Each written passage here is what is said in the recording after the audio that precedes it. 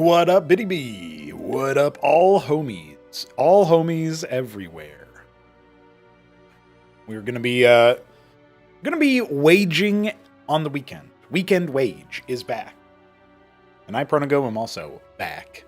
And you know what? We are so back that this time there ain't nothing besides maybe like power outage or internet cut that is going to stop me from streaming this event from start to finish. Now, some games will be played parallel, so I won't see every game. And in order to cast every game, those will be videos turned on to, my TikTok and my YouTube channel, all that shit later.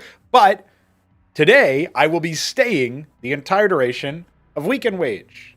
Back like the old days, like, when it first began. I think there was like 5, maybe 6 Weekend Wages where I had to... I think all but the first one I had to bail out sooner. So now that ends. Let's go. Weekend Wage number 7 kicking off today. I got my tile set file open as well so that I can do some editing after we're done here. And then, what do we have? Our bracket. Bracket command on Twitch is !bracket or !B. We got a link to the bracket.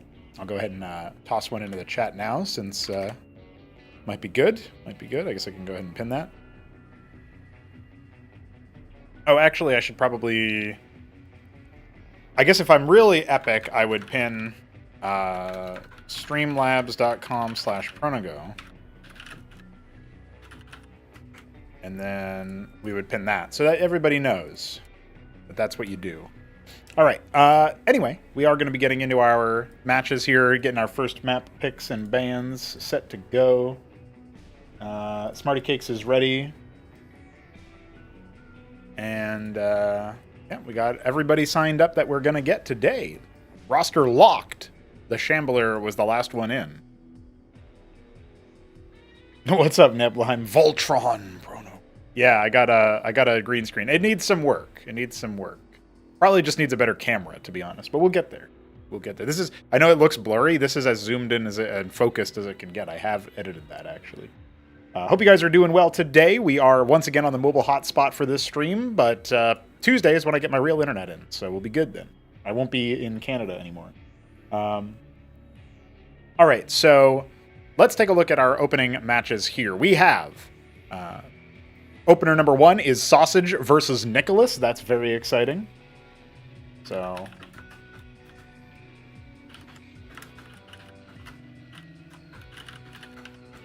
opener number 2 is Neblime versus Kutian.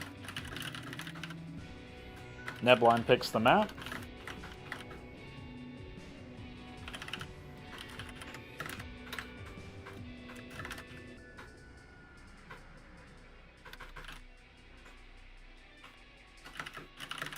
Opener number 3 is Art of Turtle versus Zevi. And Art of Turtle picks the map. Opener number 4 is Arbuz Budesh versus Vilius. And Arbus picks the map. Opener number 5 is Shambler versus Microgreen. Shambler picks map. Opener number 6 is Doglived versus Mixu. Doglived picks map. Opener number 7.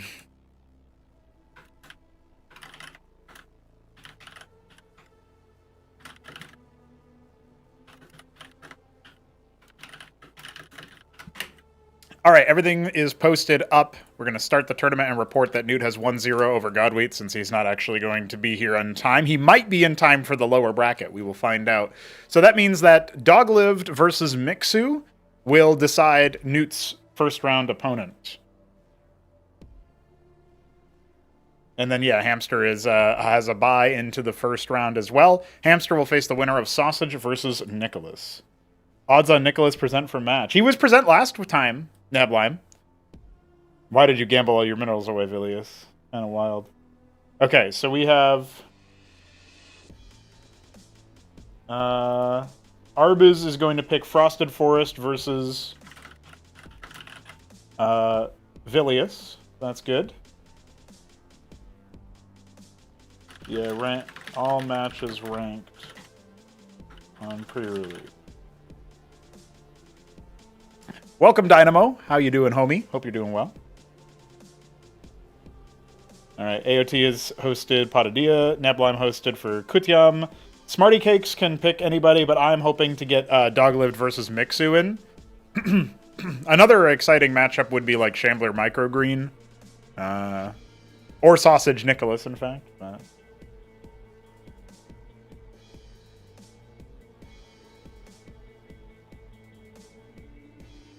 Any top seed who wants to play Crisis Victor? Smarty Cakes, no! Should cast me versus Arbus so you can bet on yourself. Yeah, that's a good idea, actually.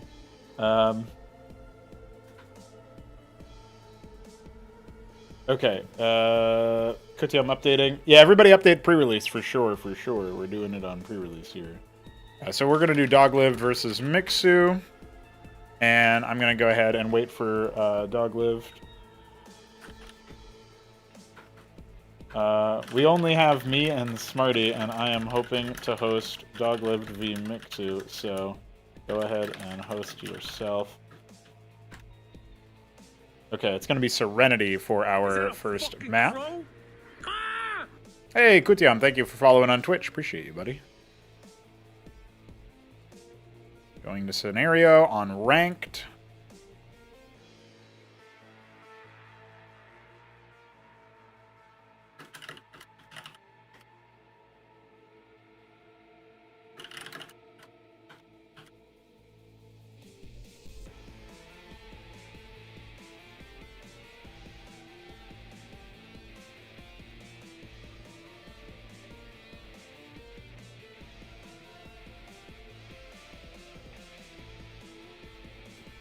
I'm doing pretty well myself, Sir Dynamo. I've hosted up for Doglived versus Mixu. Hopefully my internet works properly for this. Admin Smarty Cakes joined and left immediately.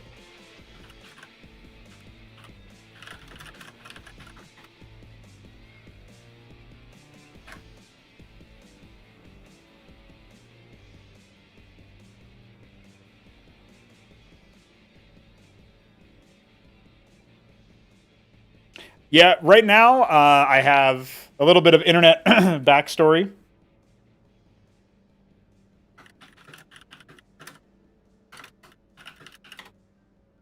So I moved here on Sunday, a week ago today, and we were supposed to have internet self-setup going, so I should have just been able to plug it in, use an app to activate it and all that. That didn't work. We kind of thought maybe it wouldn't work. Felt a little too good to be true. So they had a tech come out, and that tech was not able to come out until Thursday, because apparently they have like 3 techs in this entire state. So, kind of wild. It looks like Mixu is on the way, yeah. And perfect, perfect.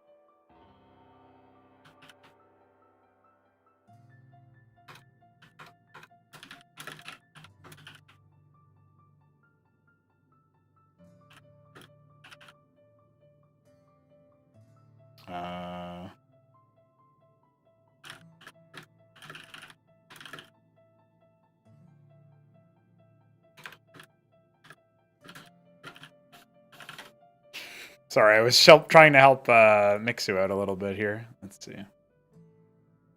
Arbus Vilius. Okay, that's being handled by Smarty Cakes. I'll get back to my backstory in a moment here.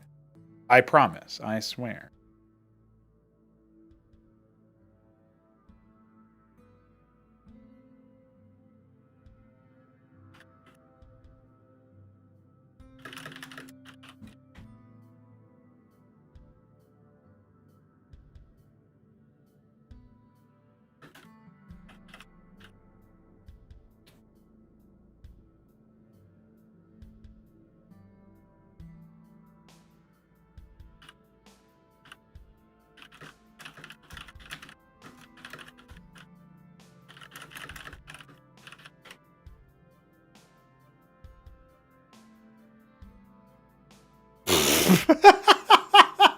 Holy shit, I forgot that Newt is day drinking right now, getting in shape for his tournament. He can only play when he's sauced, I guess.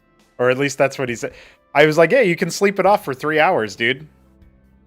And he was like, no, that's the opposite of what I'm doing. I'm getting more drunk. Alright. You say so, buddy.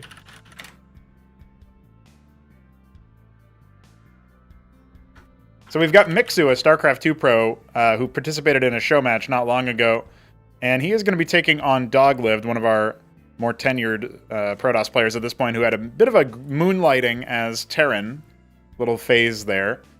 And now we're getting into a match where he's playing Protoss again. So he does struggle versus Zerg sometimes. Mixu obviously plays an unorthodox style as well. It should be an interesting matchup, but of course it is only going to be a best of one. It's best of ones for the first opening phase, but it is double elimination, so...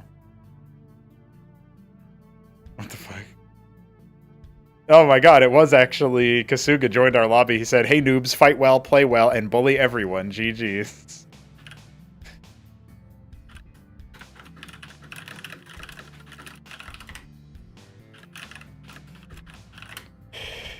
His drinking tournament? Yeah, something like that.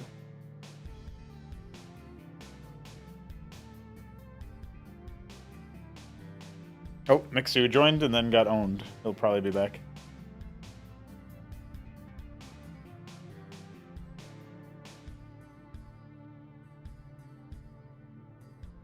Alrighty.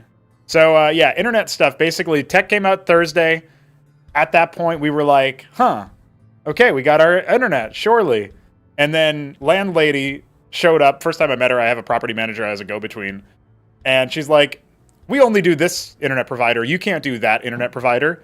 And I was like, well, it's not in the lease. And I work from home, and I've been out with internet almost a week. So would you like rent? I said it in a more diplomatic tone than that.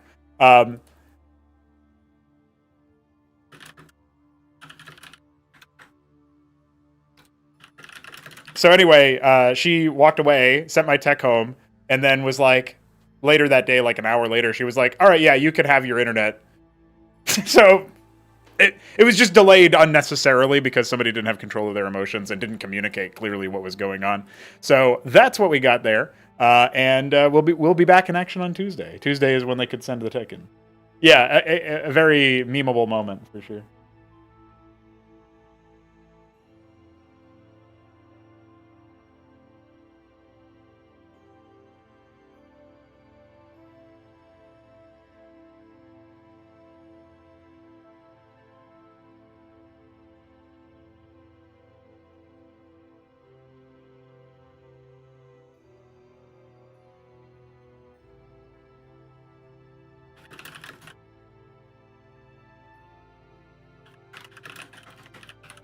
All right, I think we are just about ready to get into our first matchup here, which is Doglived versus Mixu. Again, Mixu had some interesting moments versus Indy, who was also playing Protoss in the show match. And Doglived is maybe a bit more of an aggressive, cheesy type of guy, so I don't know if Mixu will be able to hold off. We'll find out. I don't know how much practice has been going on. And we are getting into it. So, ladies and gentlemen, welcome to our first matchup here in Weekend Wage number 7. The best of ones have begun. And here we are running it down on Serenity, the map with the least long rush distance in the entire pool. Over here in the top right, we have Doglived, our black Protoss player. Mixu in the bottom left is our vivid red Zerg. No, it's Vermilion, actually. I guess a little bit deeper than vivid red. Vivid red is a very pastel color, almost. We're going to be seeing some Protoss versus Zerg action here. Serenity is a map by BDB, helped decorated by Jujic. It does feel like we maybe have a little bit of intermittent network troubles, so I'm going to try to bump up the brain cell count, which is our funny, quirky name for latency, and see if that smooths it over. I am hoping that my mobile hotspot allows me to connect to these players without any issues. So we'll see. We'll see how it goes. But overall, I'm looking very forward to checking these guys out and seeing what their playstyles are going to be. It will be a Kagrant first for Mixu, so he's very much he's delaying his first expenditure here. I wonder if this is going to be like a delayed Hydrith or something. He's already started harvesting from the Ridge, which is an interesting choice, and it is going to be a 2-gate start here for our Protoss player. No alarm bells are ringing just immediately, but Mixu is floating a lot of minerals, so this does not necessarily bode super well for him. This is best of one, double elimination, so he doesn't have a lot of chances here to be particularly fancy with his build orders or experimental or warm back into it, particularly since, you know, even though he's a StarCraft 2 pro player, he's got the APM and the mechanics down. He's got tendencies for expansion. He's got good unit control. It's things like that that are pretty good fundamentals of the game.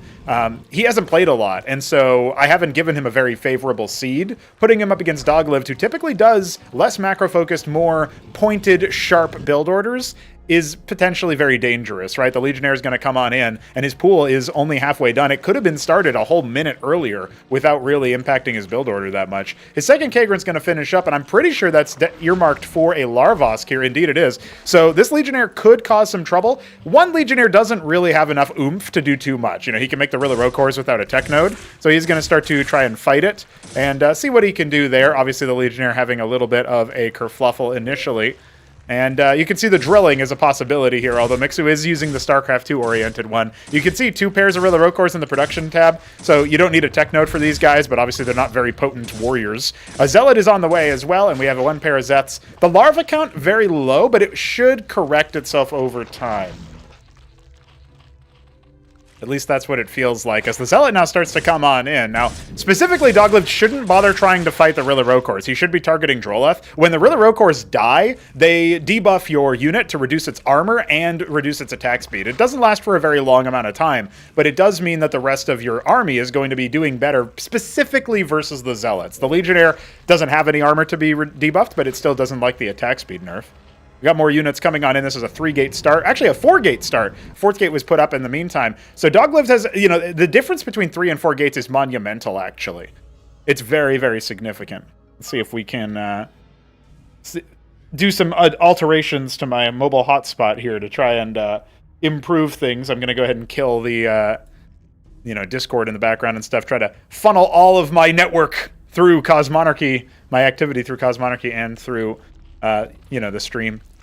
Just internet things, guys, I promise. It'll be back to normal soon. But Mix is going to go ahead and try to get his expansion down. He's got some Zets, he's got some Quas, and he's going to go for a bit of a surround here. Now remember, he doesn't have the Rilla Rokors. Those lose time to life as they exit the Kagra, our name for the creep.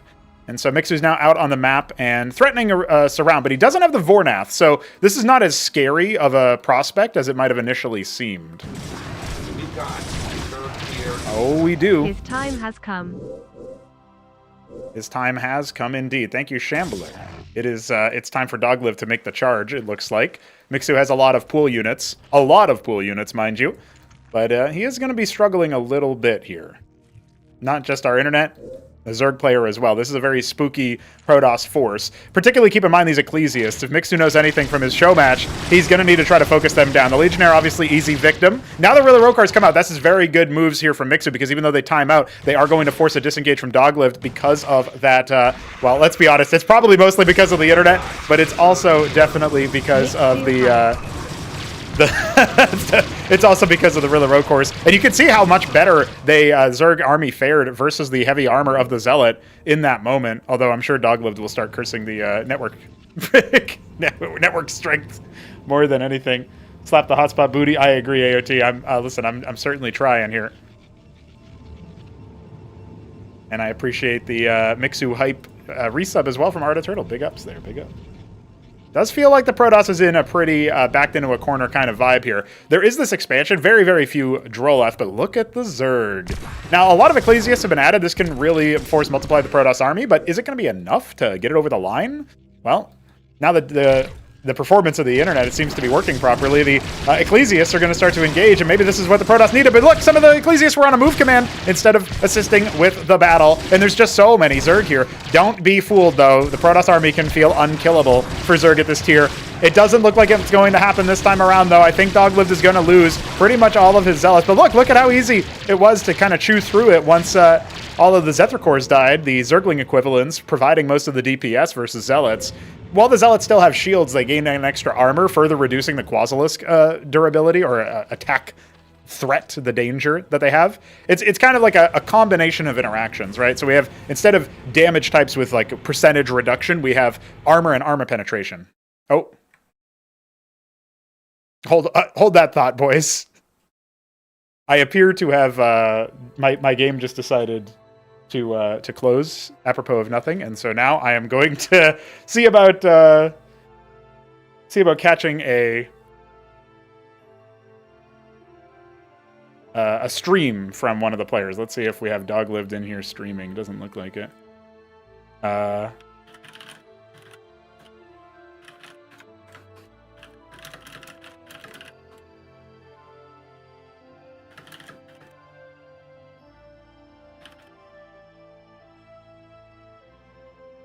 That was a moment. Are they still in the game? I wonder. Maybe it was a close for everybody.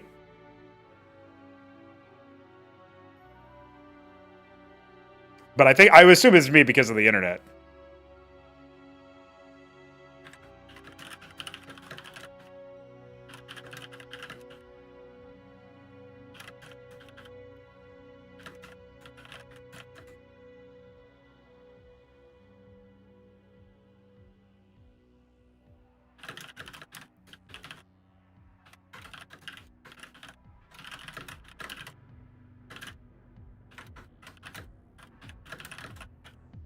So we're going to stream from somebody's POV here. I see Doglived has already done so in the chat here. So we're going to go ahead and deafen and join the voice channel. And I will configure the... I'll go ahead and configure it for the Discord stuff instead. Okay, let's do... Cosmic Corner, as it is called. Okay. All right, boys. We have the players ready. I am watching. All excellent. All good. And let's see if we can get some audio in this. Okay, it doesn't look like it's picking it up as the Discord audio, but I can probably fix that in a moment here. Yeah, there we go. Perfect. All right, we're back, boys. We're back, and the game is continuing on. Totally as planned. I must construct additional internet. It is true, Felipe. But now it looks like everybody's going to be performing just fine on the internet without me. So, oh no, Doglift has the blur filter on. Oh god, I have to cast off of this. I hope he loses. Remember, there was a third base going up for Mixu, not immediately visible here. I'm glad that we get to see the continuation of this game because I didn't really feel like it was over. But if Doglift doesn't get a kill in the next 30 seconds, I feel like it's going to be over quickly. Let's see about those hatches, whether or not the next round of Zerg reinforcements is going to be enough to overwhelm this. He's kind of fallen back all the way to his natural, ceding control of the main base as Drolets are pulled off of the mineral line, and now the Ecclesiasts are being overwhelmed. The Zealots are going to fall away from the choke, try to allow the Ecclesiast ball here to still be doing economic damage, but I think at this point, especially since the Hydrath Den did pop elsewhere, we are going to see more powerful Zerg units hatch still. The question remains, has Doglived amassed enough of an army here on 21 workers, a bit of an all-in, and Mixu concedes. He calls it out, throws the GG. Unbelievable. Okay, all right. So that's the wrong scene. Hold on, guys. That was wild. That was an experience. I was not predicting that whatsoever. The fact that Mixu almost got set up there, obviously the network shenanigans aside, growing pains for the first match. That's the way it is, I suppose. But really, honestly, some pretty cool stuff. So I'm cool. Listen, I'm cool as a cucumber about that matchup. That was really cool. Mixu will be dropped to the lower bracket off of that, and it delivered exactly what I thought it would be. I was pretty sure it would be, Doglived doing some kind of heavy all-in, Mixu struggling to try to figure it out, and that puts Doglived against Newt. And Mixu will get the buy through I Am the Weed of God predicted buy anyway, because I don't think he's making it back. So,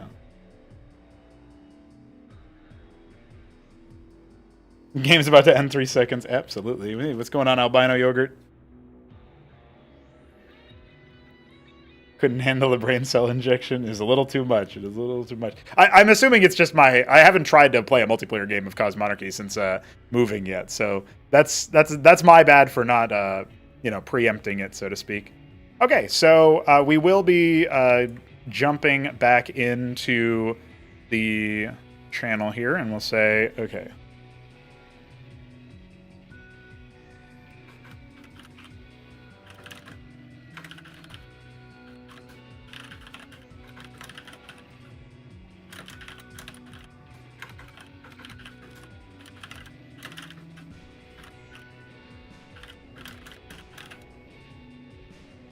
Let's see who Mixu is likely to play on. I will also go ahead and report the Let's see. I will report the latest results here. I believe. Let's see. Shambler defeated. Shambler defeated Microgreen. And that is, you can open it through fraud launcher. Just close your game first. Okay. And then, so I don't know if we have any other results here. Neblime versus Kutiam is about to start. I guess I could certainly cast that one. Seems like Sevi is not here. Is that true?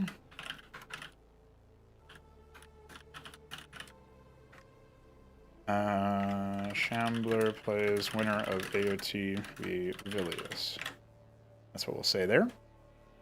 Just doing some admin things while we suss out our next matchup here. And I will say, is Neblime going to stream his POV? It looks like he is. Perfect.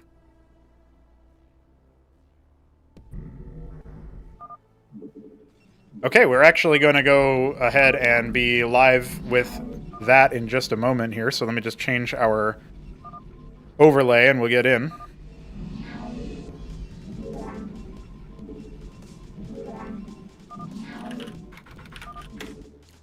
This is going to be the tournament where I have to cast from one player's POV the entire time. Apologies for the technical downgrade there.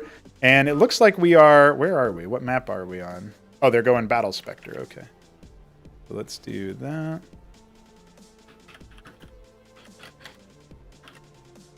They actually had to restart the game, apparently, the lobby. So that's good for me because it means I had time to update my overlay. In the meanwhile, let's take a look. Oop.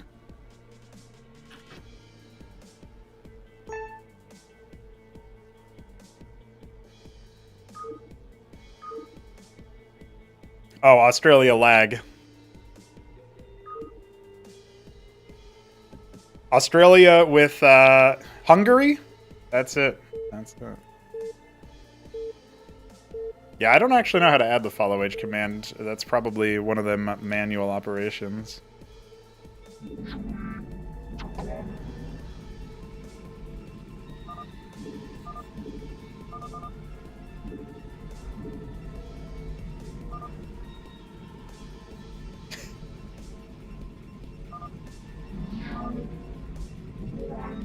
This is like a second of latency. I can't believe they're actually playing on this. All right, let's go, boys.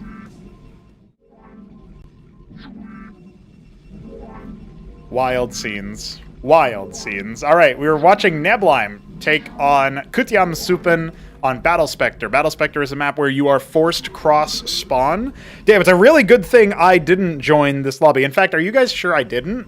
I feel like the hotspot internet is active in this lobby. They're on double brain cells, by the way. It will take about a little under a second for their commands to go through because they're on double brain cells, extra high latency, and it's still occasionally intermittently spiking. So, yeah, I think, Doglived, we need that money here at home. We, ban foreign aid, please. But I will say that, that would be a good use of it, clearly. Now, Neblime is one of the most practiced players, the most storied players in Cosmonarchy history, and it appears that he's going to be doing his patented Gateway Lattice opener. What this will look like in the sort of early stages is he will make a couple vassals, maybe only one vassal, to try to force some sort of anti-air measure from the Terran. Typically, they want to stay on vultures for as long as possible in the early game, assuming Kutiam opens mech, which is what he typically does versus Protoss, as far as I have seen. And the Drakodon that he just got queued up here, Neblime, is mostly going to be used for, you know, trying to skirmish with those vultures. Sometimes you'll see Protoss players open Hierophant. He didn't have the gas for that as he went for the Lattice, so he goes Drakodon instead. And as his scribe arrives here, I'm not sure if Kutiam knows this is cross-spawn and force, by the way. This might be his first time on this map. But the 2 Falk Scout, that's pretty much exactly what you're looking for here from the Protoss, from this particular build order. This does mean that Neblime is going to get minorly ahead. This is like a very minor advantage on base. But what it does is it morphs the kind of thing you have to do as the Terran player. And by sort of knocking you off of your kilter a little bit, I'm going to reduce the volume ever so slightly. Let me know about the volume, guys. Everybody's volume setup is going to be different, so we're going to have to adjust that as we watch all these Discord streams. But the vassal presence means that, you know, do you want to get a Cyclops? Because that's cheap, but it does friendly splash damage, so your worker line may be in danger. Do you want to get a Goliath? That's expensive, but perhaps it will insulate you in some way.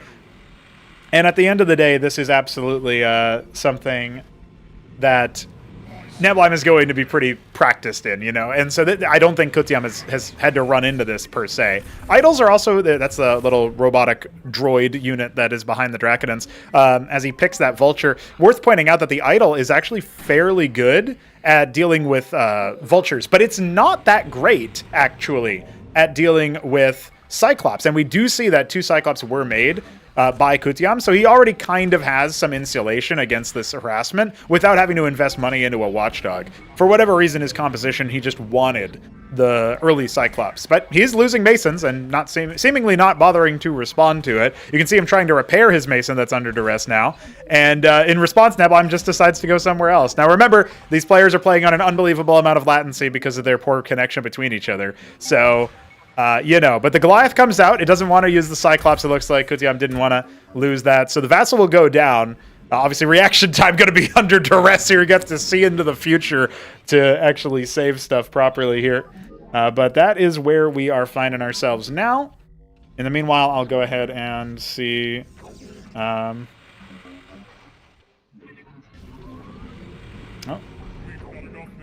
So we're going to take a look at the other results here so far. And let's see.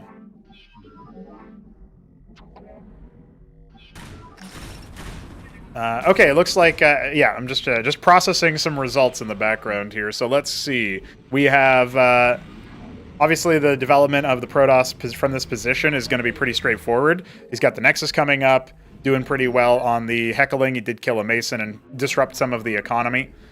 But, yeah, at this point, it does feel like, while Nebulheim has that slight advantage, this isn't too bad, per se, for Kutiam. The problem is that he's just not as experienced as Nebulheim is in any shape of the world. Now, obviously, Nebulheim hasn't practiced a lot more recently. Kutiam has grinded more recently, but I still would put a lot of stock into Nebulheim's ability. And he's also, since he's Australian, he's played under these network conditions so many more times too, so he's not going to get tilted by it or anything either.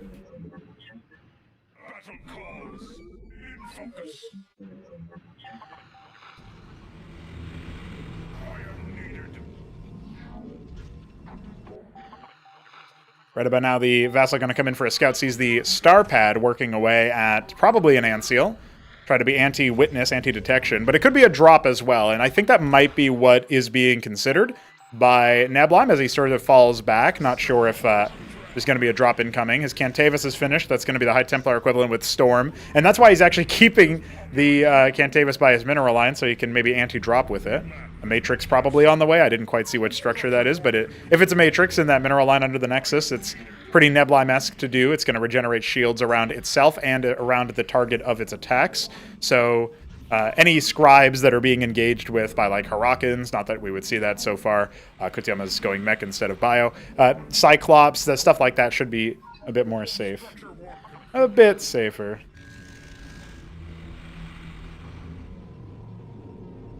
Yeah, reverse feature sight. Yeah, exactly, Artaturtle. Exactly. So I'm guessing, based on the fact that I still don't see any messages from Sevi, AOT, can you confirm in chat since you're here whether or not you have gotten any word from them? I don't think she's signed on, and it's 30 minutes to DQ. So Atreus is coming out now, and there's the drop. Very much preempted here. Gonna try to get it with the hallucination. It does tag it and instantly takes it out. We'll try to see if there's any corpses there. Didn't quite catch that since Nebulheim wasn't in the right spot, but if he ever pans down over there, we'll see if it actually had something in it or if it was a bait sort of scout. I think there might be one unit in there underneath it, like occupying the same spot because it's by the map border. Hard to say. Inspire me! Interminable! In stride! Interminable! Feels like right about now, Neblim is just gearing up to move across the map and see how strong the defense of Kutiam is. He might be underwhelmed when he gets there, which is going to be happy for him. Setting up for a third base, our Protoss player trying his best. Navigate this unfamiliar terrain, this very heavy latency terrain. The winner of this matchup will be moving on to face Art of Turtle, since we have that auto DQ in for Sevi, who was a no-show for the first match. Looks like Sausage and Nicholas are fighting elsewhere, so we have that opener going. And all the other openers are accounted for. After this one, it's all good. Look at that, storming to try to clear mines without even having detection. It is somewhat costly. Oh, he missed one! But does it matter? It feels like Kutiam's army is not going to be having an easy time engaging. There we go, softening him up with the storm. But, oh, instantaneous devastation onto that Cantavis. Cyclops must be respected, but they don't have the HP to just sit here underneath the storm. Looking pretty deadly here is Neblim's army. And if it lasts in enough quantity after all of this, if there's not another remax of, say, 10 or so Cyclops waiting, I don't care how many mines you have, though we did just see, we caught at the corner of our eyes the mortar shell of a phalanx. Last couple of mines deployed in this area, but there is one. Oh, it's actually, there's a couple. There's also some mines here, but you got to be very careful. There's the phalanx shellacking, getting owned by so many projectiles, and of course the Psystorm, but there's more where that came from. Neblim still wants to go for it, but when you see this many phalanx, surely you've got to turn around. 1,000 minerals in the bank. Neblim adapting in a way to the latency and trying to pull his army away while Kutiam holds on for dear life. Prostration stage added to the mix as his natural is further saturated. Vassals guarding the exit points at 12 o'clock and sort of the 10 o'clock position. These are here not just to check for, bases, as you might imagine, but also in case drops are going in that direction. But now that he's falling away from the front of his opponent's base, Neblim has moved the Vassal over to the 10 o'clock base, actually, to see if he can basically kill a Mason that's trying to build a ministry on location, if the Terran is trying to get like that.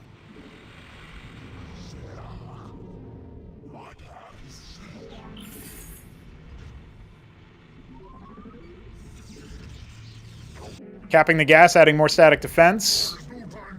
Neblim very interested in doubling down upon his economic lead that he's achieved. We can surmise he probably has more workers than his opponent, but we don't have exact confirmation on that yet. Third base already on the way, fourth base on the way, so I think we can safely say that he's doing well there. Kutiam's doing pretty well also, though, and in the way that he's laying a lot of mines, right? He's definitely getting some value there. And now, sneaking by, the scribe that made the fourth base actually scouts the vulture run by and maybe cancels it. It's hard to tell, but he might just go ahead and check 3 o'clock, or maybe he's going to retreat all the way back with those vultures. Static defense now being set up. The golem playing minesweeper duties will eventually be got, and now the vultures are spotted as they move over. They will be accepted by these forces. You can see Neblim, he is trying to use abilities. He's certainly giving it the good old college try there, despite the latency. You'd think on really high latency, Protoss must be favored, right? They're the A-move race, but well, Kutiam's giving it his best try. He's a grinder, and he doesn't seem to get tilted easily either, so pretty remarkable in that respect. By the way, just so you guys know, the winner of this match obviously faces AOT, as I mentioned, but the winner of Sausage versus Nicholas, Peruvian battle there, a little derby, they're going to go up against Hamster. So a Terran or a Protoss will emerge to face the reigning Zerg, top dog. And we will see how that one plays out for them. So the synthetic Synod has been queued up. That's a tier 4 structure, likely for a is it going to be a Demiurge? I guess he might go Empress. That's something that Oyo was experimenting with some time ago as StarCraft 1 Pro from Sweden. And really, for my money, our top-rated player, but hasn't been super active as of directly late. And Ziki did give him a run for his money and won a weekend wage over him recently. This is our first This is our first matchup here, our first weekend wage that doesn't have a StarCraft 1 Pro in it. Mixu, our sole StarCraft 2 Pro. All the other weekend wages, I'm pretty sure we had representation from the StarCraft 1 Pro scene.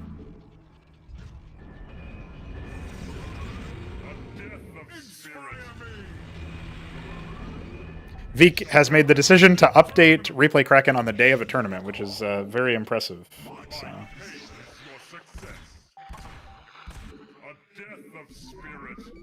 Send me away to another glorious death.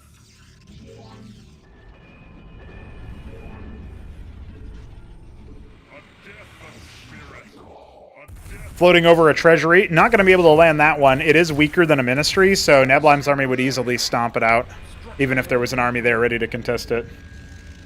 Structure warp complete. We lack Thespian gas. We've not enough minerals. Structure warp complete. Not enough minerals. Bravery's grave. Oppose me. Pretty big Protoss army here, though. 51 army units. That's what that counter is in the top right. It's workers over military. And I'm looking forward to seeing whether or not we're going to get something out of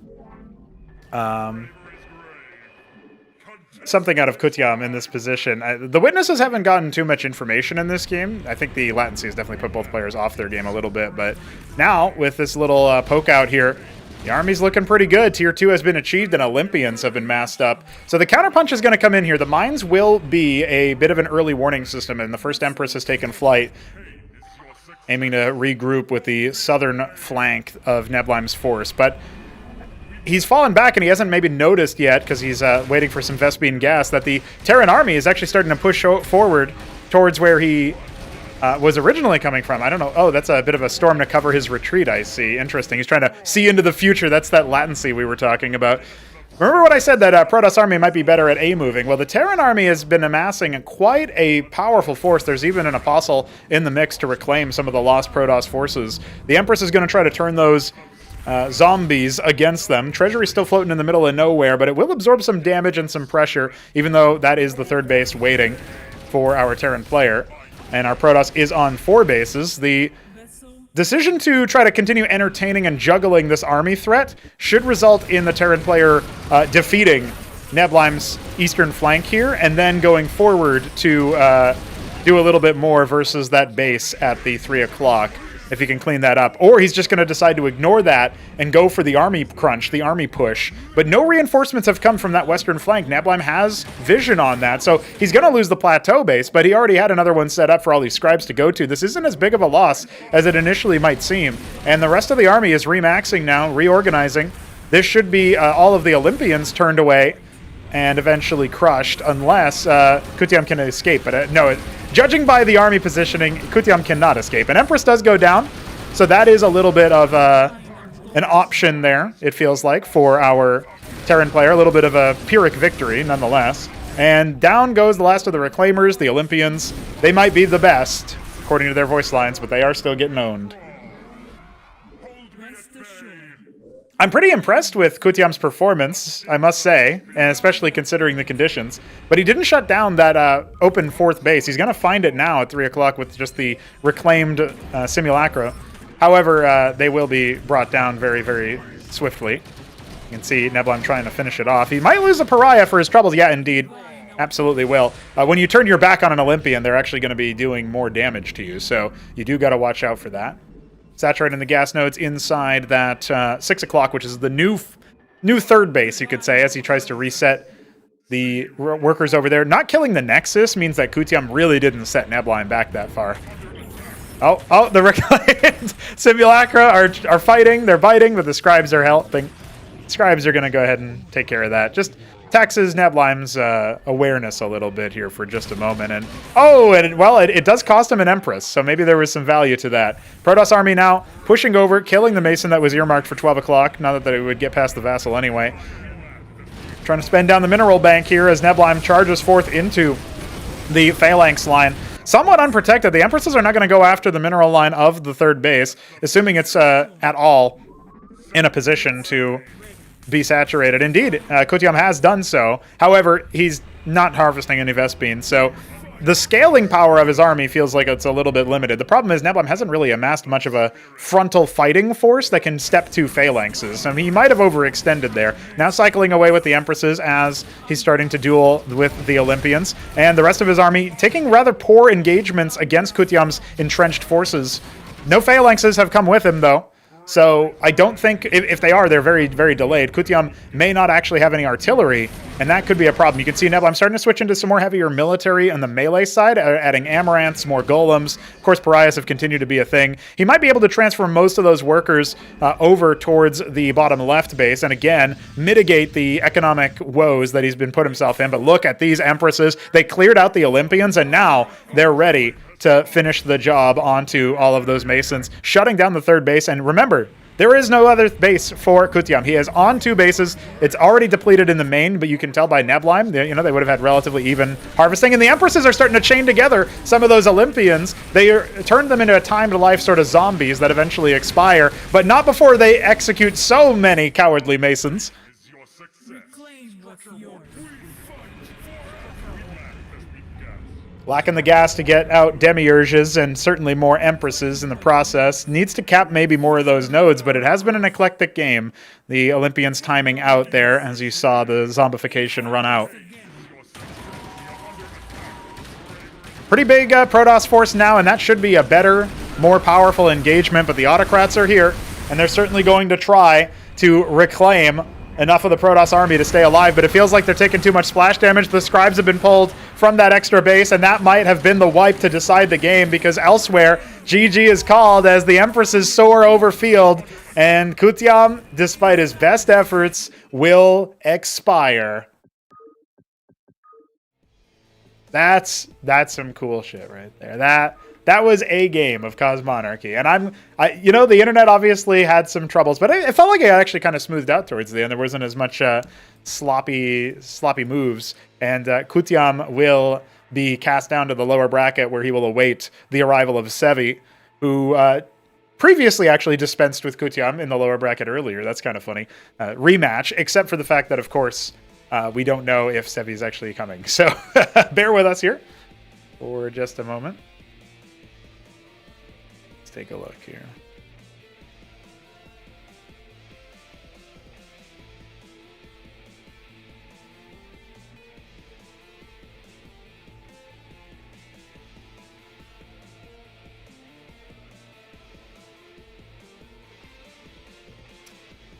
So it looks like Doglived versus Newt is going on. Let's see.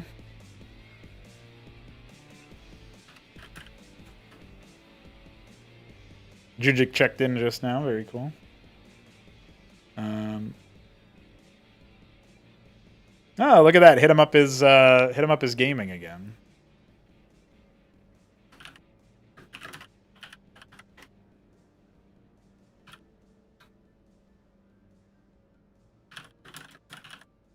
Okay, Arbuz over Shambler, best of 1. And when Doglived versus Newt decides the winner. Thank you, Den Snoo. Appreciate your subscription there. Doglived versus Newt, whenever that has a winner declared.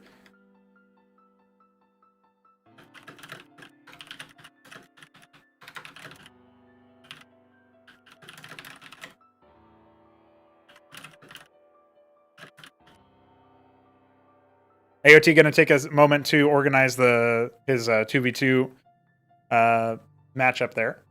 He's got a Brood War clan league, I think it is. That's pretty cool.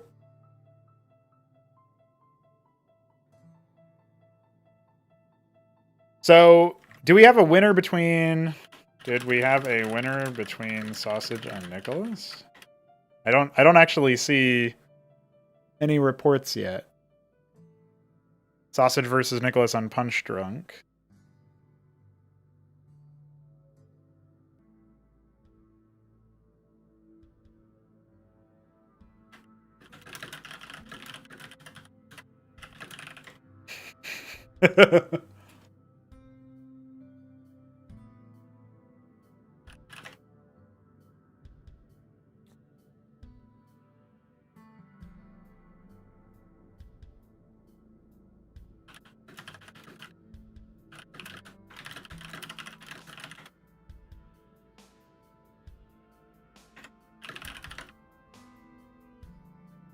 Trying to make contact with Sevilla game. Yeah, another 45-minute game. They do that sometimes, don't they?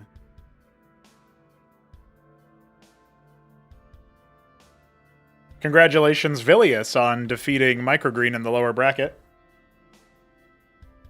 I'll have to give that game a cast at some point. And what else are we doing next? So we have... Still waiting on the report of Sausage versus Nicholas. Still waiting on the report of Newt versus Doglived. Artiturtle versus Nebline, but AOT needs a moment. And Kutyam Supin versus Zevi, but Zevi is nowhere to be found.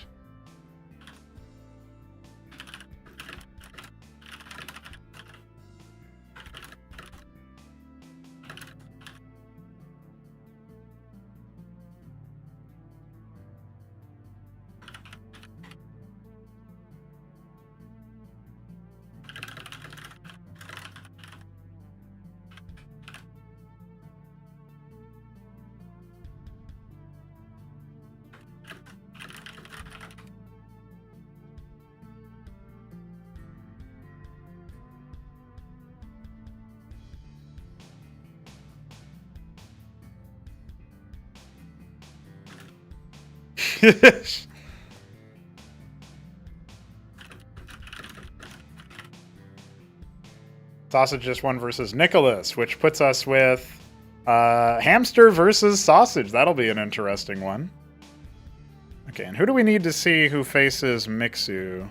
Oh, loser of this match faces Mixu. Okay.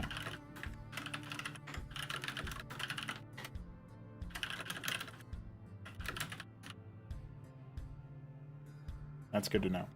All right, I'll get the overlay ready.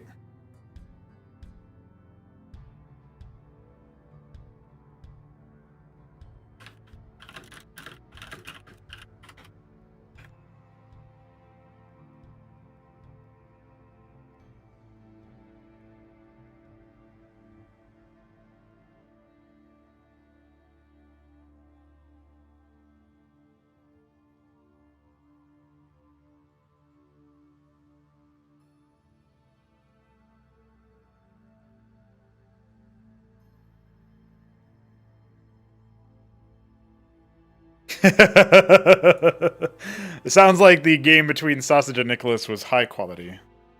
Potadia will be our map selection by Hamster.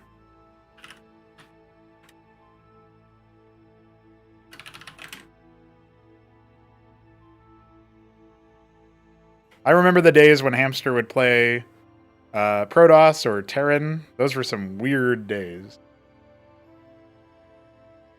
I tells you.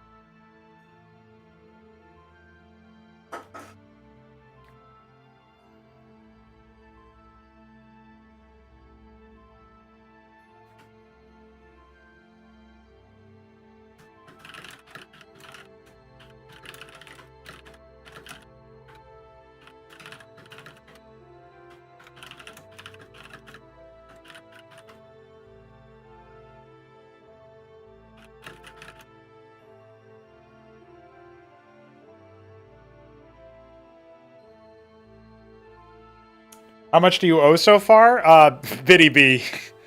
We had Sausage Nicholas on Knockout, or a Punch Drunk, right? Neblime Kutyama on Battle Spectre. Zevi was a no-show, Auto DQ versus AOT. Godwait was a no-show, Auto DQ versus Newt, so that left us with Arbuz Villius on Frosted Forest. Shambler Microgreen, I don't know what map Shambler picked. But it wasn't Crisis Vector. And Doglived Mixu was on Serenity. So you owe $15 so far. And I don't know what Arbus Shambler was on, but it probably wasn't Crisis Vector there either. And I don't know what Vilius microgreen was either. Oh, shit.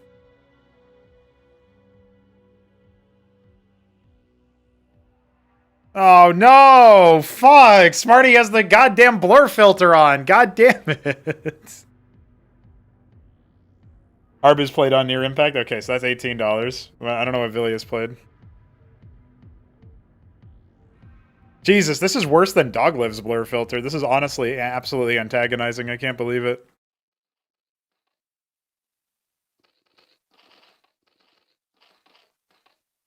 Smarty plays without music and also with a very low audio. Playing on the small-ass laptop, says Sausage. I can barely read his text on this fucking...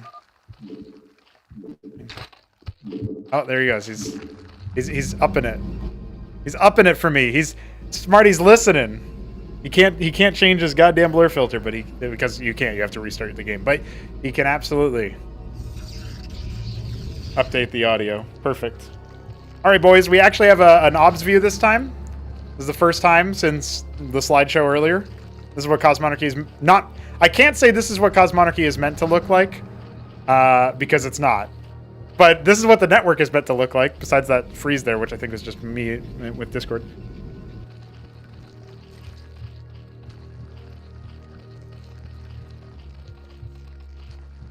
We're going to be seeing Hamster, our Periwinkle Zerg, take on Sausage, who I believe is... Oh, shit. It's the Zeth build. All right, four pairs of Zeths moving in. Hamster has very much practiced this build. He knows exactly what to do. This was a very early pool.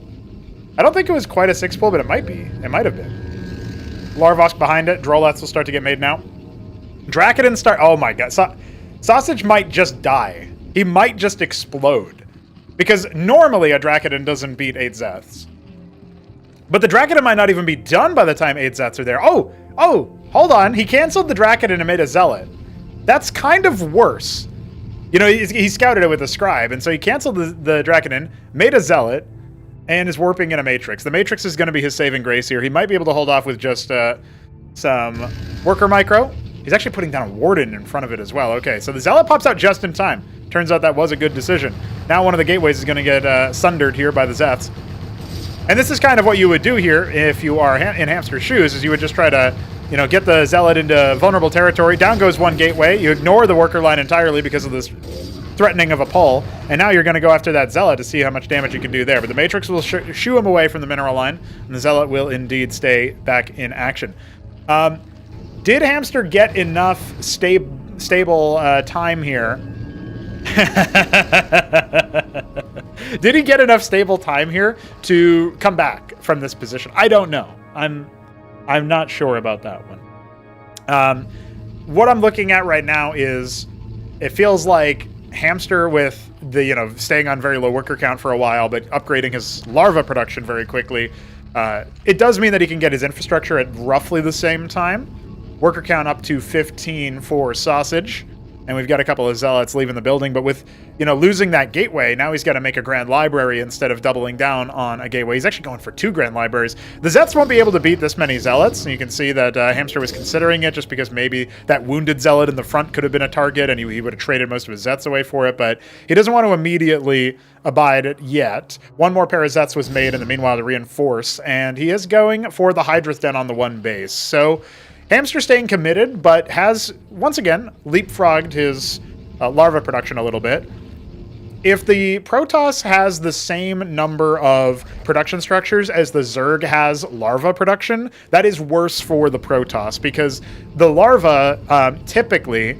Dude, you can't even tell that that's the Herald icon because of the smooth filter. I can't believe Smarty actually looks at this. Like, what is he doing? Anyway, if you look at the fact that, you know, Hamster is going for the Hydra's Den, his units, even though they are individually less powerful, are still going to be better because they come out every 14 seconds and sometimes in pairs of 2 than the Protoss units that come out every 25 seconds, every 30 seconds, that kind of thing. So this is something that Sausage is going to have to deal with. the fact that he is going to be behind a little bit in the production sphere, and he was delayed there. So typically you make up for that by having more high tier production. You know, you go for like a tier 4 structure, tier 3 structure, but he was set back a little bit by having a gateway that ultimately did nothing but buy time and, you know, changing up his build order at a very quick ordeal. As a result, Zerg is going to be able to take a little bit more free pressure here, was able to draw up with just 6 Zats, 8 Zats out there, and then, of course, has now started to make a lot of Hydras. So the Herald is out. Actually, 2 of them are out. Shout out Solstice for his impeccable model work. But the Hydras are going to start to mass up here. There's not so many of them yet, but more of them are hatching behind this. It does feel like maybe Hamster can isolate some of these Zealots. Any little picks he can get on the units here is pretty big, right? He's trading, 2 Zats, 4 Zats here and there, but for 2 Zealots, like, that's pretty huge. Amaranth already brought down very, very low, we can tell by the fact that it broke its shields immediately. Yeah, there you go. Very wounded. And Hamster's going to cycle back just a little bit. I don't think he should purely abandon this position exactly, but he is doing very well to keep the containment up. And remember, the Nexus is going down. Hamster's already got his hatch down. In StarCraft 1, typically the Zerg will out-expand all the other races, and they'll expand faster than all of the other races. In Cosmonarchy, it's a little bit more nuanced, because you can get more efficiency out of one base. You don't strictly need that extra mining on a different base as fast as in StarCraft 1. Once again, we have more and more Protoss units being chunked down. In some ways, the damage is a little bit more brutal than it initially seems than actually killing the unit. You kill the unit, and your opponent knows that they have to replace it. But, if your opponent still has, like, a red HP Amaranth, they might think that they're a little bit safer than they really are. Cantava starting to be filtered in. Very important unit to have storming, and, occasionally you'll be able to see a player like Neblime cast Hallucinate. Very impactful stuff there. Hamster going to go ahead and set up some anti-air defense inside his main base as he goes for his ski back to scab. He's got 6 pairs of quads on the way as well, which is a pretty big deal.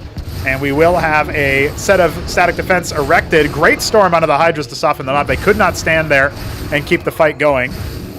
And you saw there that the Hierophant, despite its death, was still able to provide an attack speed steroid for the Zerg army.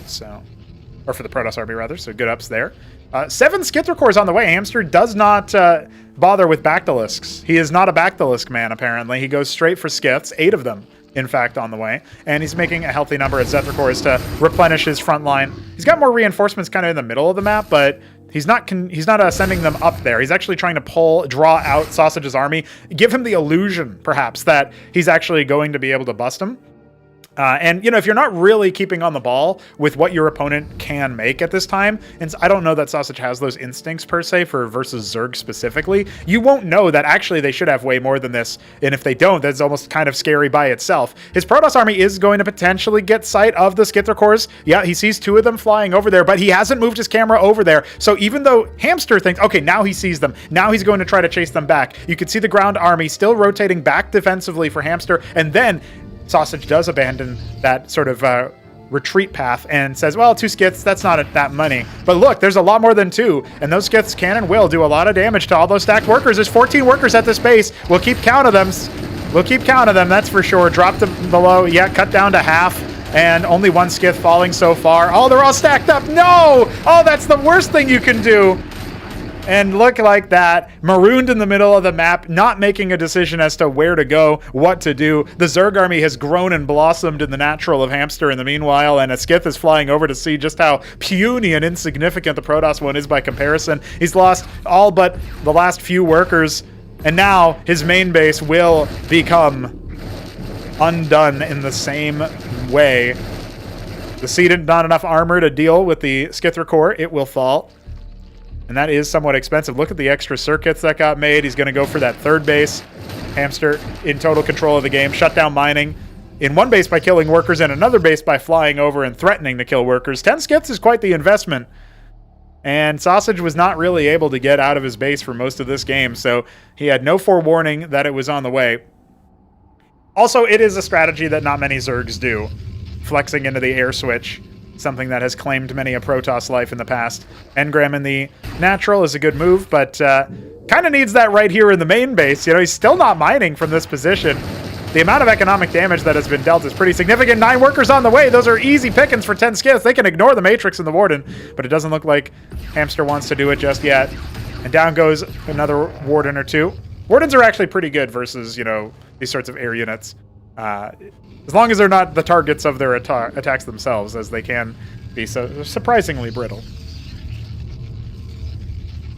I don't think Hamster realizes that he could probably just go for an A move. He is somewhat skeptical, probably, of the power of his Zerg army in the face of the Cantavis, but there's only one of them, and storms do stack a little bit in Cosmonarchy. It's just that each storm is diminishing returns on the damage, right? And so you get more value out of spreading the storms out, but you don't get no value about putting a bunch of them in the same spot.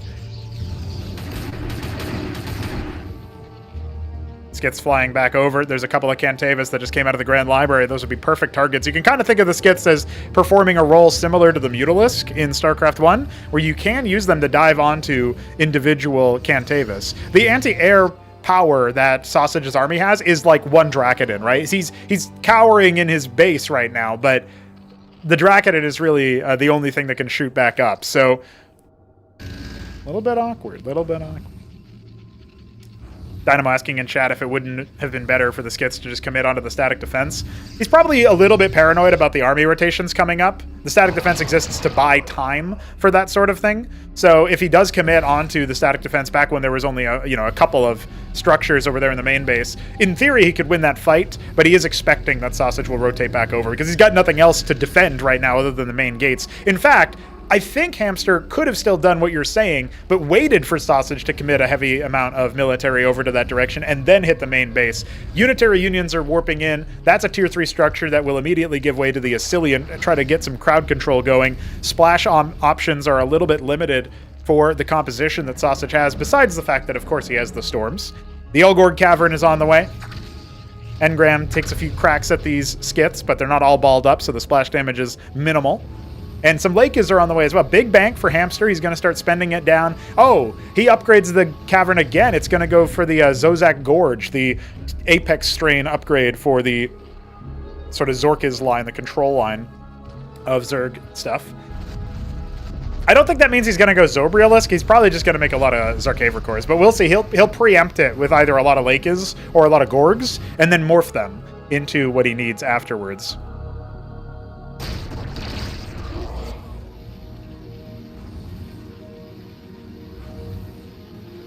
Hamster's favorite is indeed...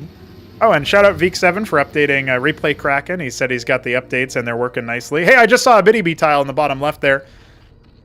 We've got it. Big worker wagon train of the Drolats moving over. Yeah, you see it? Do you see it, Smarty? The Biddy Bee tile right there on the grass. Can't believe it. He's a little bit delayed, right? He's watching the stream, so... he's gonna have to go back there again later. No, it's not it's the grass. It's not the mud. It's the grass. Yeah, you see it. Yeah, you see it. Skits flying over. We might have to stop doing that bit for a little bit so that we can actually look at them. But Zorius on the way, so I guess we're gonna see some Ultra Cores after all. Sausage's saving grace has always been his play with the Mind Tyrant. I don't think this is going to be enough for him to get some magic going with regards to the mind control, the tyranny. I have a feeling he doesn't have enough of a centralized defense here. And 8 Zarkavra cores are on the way. We missed the Gorgs being made earlier. At least I did, because I was too busy telling Smarty to click on tiles. But yeah, the Biddy Bee tile, that's minus $3 for calling out the Biddy Bee tile. Shit. The Biddy Bee tile just means that it's like a visually bugged tile that like doesn't blend properly. There's no gameplay ramification. It's just like an eyesore or whatever. Zobrielisk's on the way now for Hamster as well. He's going to be able to use those to try to pick out individual targets. All right, the Mind Tyrant has enchanted one unit, selected it as a Malefactor, and of course it's a Vile Automata. But is that going to be enough? Let's find out. I think Sausage has immediately reconsidered his options as the Lakes spine started to come out. He has no detection right now.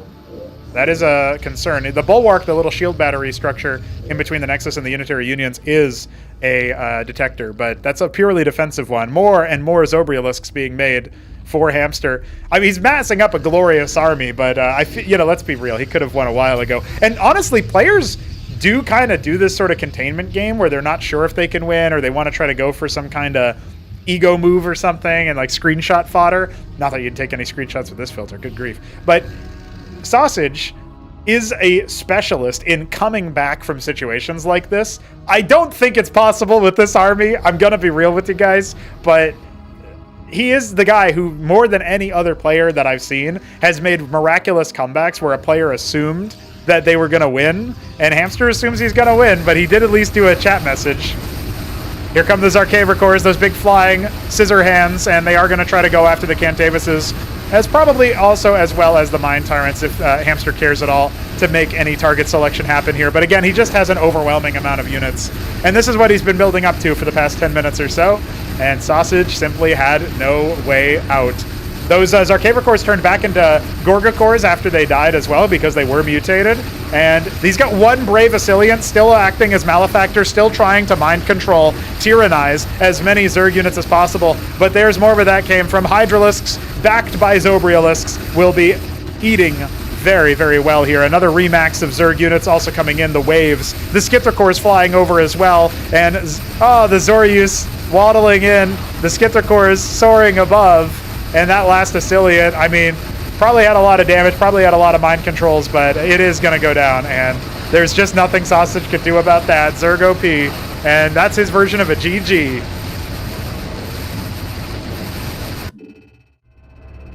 Beautiful. Scenic.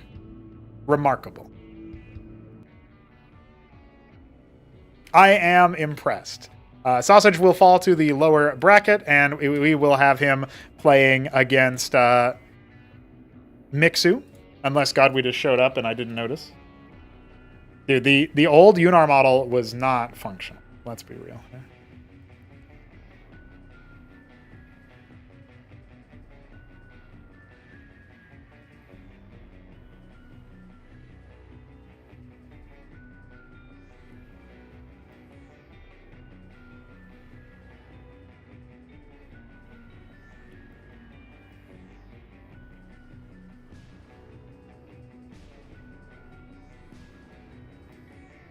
Oh, it looks like Newt is out of his game. I don't actually know how it ended.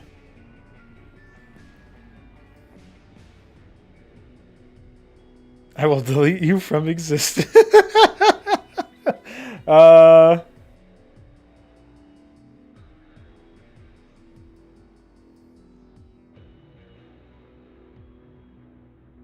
Looks like Doglived won versus Newt, and that's what that was about. Okay. So it's Arbiz versus Doglived going on in the upper bracket. That's the last best of one for either for the winner there. Then they'll go into the best of three phase.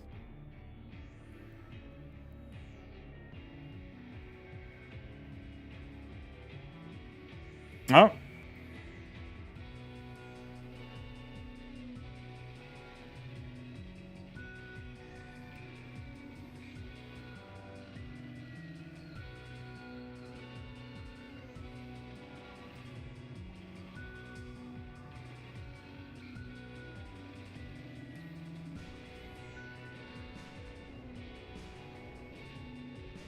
Looks like AOT is still wrangling people. I guess he might not have actually played against Nebline. I'll cast Sausage versus Mixu if Smarty wants to do Nebline versus AOT. Oh, I guess for Smarty... No, Smarty needs to change his filter if I'm going to cast from his POV again. Good grief.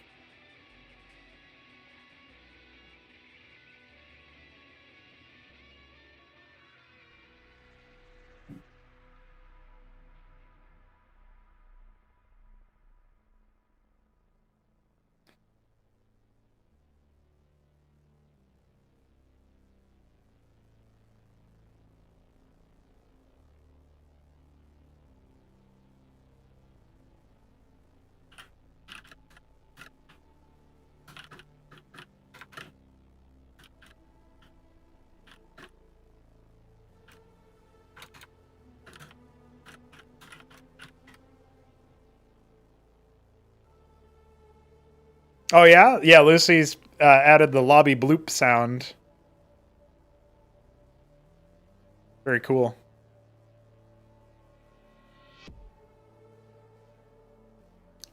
Hope you're doing well, Lucy. Glad to see you.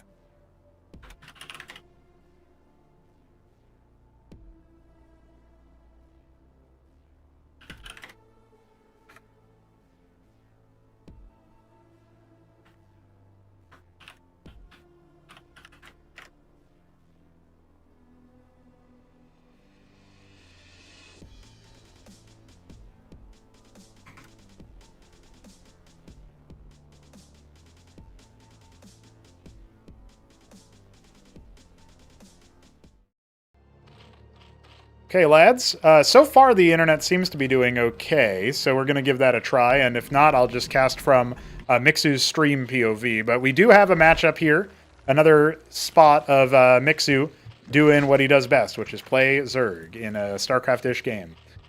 Let's see if we can bump it up to extra high. We've got Mixu in the top left as our... Zafir? No, just regular blue Zerg. Okay, that looks really interesting. Really nice. Really nice color. Sausage in the top right. Oh, man, he's, This isn't midnight green. This is some other color, but I can't remember.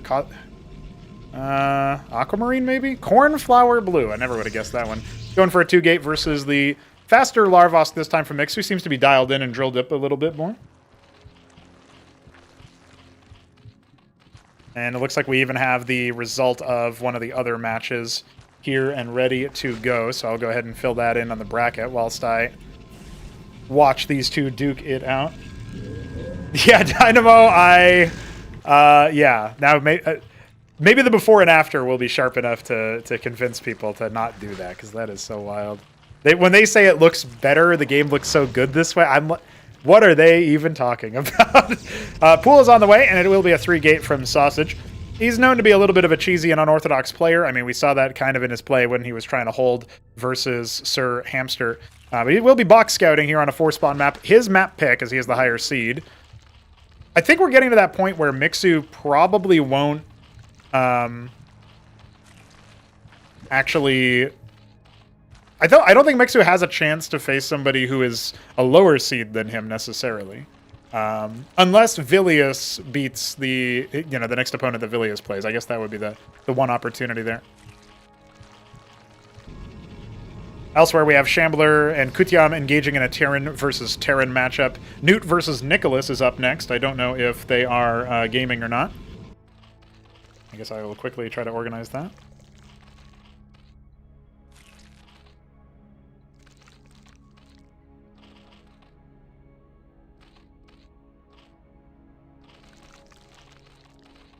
Mixu going for an Agroleth. That's actually his first unit, his first non-Droleth. I don't even think it's going to count in the military. Oh, it does technically. Okay. I was going to say, that's really funny if that's the case.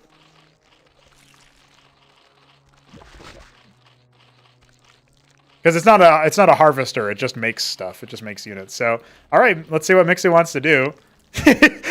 when Sausage sees Agrolith first, I mean, what is he going to think here? Hatch going to go down, presumably, is based on the resources, and we should see some more where that came from. The Droleth is returning from its scouting mission, and we do have a 4-gate with a Sedent. Sausage going on pretty hard on one base here as the Hatch is coming down.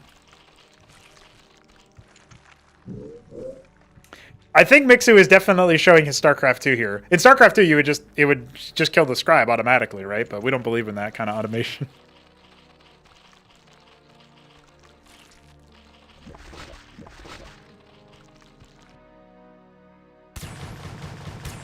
Oh, scribe almost goes down, but pulls back as soon as he sees the zealots.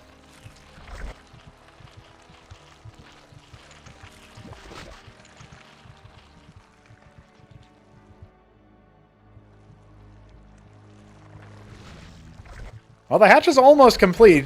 Oh, he actually cancels the circuit. I mean, I don't know if I like this from him because the Zets are all out in the middle of nowhere. He's totally bypassed the Protoss army. The Agrolith is out, but it's not that scary as a unit, so... I kind of feel like he needs to make a static defense structure with that guy as soon as possible. I mean, the Protoss is massing out, so here come the Zets in the mineral line. There actually isn't that much going on here for Sausage, but he does have a lot of military production. He's going to dive in onto the Hatcheros. This doesn't look very good. Turn that Kagran into a circuit. No, he pulls all the workers. He's going to see what he can do to try to save this hatch, and I think when it goes down, he might be a little bit demoralized as pop it goes. But most of his units are all the way up here. They're going to try to go after those Ecclesias, but they were on a regular move. They're on a move command instead of an attack command. That is such a mess. Poor Mixu has been beaten back, it feels like, by his own little greed there. Still has a worker lead, by the way. Going to go ahead and make a circuit, remake the hatch. The Droleth's still trying to hold strong and fight, but eventually they are going to have to tuck tail and run back as the circuit finishes, ideally. Down a lot of workers, but he might still be able to make this happen. I guarantee you Sausage has never played a game quite like this. Still going after the remaining workers in this location. The circuit's now trying to help out a little bit. He really needed to pull those workers back, in my opinion, but I guess he's used to having to play from a very big deficit. And the Ecclesiasts have been allowed to continue their onslaught. I think the Agrolith must have died already. I'm not even sure where it went. Oh, no, it's making the hatch. And now he's making some really road cores to try to debuff the Zealots, but they're way too late on that. They're way too late on that. I think that's going to have to be it. I mean, I just don't see how Mixu can possibly come back from this position. The battle workers look super cool. I love that. I love the battle workers, but GG has to be called. Mixu could not hold. That's 2 Protosses in a row that fucking 4-gated his ass out of the tournament. That is sad. That is very sad. Poor guy. Just has to deal with that. Has to know that the Protoss 4-gate happens even here. And Sausage will await the winner of Vilius versus the loser of Nablime Art of Turtle, I believe. Or is that? What is that? Loser of 12. Yeah, that's right. All right. So now we are going to go ahead and pray that maybe we can actually have some games where I have my own obs there. Nablime AOT going on right now. I think maybe Smarty is adminning that one. Winner of that will face Hamster in a best of 1. Winner of that match will face Arbiz in the upper final best of 3. Newt has decided to give Nicholas the win. He feels a little bit too powerless. Feels a little bit too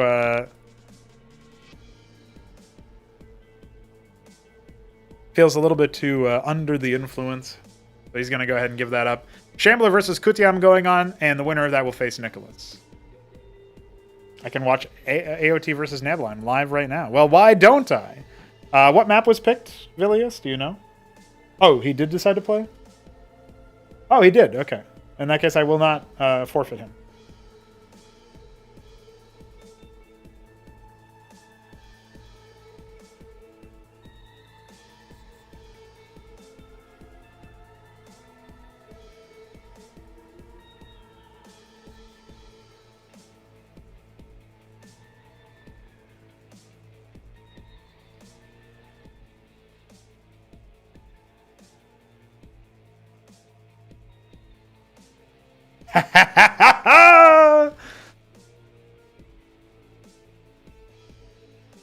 Oh shit, boys.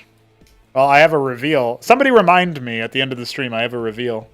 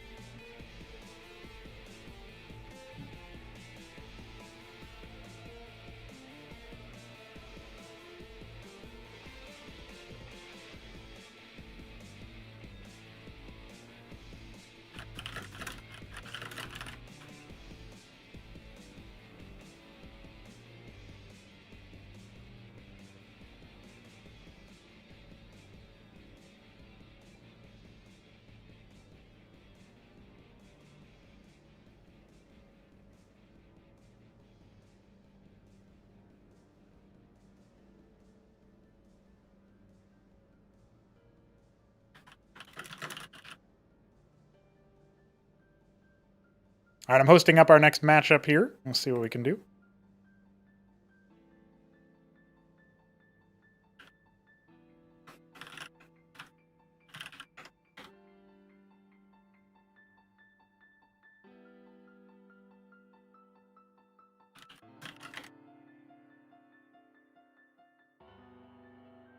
Hopefully Nicholas shows up. I haven't seen him typing at all, so...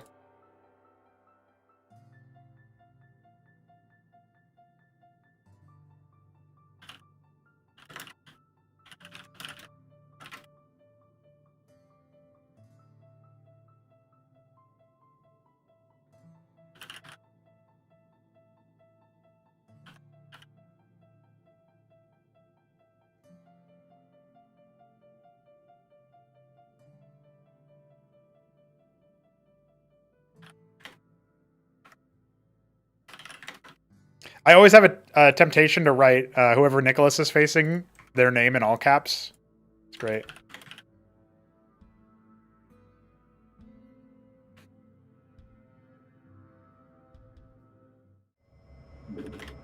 All right, lads, here we go. We are on acid test for our next matchup here, and it's the same exact thing as last time because acid test is the map that Newt played Nicholas on. Big contain, humongous doom drop, ridiculous. Ridiculous. And that means that we are going to be in a very exciting spot here. Newt in the bottom right is our Vermilion Terran, and Nicholas in the top right is our Cosmic Cobalt, no, Dark Sapphire Terran. I haven't seen enough Rain and Real FFAs recently to know Dark Sapphire by heart. Ridiculous. I will be saying...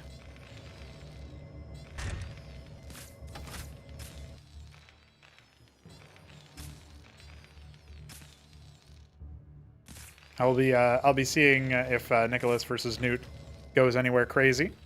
But Newt is going to go for that Fulcrum. He just needs one more get. Oh, no! Oh, no! Oh, shit. That's a really late Fulcrum, Newt. Oh, man. Had a few too many.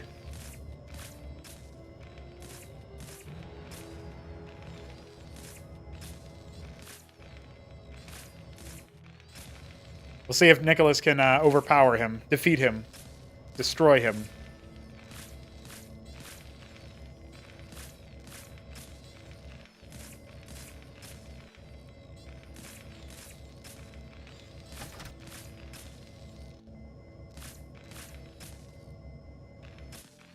Strategic delay. Gives him a little bit more money. Yeah, I see it. The second Fulcrum on the way.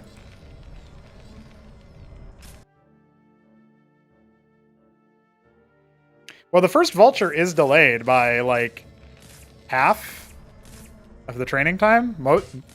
Yeah. Well, I mean, it's probably not that big of a deal, to be honest. I think he'll be okay. It's TVT. But it's just, it's more so what it symbolizes, you know what I mean? He's off his game. But he sees two Fulk, you know, he shouldn't be too unhappy. Even delayed that Vulture a little bit from moving across the map because he had his Mason Scout there. So he spent a worker for it. He's going to go ahead and reclaim his worker.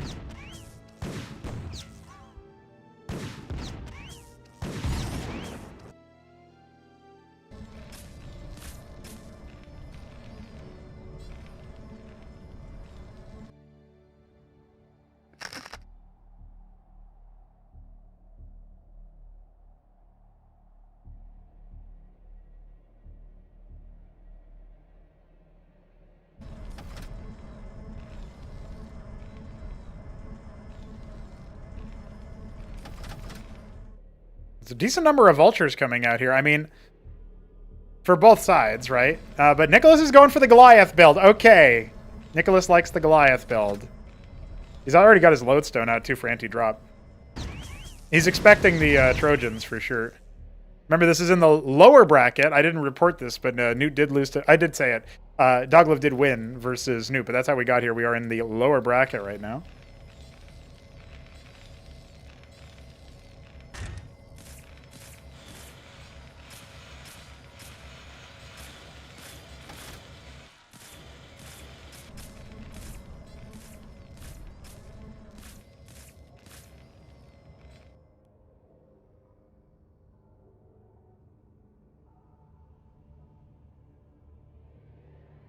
All's quiet on the western front. Starpad on the way for Newt. He does actually want to make the drop happen. No, Newt! Oh my god! Strategic delay on harvesting resources. He said he's got this like keybind thing going for his hotkeys. And he said that would never happen again. Fraud. Fraud. Well, he's losing the Vulture War right here. Gonna need to cycle back. He's got two more. This looks like StarCraft 1, right? Like, eventually the Vulture will have a custom model and stuff, but this still does. This looks pretty StarCraft 1 right here.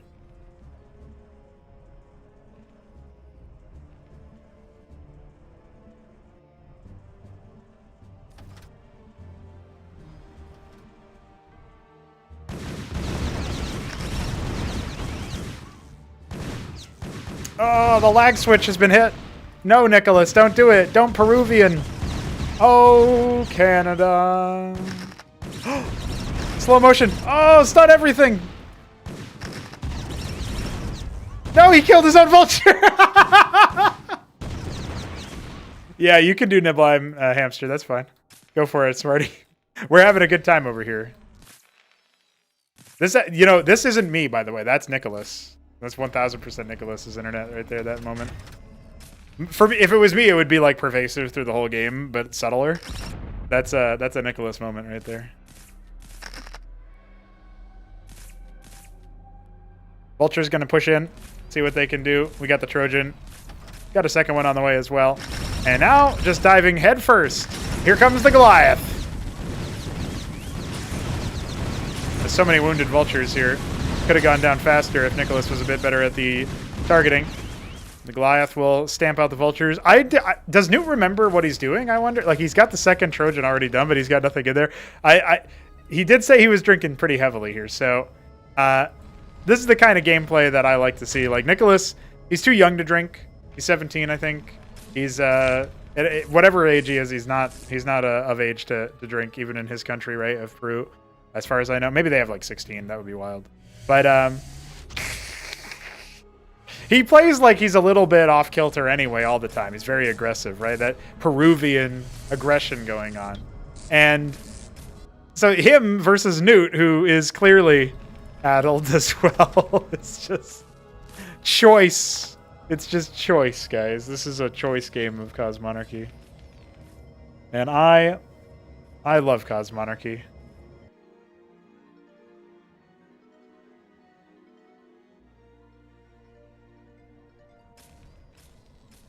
Four vultures coming in. There's two in the lodestone. Not a winning calculus for a heads-up fight, but he can at least go after the Masons.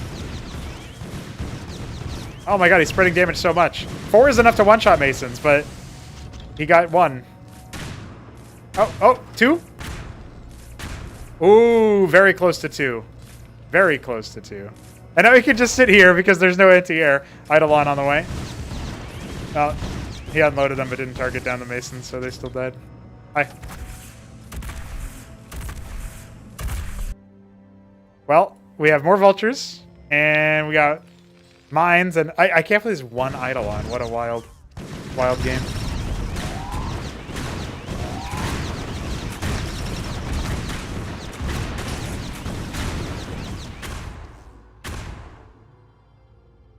Okay, then. So we do have a lot of Cyclops switching in here for Newt. That's what he's going to do for the bio. He's got the 1 vulture he can send back in and be annoying with. More vultures that he probably meant to pick up. I think, maybe. Anciel. Eidolons. Another Fulcrum. Lodestone range. Please nerf. Alright, so a lot of Cyclops kind of scattered about here. This doesn't feel like a situation where Nicholas should be able to wreak havoc. He doesn't have a lot of splash damage, but the Goliath will take a while to be brought down. Focus fire there. Okay, it does end up going down. The Anciel flies in, but too late to help. And the 2 Eidolons that he moved out with will likely be destroyed as the Anciel also falls. So that was kind of a disaster, but you know, this whole game has been kind of a disaster, so I guess I can't be too upset. The Trojan's still just hanging out like, hey, what's up, guys?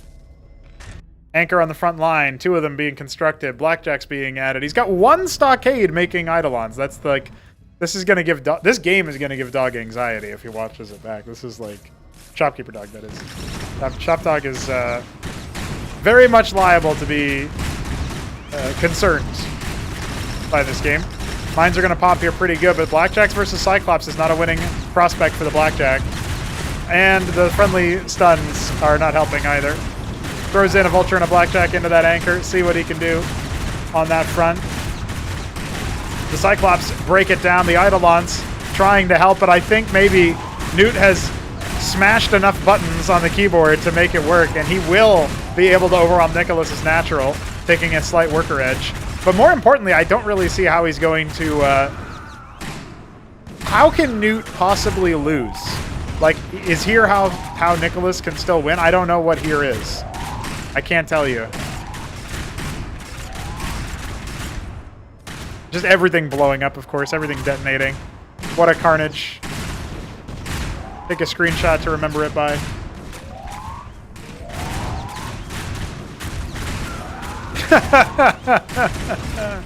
The Masons are returning just to blow up.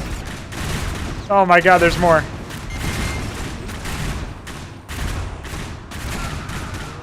The Vulture leading the charge.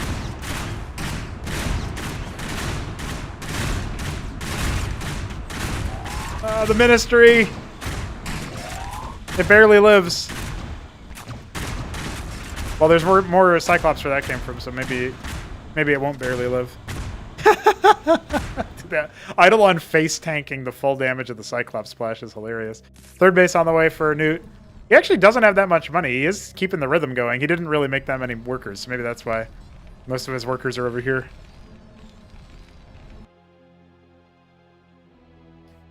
Dude, what a match, honestly. What a game.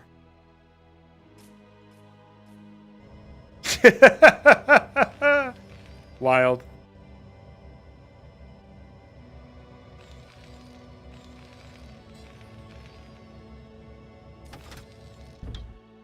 Okay, loads up some Cyclops.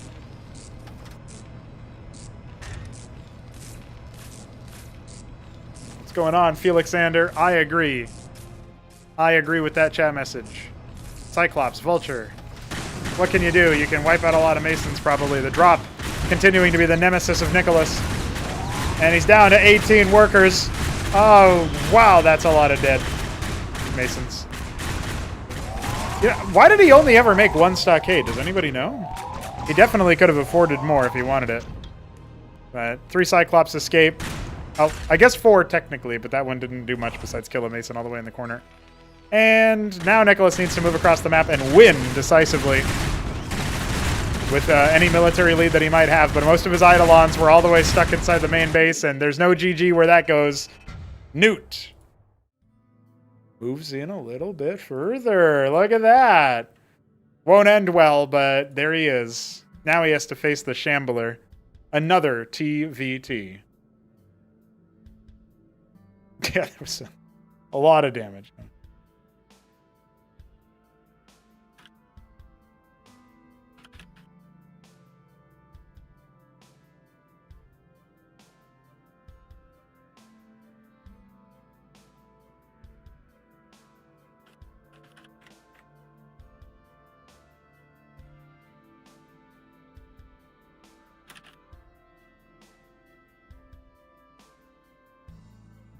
We're going to count up all of the tournament games, and I don't actually know if Crisis Vector got played once. BiddyB picked the wrong event to make the pledge to donate $3 to me. Or the right one, from my perspective, I guess.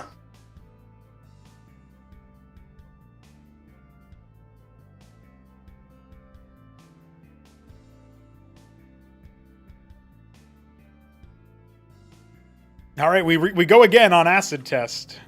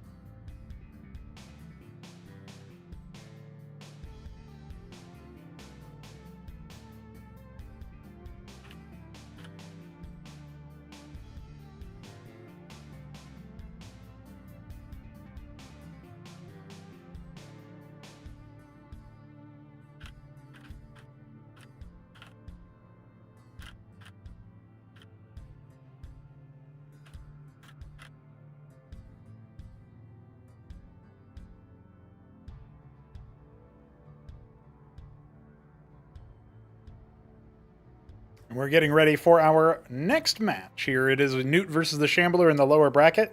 The best of ones continue for a little while in the lower bracket, so we will be here in this stage for a little bit. Terran Civil War, yeah, pretty much. It is a good excuse to give me money, and I appreciate that Sir Biddy B.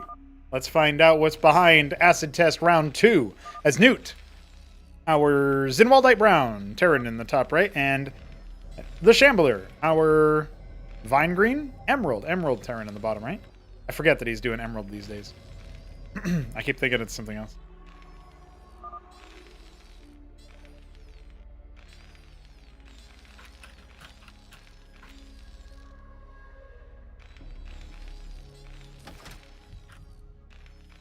Also, I missed that chat message. I was too busy owning Shopkeeper Dog.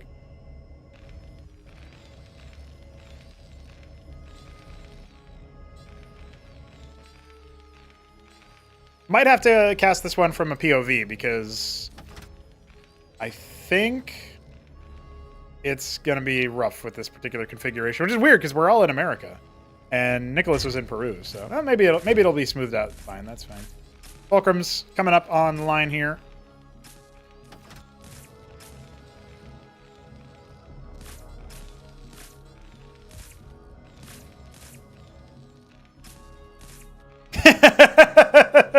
Boxing match.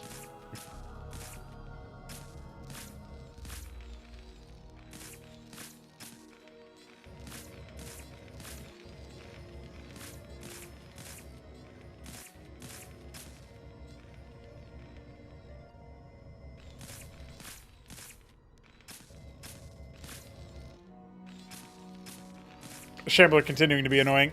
Multiple Fulcrums. And I guess it will just be Vultures again. I mean, he's getting a lot of lost mining time off of this. Newt, by the way, has not bothered to make any extra Vespine harvesting go on. And he will probably lose that Mason. Let's find out. No. As the Fulcrum finishes, Shambler concedes. He doesn't want to go after the Mason kill. I love when people do this, by the way. When one player does it, it does it for everybody. It's a global setting in the lobby, in the game. But people will still do it anyway.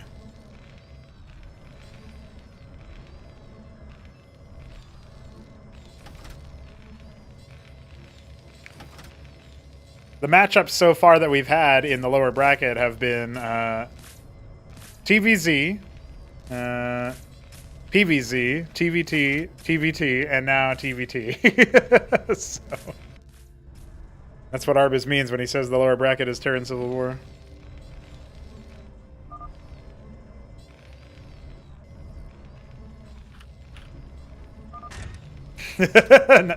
I don't know if that's true, but I'm going to say it is. It's not true.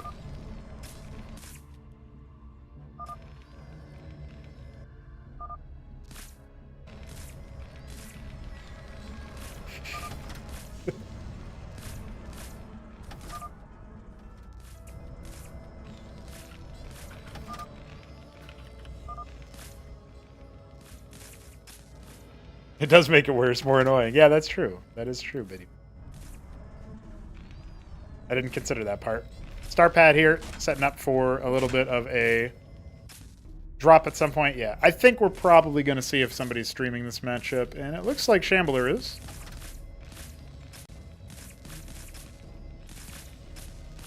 Oh, geez, I forget he doesn't stream with audio. That's all right, though. Let's quickly switch over to there.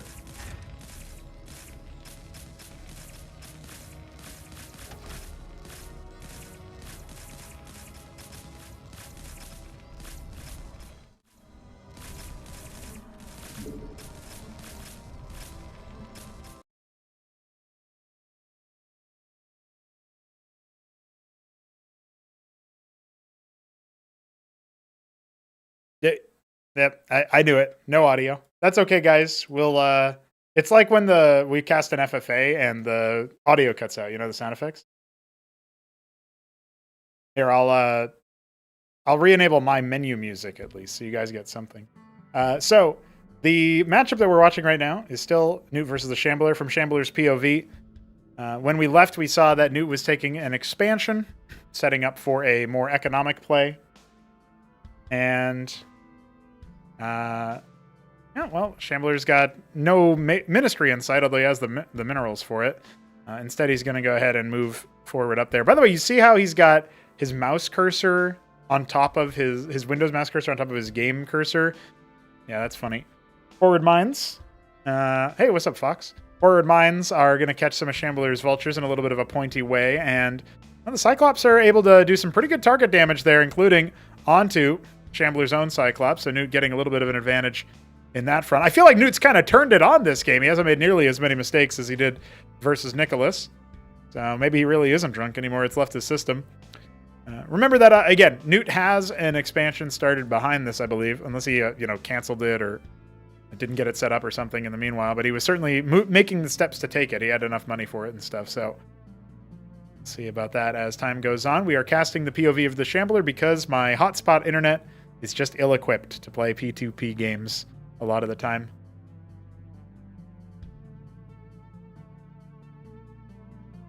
Arbiz says Newt's going to get this game. Shopkeeper Dog cannot believe that Shambler might end up dropping this. Well, there's no detection over here for Newt. I don't think he actually owns a star pad. And Cyclops is going to take a lot of splash damage there in the back and be slowed on the way out. So might have been an opening there. The double Trojan once again, but no units to actually stock into it. So instead, it looks like Shambler's going to... He invested a lot of resources into those drops, right? And only now is he going to go for the expansion. Shambler also had his 2 fall up way faster than Newt did, so this feels like a bit of a weird situation for him to be behind in. But he is more used to playing Bio, so next style maybe not as much. It's 3 surviving. Cyclops going to get there. Oh, there is actually a star pad. The star pad is being used for a drop, and a couple of Masons are going to go down here. Wow, that's 4 Mason kills. That's somewhat significant.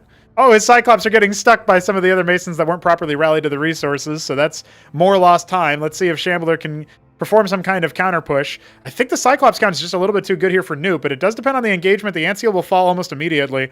There's a lot of projectiles splashing just about everywhere, and well, I don't know. I mean, Newt is going to get his army wiped over here, but does he have enough reinforcements after the fact? That's the question. The drop has been somewhat successful, remember. Denied a lot of mining time, so if Shambler's army doesn't, end the game here, he is definitely going to be at a disadvantage. But for how long, as we do indeed have those 2 drops, so we can get all the Cyclops in there. Well, last of it cleaned up at the front. Not that much here in actual defense. We might enter into some kind of psycho base trade. Is Shambler actually going to pull the trigger? He is. Yeah, he's going all the way with all of his units. He has 2 Cyclops at the front there, and he's just going to pray that the mines delay Newt enough, or that Newt is in transition in between the 2 bases, so he can't properly defend the 8 Cyclops that are about to be in his main base. Is there any anti-drop potential here? Doesn't look like it. Starpad, it's working, but let's see how fast Newt is on the reaction here. The answer is not very fast at all. Almost every single Mason going back down. Now, Shambler hasn't had his expansion up, so this is probably still a relatively even worker game, but that was still very, very good to try to get back into it. And the problem is he's been slow to respond to his own counter drop. Now trying to walk over with those Masons towards those mines that were there for the anti-drop. And the star pad could have actually gone down. Only now is Shambler like, wait, I actually have to kill these units, don't I? And so, yeah, one of the mines does end up popping. And the Cyclops are going to try their best. Returning from the drop is 7 out of 8 Cyclops. Come on back. And, yeah, well, Shambler lost some workers again. Oh, he does kill the Trojan, though. That may prevent further damage from coming upon to him.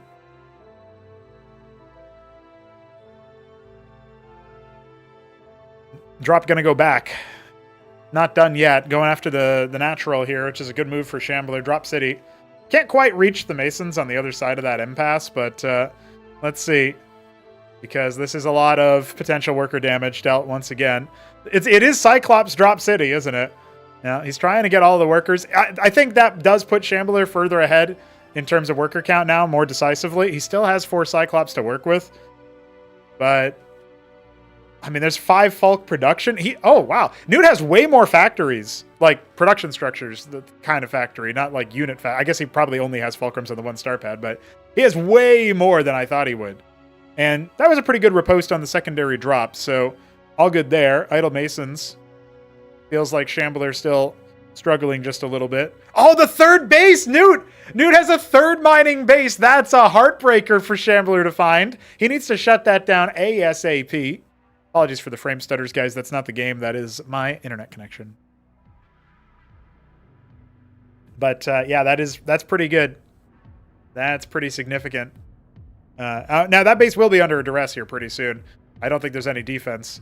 So Shambler will be able to kind of shut it down, and the worker evacuation is going to be pretty difficult. But Newt has been mining a lot more than we thought this entire game, which does kind of tell me, maybe, just maybe, it's A-okay. The Masons could have, attacked the Cyclops here, I feel like, but instead they're just kind of dying. Oh, here we go. Is he combat dropping, or no? I guess those Trojans are just going to be there to try to soak up damage. Not entirely sure, but this army will get cleaned. And remember, the production quantity here for Newt is way stronger, right? He's got 3 Fulcrum, 1 Star Pad, and he's up against at least 5 Fulcrum Star Pad. So, I don't know. The Trojans mean that the drops could come. The Cyclops on the front line is probably not going to be quite enough. Did do a lot of economic damage, killed more workers than he's lost, I'm pretty sure, for Shambler's sake. But you also lose all the workers you don't make, and sometimes... Shambler didn't necessarily make the most. He's got 3 Trojans. If he actually pulls the trigger on a Doom Drop with 3 Trojans when he's got nothing at home yet again, and Newt doesn't manage to successfully punish that, that could be the death knell for our more our drunken master, our brawler. See, I mean, it's tempting when you got all of these Trojans. It is tempting to go through and make something happen. The counter drop could be big, though. We saw the Goliath sauntering over for Newt. It's a dark and scary place, this map. Ministries was obviously not destroyed there, so Shambler is going to go for another drop, hoping that some resources are there to plunder. Some units are there to be destroyed, and it's not so many Masons, it looks like. But he will go ahead and unload some there, and then unload a bunch more elsewhere. Front gate being attacked, and he's not responding to it yet. Idle Masons over here. Going to be sunken in. He really has not paid any attention to the fact that his front gate is under attack, though. The mines did buy him some time, but the Cyclops with the Goliaths combined. Oh, there's so much more here for Newt. I don't know how Shambler's possibly going to deal with that. Now, at the same time, as Cyclops are loose inside the main base, he's going to try to pull the workers to try to do some friendly splash there. Anseal flying forward. Ironically, not a great choice for trying to do the anti-splash onto the Cyclops. And, well, a lot of the damage is being soaked up meanwhile by the Fulcrum. But his drop has mostly been cleaned up. He actually killed that Ministry with the 2 or 3 Cyclops onto the other side. Yeah, does Newt have any other military at this point, right? He lost a lot of workers, lost his 3rd base. Okay, we're diving back in, perhaps? Or no, we're just ferrying him back to a more defensive posture. Yeah, I think Newt's army actually died to friendly splash for the most part, but we don't know for sure. We can't see his POV. Yeah, what a wild experience. Shambler taking so long to respond to, basic attacks and stuff, but it turns out he might not have needed to. I think here you go with everything, including the drops. I mean, you kind of use them just to soak up damage on the way forward. I like that Anseal scouting on the high ground while the army moves on the low ground, gives him some advance warning if there's some sort of presence there. Aiming to see if he can confirm any position there towards the 2 o'clock base, or rather the 10 o'clock, 11 o'clock base. There is something there, but we're not quite sure what it is. Meanwhile, Cyclops drop inside the main, once again going to cause some problems. It's actually going to wound a lot of those Cyclops that were made by Shambler here. So that's a little unfortunate for him. And oh, it's a bunch of Masons that got moved over there and never got tasked back. Okay, I think maybe Newt is struggling a little bit more than we thought. After all, one of the Trojans goes down, the other one too. Still economic harassment, right? Denying mining from one of the bases. Those fucking Masons up there. Why are there Masons up there? If that's his whole rally, that's a very disappointing rally. But I think he's got some more units in the tank. We just got to wait to see if Shambler has enough to punch through here. Mason's now moving back over. Cyclops going to range him down from a safe distance. And I doubt that the 2 o'clock has been retaken for the 3rd base. That doesn't seem like what would have happened there.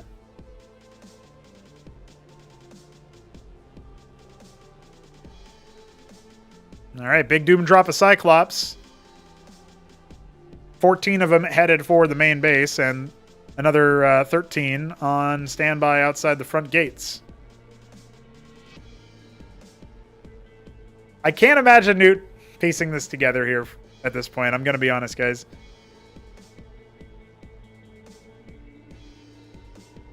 I think this is going to be game. Pulling the Masons away. He's lost the star pad. His Fulcrums are mostly idle here. even though he's got so many of them. And as he responds to that with all of his army, he's going to lose everything at the natural. And that really should be it. I don't think he's got any money left. Oh, he does pull the Masons away pretty quickly, only losing 4 of them. But he doesn't have enough of an army to actually stop this. And so that'll be it. No GG necessary. We go back to my face and my silly background. And that is a wrap on that match. What a bizarre game, honestly. What a strange match. All right. Hamster versus Nebelheim. Loser will play the Shambler in a best-of-1 to decide top 4. Meanwhile, AOT versus Vilius. Winner faces Sausage. Winner of that faces Doglived. And let's see. Let's check in with our homies and see what they got going in the meanwhile.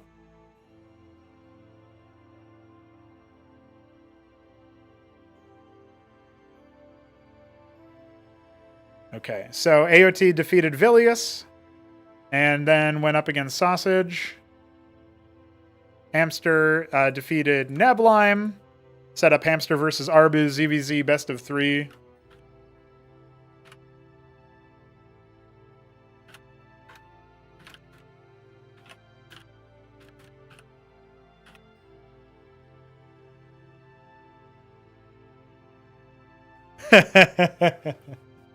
That was pretty intense. That was pretty.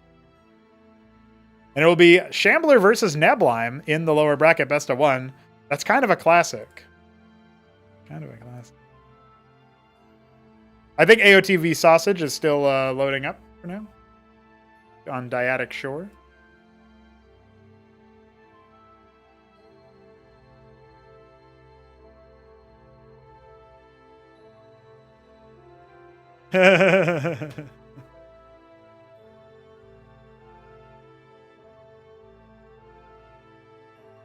Okay, they started already. Gotcha.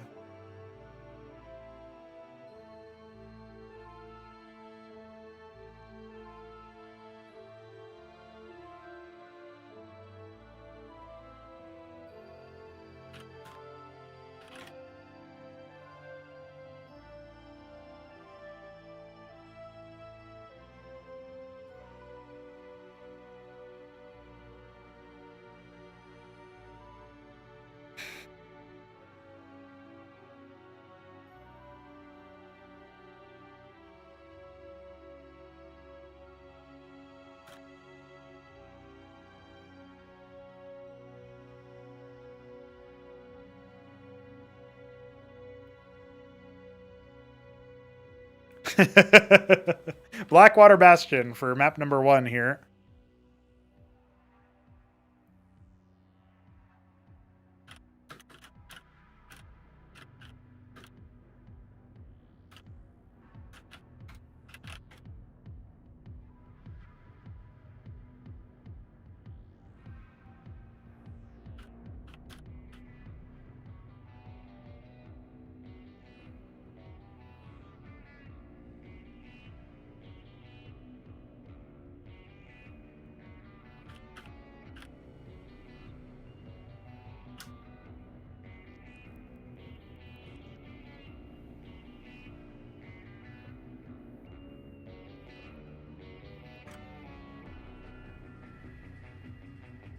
Weekend Wage has been a trip so far, guys.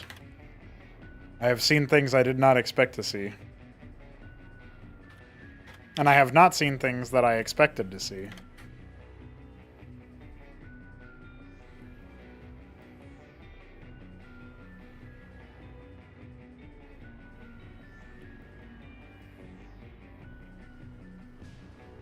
All right, lads. Getting back into things here.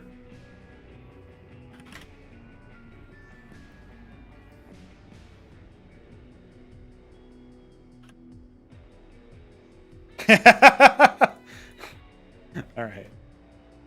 Hamster and I are on the same wavelength, apparently.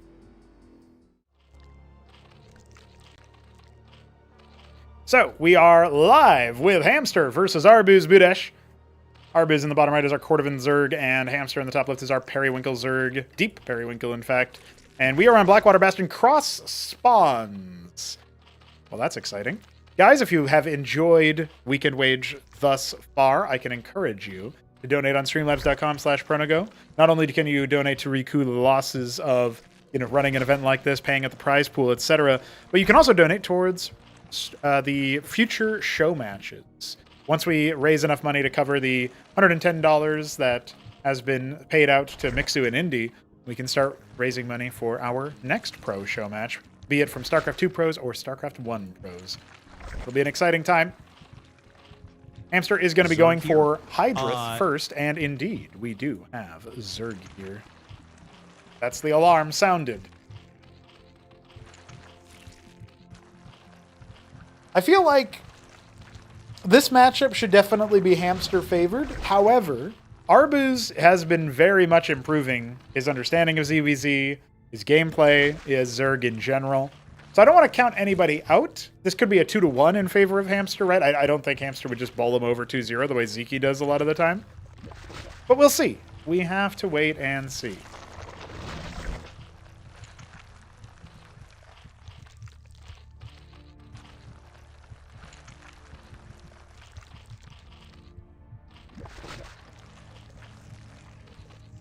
Two I0 cores on the way, and I'm sure there's more where that came from, but the Larvos count is still going to be favoring our favorite. For just the time being, anyway. Arb is a little bit slower on the ball there, and he's going to make some Zethra cores. When he scouts that I0 cores have been made so early, he'll probably make some adjustments to his build order, either go Zorkiz or Hydrith to support. I haven't seen too many people experimenting with, like, Vorv, but if you can get all the way to Calcure Lake in ZVZ, I think you can probably make Lyrilisks and deal with a lot of the Hydrith units. It's just, by that point, your opponent probably also has some other advantages and have teched themselves out in a different way. Going to be using the Zethra cores to blindly scout towards where exactly? I'm not sure. Oh, the 9 o'clock. Looks like he's going to also be moving one Zeth up to the top right. So, all good there.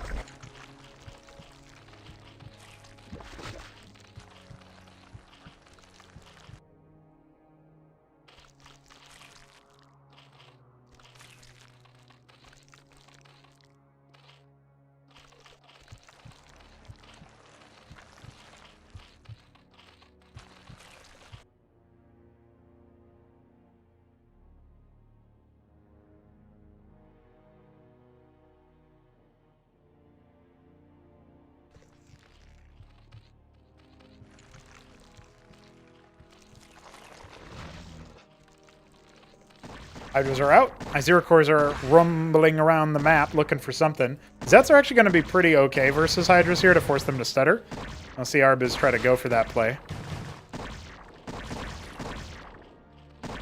And he gets the full scout off. Meanwhile, the I0 core did manage to come up here and die to a bunch of quads, so that's what up there. Maybe a network engineer or somebody with any of the experience.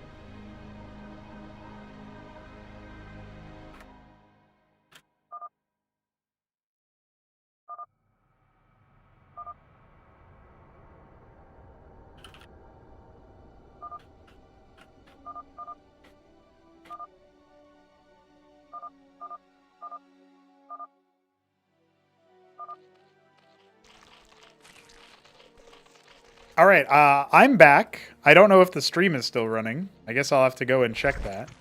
My hotspot restarted, so it did that classic thing that it sometimes does.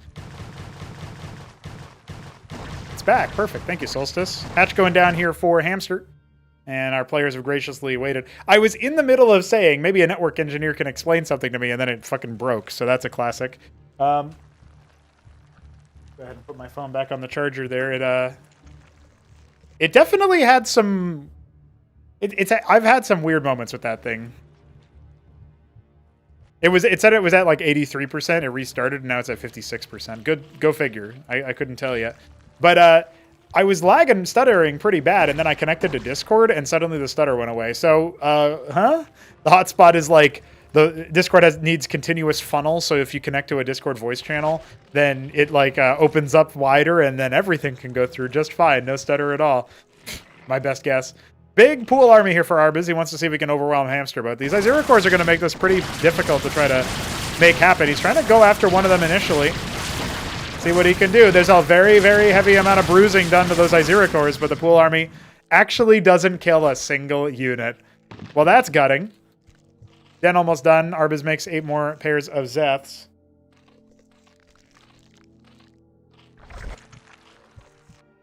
And the Hatrosk macro for Arbuz. Going to be marching across the map with these faster than usual Hydralisks.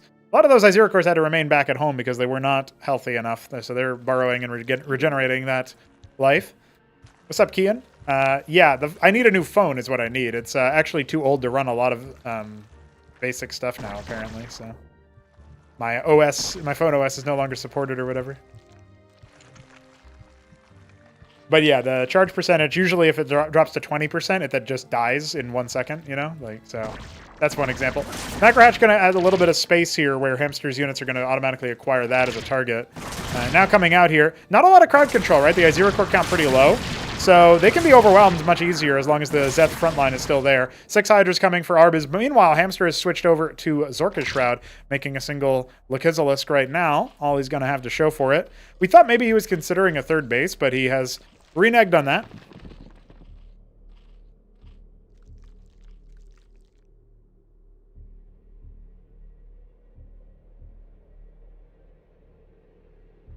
Wrapping around the center of the map here.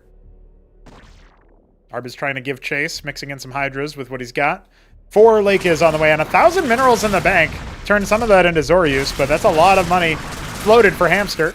He's known as the nemesis of all Zergs in this sort of mirror matchup. There's the hatch going down. Same, a little bit later, actually, than Arbuz. But it's worth pointing out that Hamster has been known as like the king of ZVZ. He beat Krankendow 3-1 in a best of 5. That was the last time he was really tested on that. He did hit him up 1 game when they rolled ZVZ on Check Stealer, poured a kickback.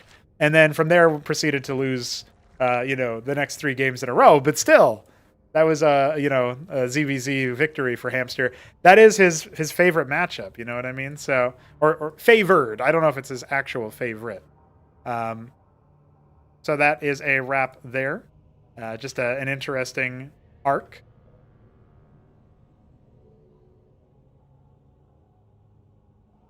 We got the Hydras pushing in.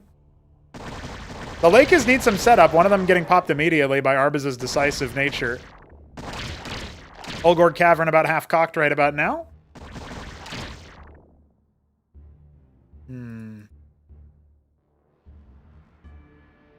I'm allergic to Zerg here. Lakers are going to go ahead and get burrowed. Avaleth preemptively set up there. So we could see a drop, but it's more likely just here for detection. We don't have any long-range artillery, though. There's nothing here. There's nothing here for that. I checked that website, Lucy, because you sent it to me a while ago, but every phone I need is like $300 or something, so... Still going to be a ways off from that. Maybe if we play enough games not on Crisis Vector, I will be able to get a new phone. Pity B might really help me out. Bactyls are going to come in, so...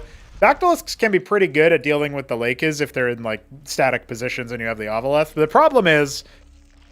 There's Ultra Cores on the way, right? And so the front line is going to get real heavy real quickly. We do not have an Apex node for Arbuz. He is still rocking the ski backed. Now upgraded his pool. And Iziricor is going to come in and scout and see a macro hatch on this third base with a gas cap. So Arbuz has a plan, but it's very difficult for him to execute on it versus the army that Hamster has, if it gets to any degree of size, anyway. Thank you for the bless you, Dynamo. And I hope that you are able to repair your phone as well, or replace, I guess. I was considering repairing my phone just to extend its lifespan a little bit, but if the OS is already busted on it, then it's not very useful. Rallying a couple of Hydras for free, and a Droleth was earmarked for 12 o'clock, but it's going to be a little bit difficult to get to there. Maybe he can still expand over down at 9 o'clock. Hard to say. Bactyl's going to salvo out. A couple of these Lakes will end up dropping.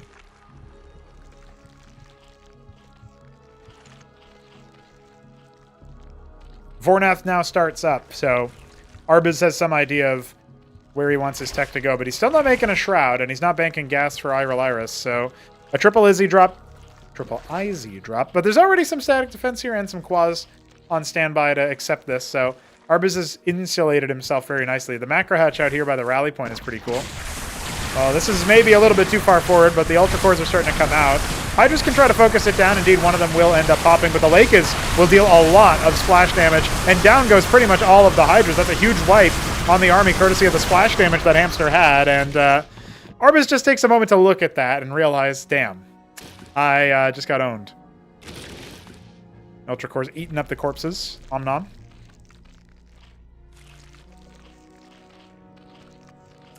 Picking that 4th base, but Arbus doesn't have any saturation there yet, and it's going to be a while before he can spare larva on anything other than military units.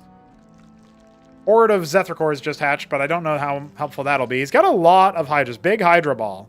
Good counterattack unit. Try to focus down the Ultra Cores quickly and then sort of retreat if he can.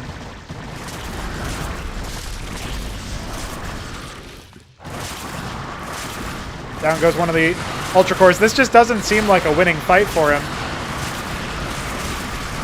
The Lake is getting a lot of splash damage dealt with. All of his Zets were not even able to turn into Vorvs. He's got 16 more pairs coming, but this is desperation. GG. Arbus will concede the first game and pick map number 2 in our ZVZ best of 3.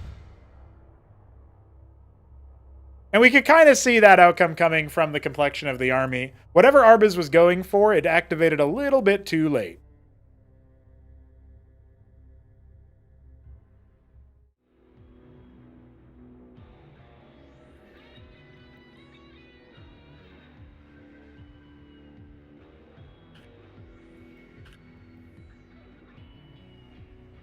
Frosted Forest selected by Arbus Budesh. Away we go.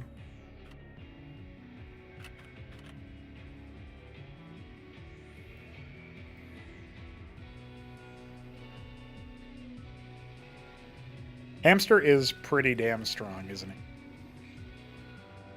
That's what we like, though.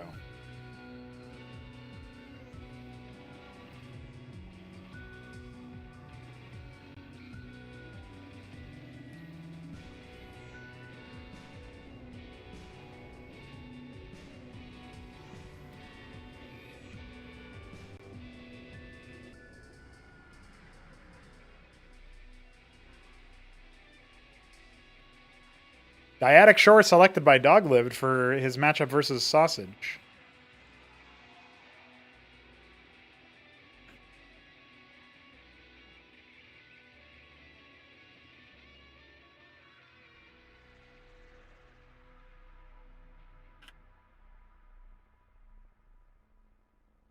GLHF exchanged. We go to Frosted Forest for our next matchup here. Arbus Budesh in the top, in the bottom left, Hamster in the top right, Deep Periwinkle once again for our Hammy, and Arbus Budesh will be the orange Zerg. So, Arbus likes this map. He's a fan.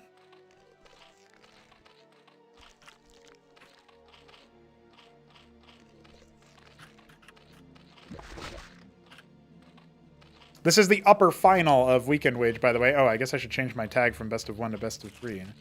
Oops. And also the map name, for that matter.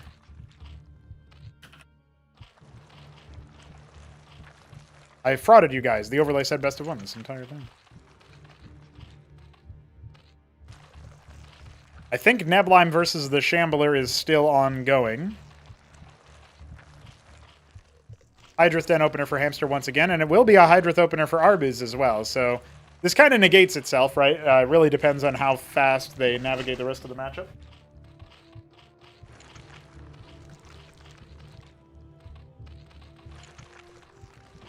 Oh, I didn't even think about this, but I think maybe the YouTube stream may not have resumed. I'll have to go and check. It might be at a different link if it is.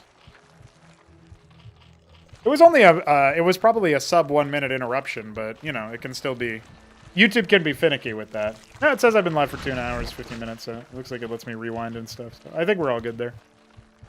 All right. Very nice, very nice. So...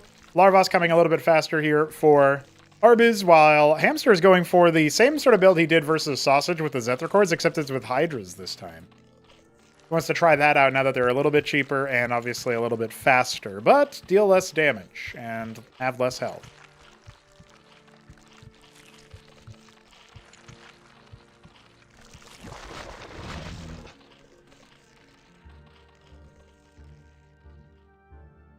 4 Hydras moving out. Hamster will see that Arbiz has the 1 Hydra in the middle of the map. How fast does Hamster react is the question. Or Arbiz, I should say. Ooh, so very close to being killed. I think he might actually not make it back. One more shot.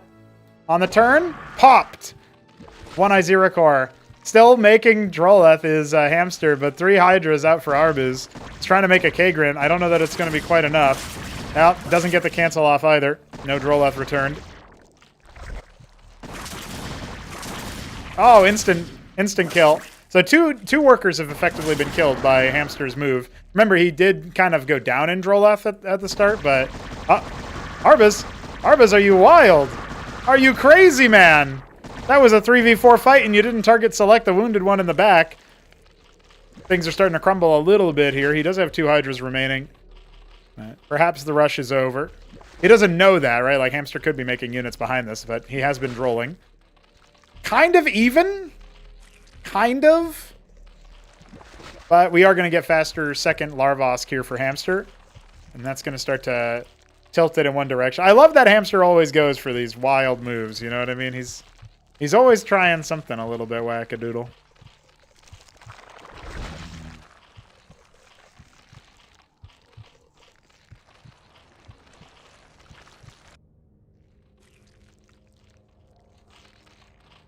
Five Hydras and an expansion. Arbiz trying to bring back a little bit of economic oomph. But remember, he doesn't have that extra larva. So that second larva is going to be here, and it's going to be here for quite a while. Got a lot of people chilling in our Discord voice channel if you want to hang out and watch some of the other games that are going on at the same time. My Ziracores popping in the middle of the map. Hamster isn't really under threat here. It is only 5 Hydras, but... maybe he can take a couple of fights, force a burrow. You know, just keep Hamster on his back foot a little bit. And probably most importantly, Arbiz is applying some pressure so that he can... Oh, I don't like that he's holding at the low ground of the ramp. You know, you don't have vision up there. But he's kind of applying a little bit of pressure, showing a little bit of strength so that this expansion doesn't get immediately punished.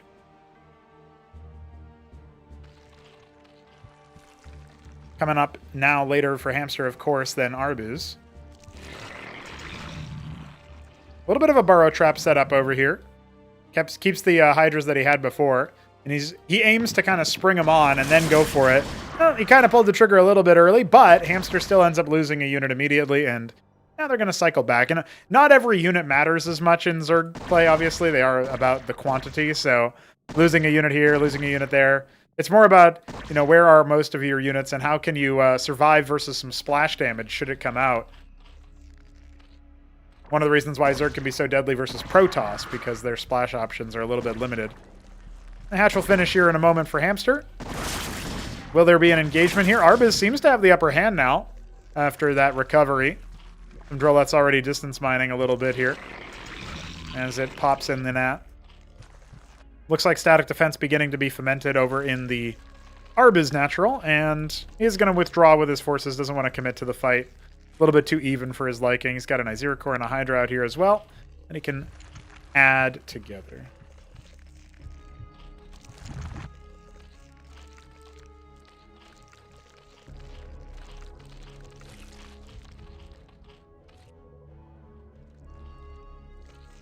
I guess as a witness and a replay watcher, you should be able to like configure in the game itself. You should be able to like pick what music you're listening to, right? So we could put the Zerg music on for this matchup and have the Zerg console and stuff. Just change your UI real quick in the lobby settings or whatever. That would be super sick. Iziracore sneaking in. Hey guys, don't mind me. Just seeing what's up. Checking the saturation levels of the natural, and he's going to wander in to the main base as well. See the ski-backed morphing. Just be annoying. Thankfully, only one Hydra has been tasked with the task of killing that guy. So it's not like a huge army committal. Zork is shot halfway complete. We're seeing a disparity in the tech paths already. A lot of Hydras, and the Iziracores are a little bit late to the party here as the ranged units really engage heavily upon each other, but this looks like a winning fight for Arbiz for now. We've got 21 Hydras. There's only 13 here for Hamster. More of them hatching. Bactyl's starting to mutate. So Bactylisk is pretty good versus Hydralisk in particular, right? They only have the 1 armor, so not a lot to deal with. Canceling out that static defense structure, Hamster feels a little bit more solid about his situation after queuing up some more Hydras. Bactyls are going to not be able to finish here in a moment, it feels like. Unless Hamster second guesses himself. Maybe he wants to wait for his Zorka's tech, but I don't know. Those are going to finish soon. Yep. And now it's going to be a little bit harder, right? Now they're going to get that bounce damage. Trying to engage upon the one in the front. Turns back into a Hydralisk after its death. Well, it feels like Hamster's making the dive, but it's not going to work out very well when you're walking into a firing line. And you got some Zoryus coming, but Arbuz should be able to get into a very nice position off of the back of this push. Both on even bases. Zoryus gets popped immediately by the Hydra stack. And the Izira Core is going to be the last frontline option there. All of his military units are wiped. He's got 5 more Hydras coming in. I just don't think he can stop the snowball. GG. Arbuz punches back and forces a decider. Game 3 coming up. So, you know, Hamster wasn't too powerful. But he might be next game. We'll see.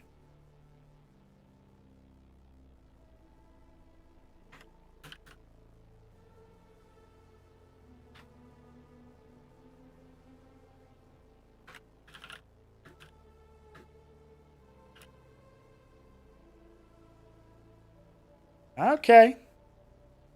Serenity coming up, and it will be Hamster's pick for the decider.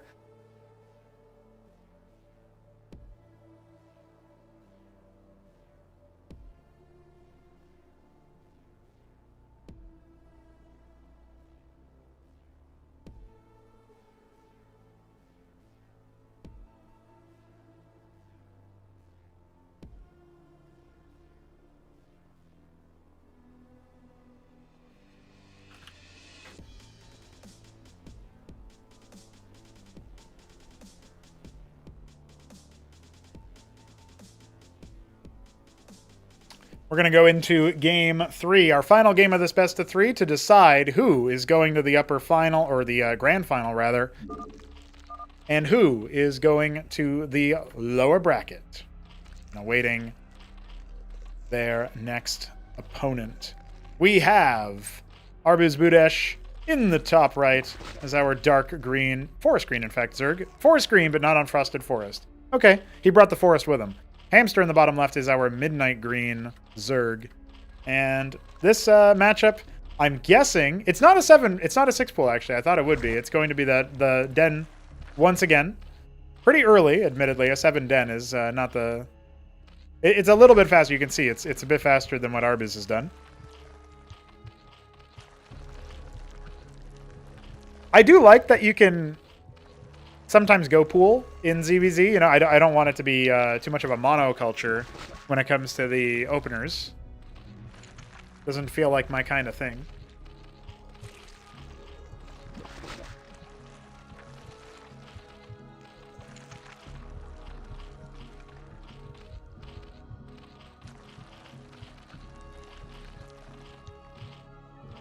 And it looks like Hamster will once again be queuing up for the 4 military unit push. I think he really believes in that Hydra push, but he wanted a map that is going to let him arrive even faster. And Arbuz is maybe a bit wise to it, as he is going to be going for that Droleth Scout. And there it is, the 4 Hydras on the way. You can tell that Hamster has practiced that quite a bit. This is before the sound cues existed for larva and building ambience and all that stuff.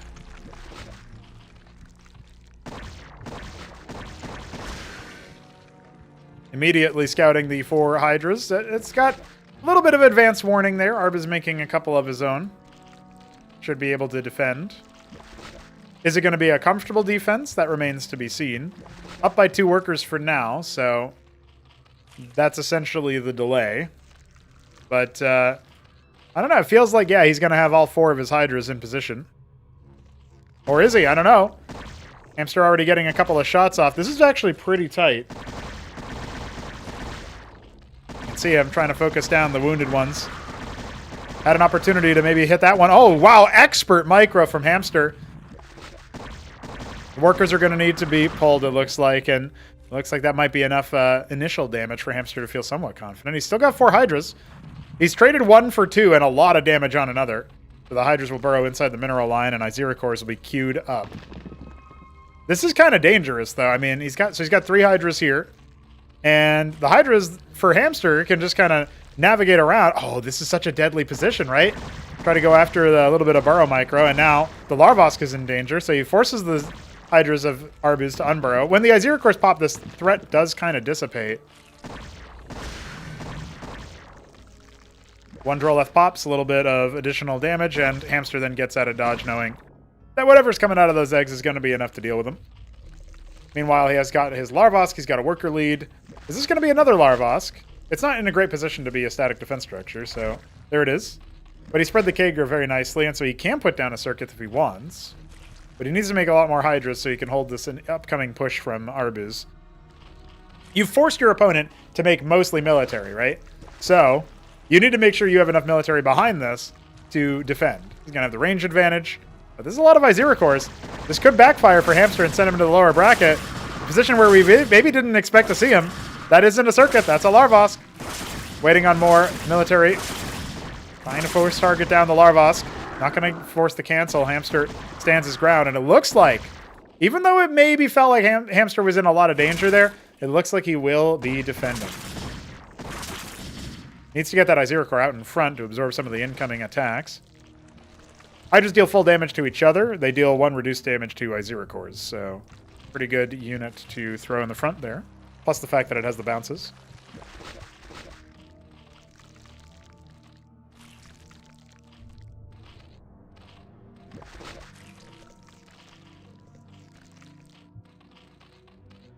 At least the lag is happening in between fights. Expansion coming down for Arbus. Still a ways off of being able to do that.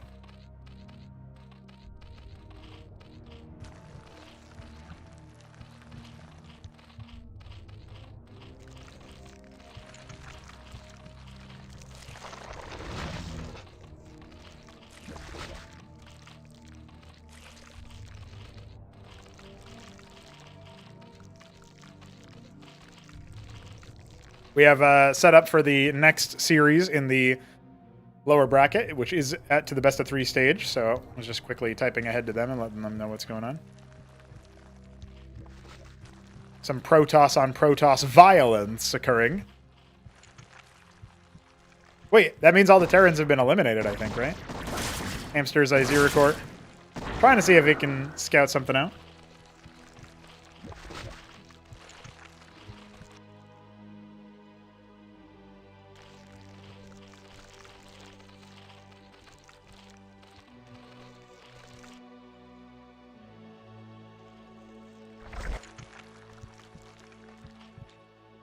Well, the Hamster Hydra count is pretty high. Arbus is in a position of transition. He doesn't actually have that many.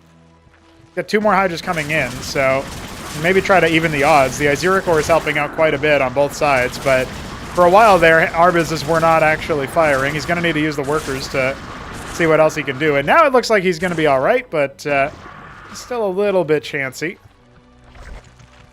Hamster's Hatch, in the meanwhile, will finish up, and the Ovaleth for Arbus may strike fear into the heart of the Hamster, but there is nothing in it. It's just a scout. So the Hydras will recall all the way back, slithering towards home. Ski backed on the way. And Hamster just makes Hydras. Hamster makes Hydras could be a subtitle of pretty much any game that he's playing ZVZ in. I like this new move that he's doing, though, the 4 Hydra attack instead of the 4 Izzy attack.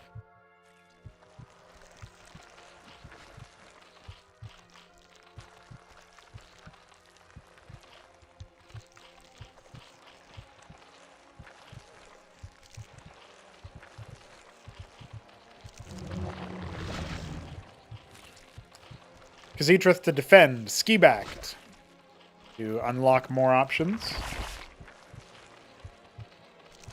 The 4-headed Hydra. Yeah, that's what the build should be called. That's a good name, Dynamo. Classic mythology.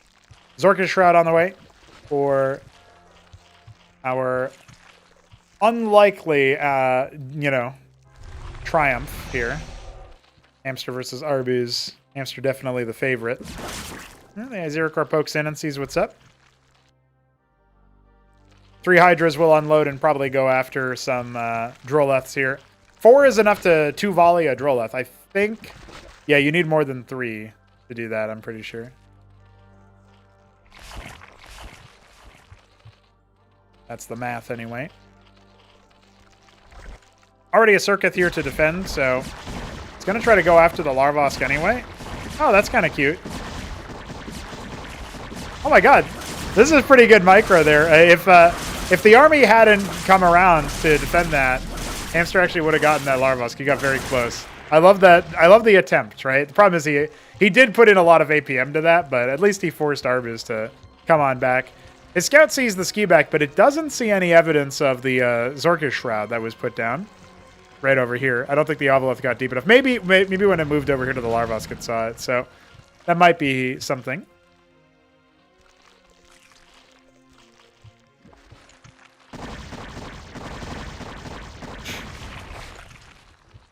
Oh, Hamster, you goober. I don't know quite what happened here, but Hamster does goober things sometimes with that. Maybe that's a Serenity map issue? I can't remember. I feel like I remember seeing somebody talk about this before. Aziracore being pushed away in the middle.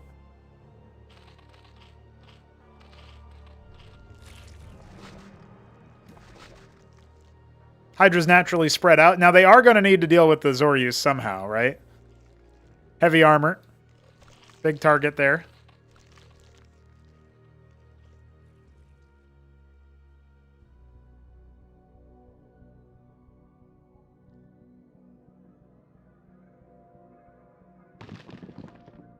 Droleth unburrows.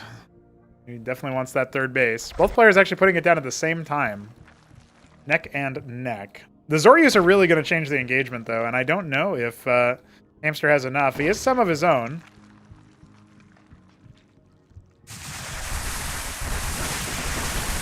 I don't know. This doesn't look too good to me for Hamster's sake. His Zoryus are not in the front. He's going to dive in and try to pick off the Bactals, but at what cost, you might ask yourself? Certainly has enough over here with the Remax, and his Zoryus are staying alive for a brief period of time, but there's so many more for Arbus. I think Arbus has more than done it. I mean, Hamster even comes in with a flank of Hydras, but it just does not seem to move the needle. His Remax might be enough. He did go for a ton of Hydras on the Remax, but look at how much is left here for Arbus. That plus the Zoryus still good for him. And during all of this time, Arbus did manage to get a drop and killed... Well, he didn't actually kill any workers, but he certainly shut down some mining. Chaos threatens this matchup here.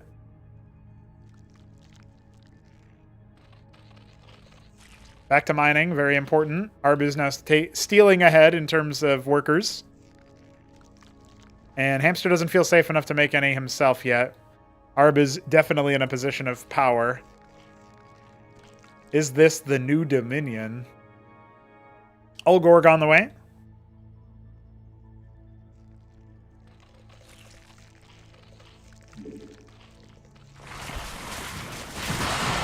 Thought there was a drop coming, but instead it was just a poor Zoryus being eaten alive by its brethren.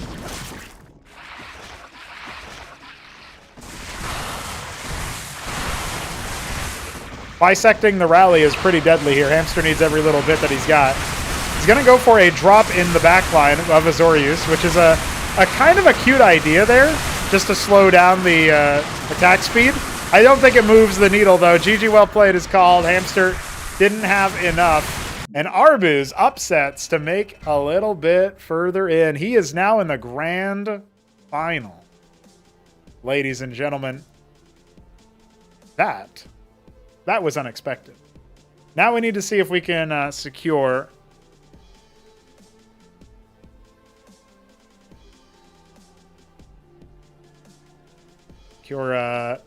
victory.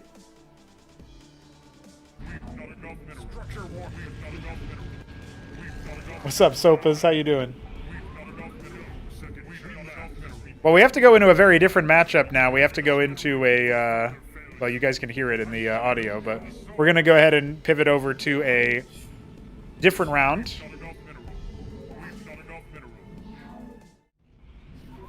This is, I'll update our overlay in a moment here, but this looks like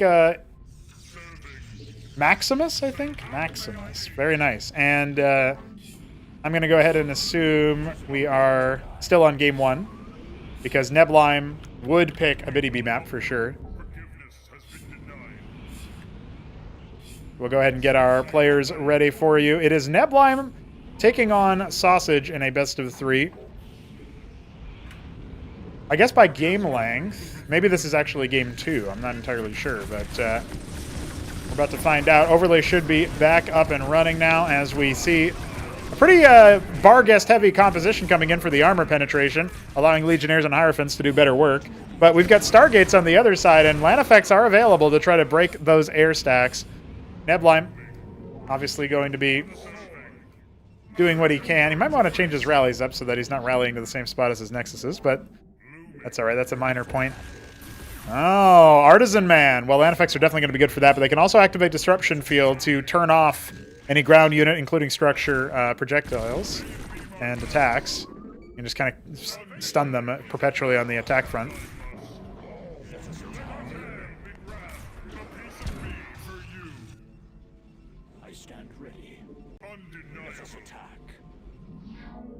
They're going to take in that third base. Going to go ahead and do so. This is indeed the map of Maximus. I recognize it by the minimap. Jakulanski, you're still awake. You're awake, but you're not playing? Unbelievable. You could have participated in Weekend Wage this whole time. You could have beaten everybody, gotten first place, and then donated it to the Malkothra Corps. You know, sweeten the pot, make it faster. Unbelievable.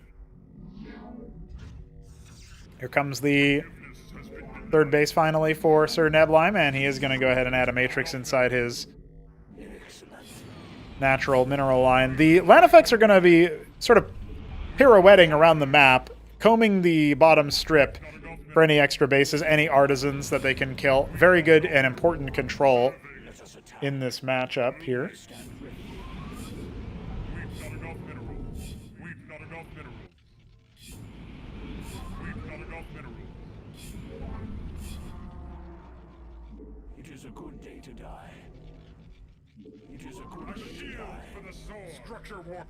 Now he's found where the army is. They're at the 12 o'clock position. Looks like a couple of artisans are indeed going to be caught there, and he's going to move towards the midsection of the main base.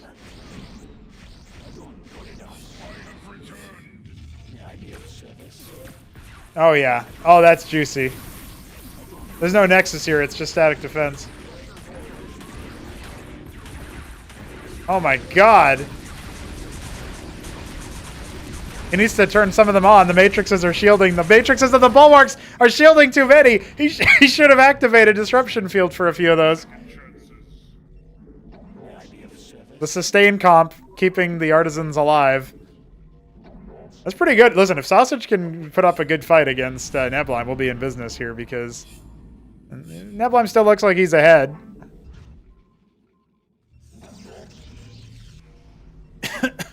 Putting the flying workers in the bin, in the mud, seems to be the case.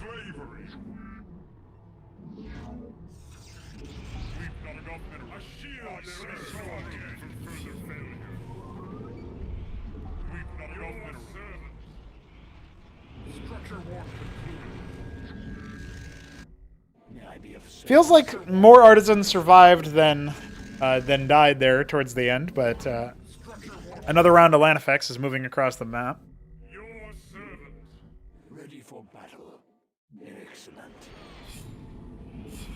Judging by how Neblime is combing through most of the map, it feels like he has an economic advantage here. Remember, artisans are also more expensive than scribes, so you are spending some of your Vespine bank to make that happen. Scribe moving down there, but that's not his primary concern. Third base now starting up.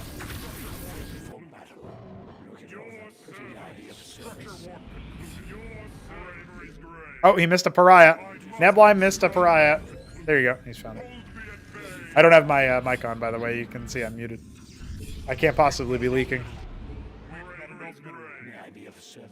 Unless one of them left the stream on in the background, then maybe. My hate is your success. Okay, base number 4 will also be an artisan farm by the looks of things. Come. Withdraw. But it may also just get shut down before it can.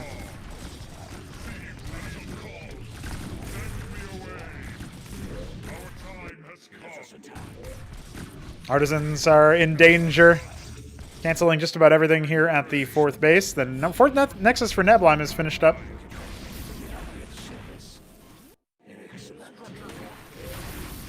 Oh, now he's going through.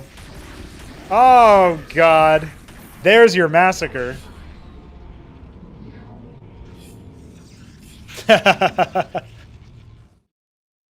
understand that one, Dynamo. Neblime is in a funny spot because he's rolled a... I think that's going to be a maroon color. Oh, no, it's probably blood, actually. It's a little bit brighter. We'll probably never know, but that's okay.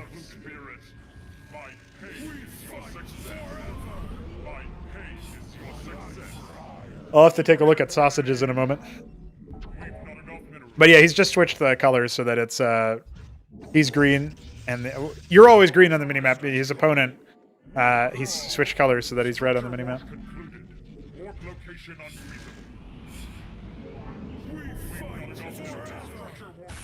Tentate out here, but that doesn't deal splash damage. Little limited window here where the land effects can still find a lot of value, and they are going to kill every artisan in this position.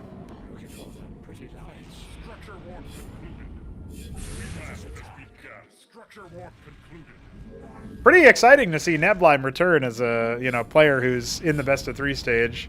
Sausage has at least locked up his $5 win.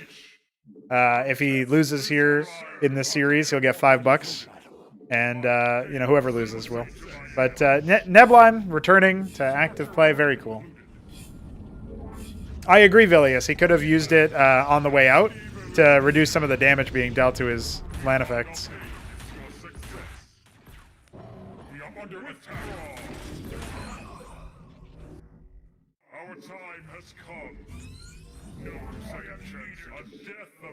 Not really a whole lot that Sausage is able to do out on the map right now.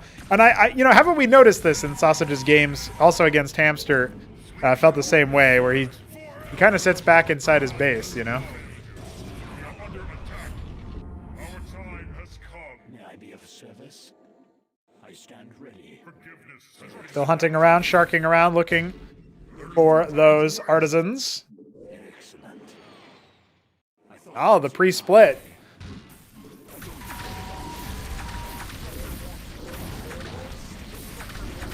He could actually go after, instead of the artisans here, he could go after the Barghest. Yeah, that's exactly what he's going to do. But the Empresses reveal themselves. We did hear that a Demiurge exists, so that's pretty terrifying. However, it's not with the army right now. Do we like this fight for Neblime? We'll find out. Barghest increasing armor penetration. They weren't dealt with earlier, but the Pariahs are going to engage on the front line. And they're kind of wrapped around pretty far, and being focused down right now is not an ideal situation as the Empresses are starting to farm out those zombies on the front. Wasn't really stepped forward, but as everything crumbles for our defensive Protoss, it does mean that Neblime can kind of step forward and see what he can snipe away with the Vagrants. He's got another whole maxed out army ready to reunite with the Demiurge, which would have come in super handy in that last game, in that last engagement, rather. Double expanding towards the bottom right. Triple expanding towards the bottom right. Why not? And we are going to keep on keeping on with the production structures. Didn't add those rogue galleries to his rallies just yet. Line effects have still continued to be made, so they can still make themselves known in the next fight by kamikazing towards the enemy with their disruption field on, turn off the ground fight, or, just go after the Empress stack or something like that. Auroras have also been made for the same reason, it looks like. Very cool. And he's going to try to shut down the limited mining that's going on at the upper 9. Demiurge is cracking shots off from afar. We've got more scribes being saturated. And the engrams are popping off in the meanwhile, but the air stack that has been assembled by Neblime is still enough to deal with the Empress by the looks of things. At least it's enough to make it painful. More artisans being cleaned up at upper 9 as well, and Feels like this is going to be a very crushing victory. All of the workers here are dead. Sausage is going to concede, and that is game won by Nablime. I don't know if that was actually game 1 or game 2, so let's go ahead and check in with them and see what's up.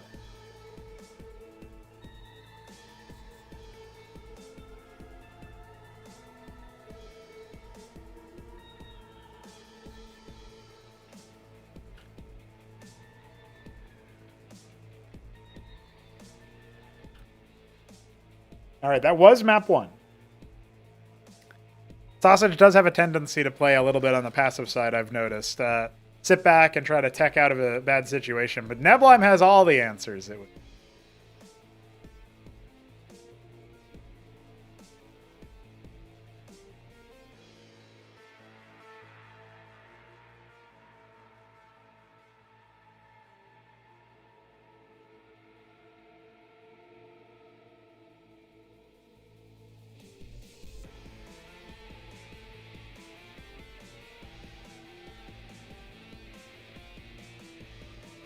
You are quite late, Godwheat. You are almost 3 hours late. That's enough to forfeit. Let me think.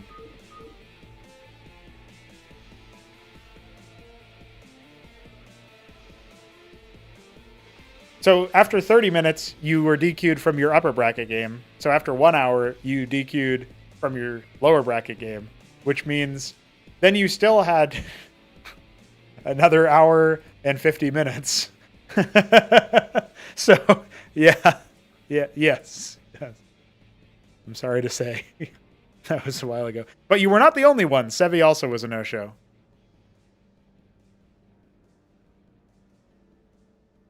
We just DQ for the next 3 weekend wages. No, only 2. And he needs to be 10 if he's 10 minutes late to the next one after, then he's gone. He's out. All right, boys, we're going in with Nablime up 1-0. I believe we are on Dyadic Shore for our game number 2. Still watching Nablime's POV. We'll re-enable the audio there for you. Hope you guys are having a good time here watching Weekend Wage. Scuffed setup here for the stream. That'll be the last time we have to deal with that, I promise. Yeah, we will have to start... there is an hour later start time planned for future rounds. So 2 weeks from today, which I believe, let's take a look here on the exact calendar. That will be the 7th of December. We will have our first weekend wage at 1 p.m. Eastern time, which is 1 hour later than we're currently holding it. So hopefully all of our Russian homies can still join. Our Koreans can be true gamers and join at like 2 a.m. local time. And of course, our West Coast people can also join in a little bit more to increase the likelihood that, Shopkeeper Dog might join. Hit Him Up is probably still going to be working, so I don't think he'll join. He also sometimes will just rage quit, so there's that too. Welcome, Zevi. Welcome, Zevi. Yes, this is some Protoss on Protoss violence. And Nablime wants to sneak his scribe away. Don't worry, this isn't proxy shenanigans. He's not DeWalt.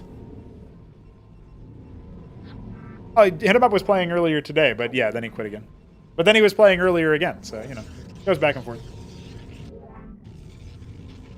I was talking to my girlfriend about Hit 'em Up, and I explained it as, like, if Hit 'em Up wins a game, but it was silly and he should have won easier, he might take a week off and then come back.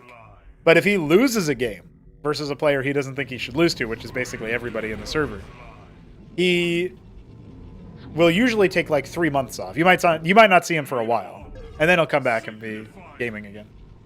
To see him start gaming again immediately after losing a game, Jakulanski, I was surprised. I was impressed at his fortitude. All right, let's talk a little bit about this matchup, though. We have Gateway into Lattice. A little bit peculiar. Probably wants Manifolds for that armor pen. The fast Stargate on one base is an interesting blind read here that he expects his opponent to still be going for the Embassy into Artisans. We don't have that coming in just yet. 2-gate, Grand Library scouted out. We'll see what the Stargate's going to make for Nablime. I feel like Nebulime is obviously going to be the favorite in this matchup, right? Champion of Acropolis 1 as Zerg. Finalist of Acropolis 2 as Protoss. I didn't quite get nearly as far in Acropolis 3. Shopkeeper Dog saw him out. But we still end up seeing him in the uppermost ranks of our players. He's been inactive for a while, so he did drop down to Class 2. But I promise, he's still really good.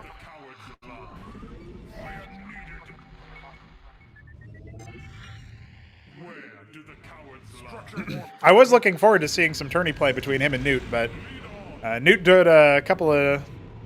He had a couple of too many drinks. By his own admission, that's not me making a diss or something. He was half of mine to forfeit his lower bracket matches after he lost to Doglift, so...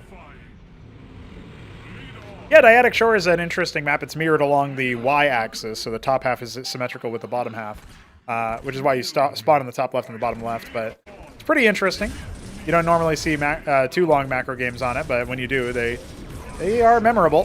One Ecclesiast trying to keep the shields alive for that Zealot for Nebulime, and a Panoptus flying in, the Vassal heckling the workers, getting a little bit of a split focus here. Finally, the Scribes will be evacuated, but now the Ground Army can help heckle those units a lot more. So that's 4 dead Scribes, and going after the Legionnaire in a moment here, those go down very quickly. Remember, the Manifold still exists, so those 3 little robotic drone units increase the armor penetration for allies in the area. Big drill! Nebulime was not watching that big drill, so in theory should be some easy ways. The Ecclesiast has fallen, no more shield sustain for Nebulime. And he's got some Striders that are pretty beefy. The Manifolds have a hit scan attack. It's a worker massacre, but remember, there's no Nexus for Nebulime. He's still on 1 base, so I'm not sure where the Panoptus is, by the way. I don't think it ever actually showed up to the fight. So he still hasn't even revealed that he's got a Stargate. That might just cause Sausage to tap out when it shows up. Nexus on the way. Manifolds providing that armor penetration means that the Nexus is actually in danger, but finally, Sausage will start to specifically focus those down. One more should hit the deck. Now here come the Panoptuses with the Vassal as support. The Hierophant trying to dodge back, and yeah, Sausage knows he's been had. GG. Tried to get a little bit greedy and economic with the opening build, but that will be a best of 3 in favor of Sir Nebulime. Lives to fight another day and will now face Hamster in the lower bracket, who defeated him in the upper bracket 1-0 of his best of 1. So there is that as well. Oh, I forgot to change my map name from Maximus to Dyadic Shore. Sorry about that overlay issue, but we are going into our next matchup here.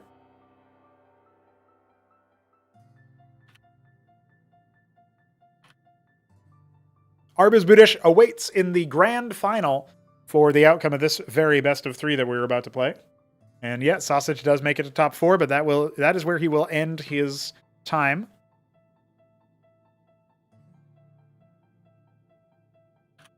We go back to PVZ.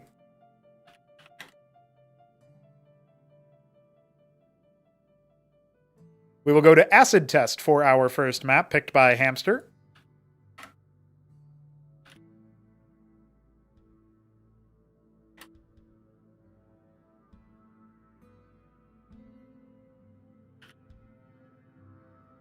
I will attempt to host, but I probably will not be able to do it.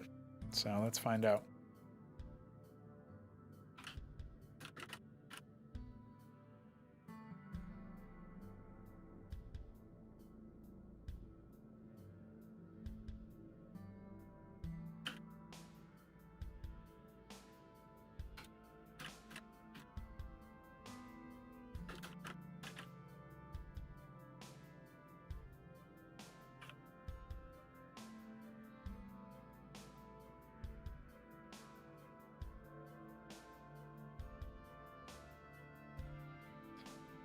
Just about past the 3-hour mark of the tournament.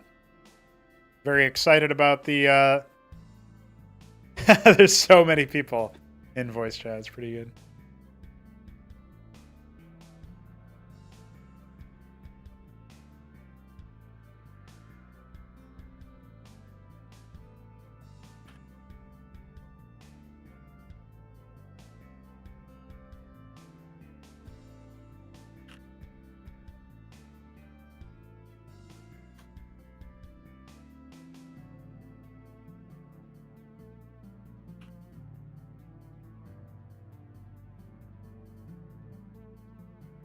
Just waiting now on Nablime to restart his game and Hamster to get into the lobby. Oh no, I think Nablime had to restart his whole computer, so he'll be back. He'll be back a bit later. Pretty cool game so far. Trying to think what my favorite match might be. I did really like the Hamster Arbuz set.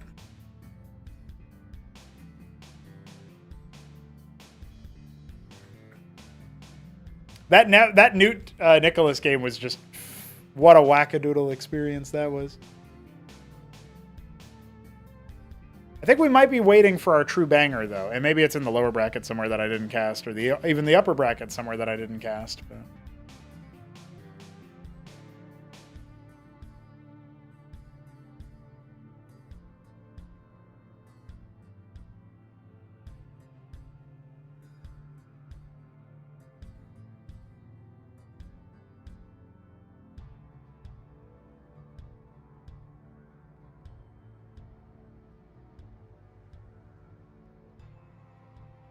While we have this moment, I will go ahead and pour myself some more water.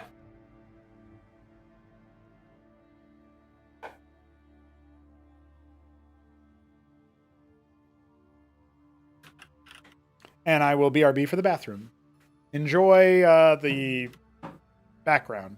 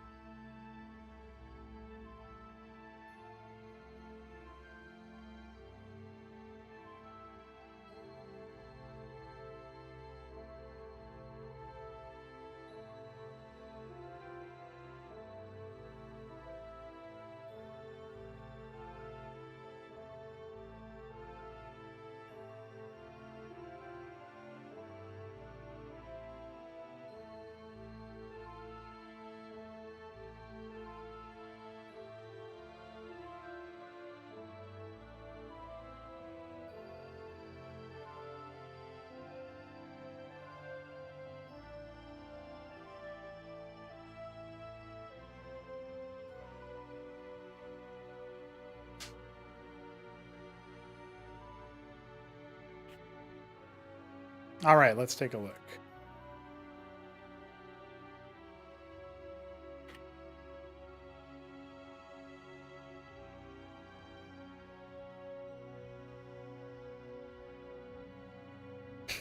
I said I'm back, and Hamster said you. What a guy. He knows. Hamster knows. Let's do it, boys. Just need Nebulime to say when ready. And here we go. So Acid Test is coming up. This is a port of Litmus, which was in the latest ASL season and probably, hopefully, will not return. So here we go. Let's see if internet will allow me to post these two fine gentlemen. Hamster in the top right is our deep Periwinkle Zerg, immediately going for 4 Drolleths on gas. And Nebulime in the bottom right is going to be our Vermilion Protoss. I suppose he'll most likely be gaming with a pretty straightforward build. Is this actually what we have to do as Zerg to make the Hydrith first? It looks like maybe that's what's mathed out here. Got a little bit extra Vespian after all, but it'll go to a good cause.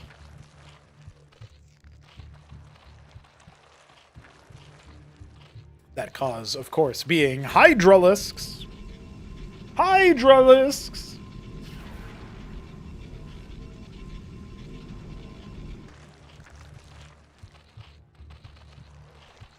Yeah, he puts down that early den, and he's going to be going for the four-headed Hydra.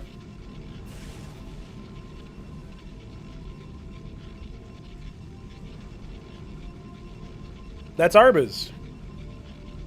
Arbuz defeated Hamster 2-1 in the upper final. I did say it should go 2-1 in favor of Hamster.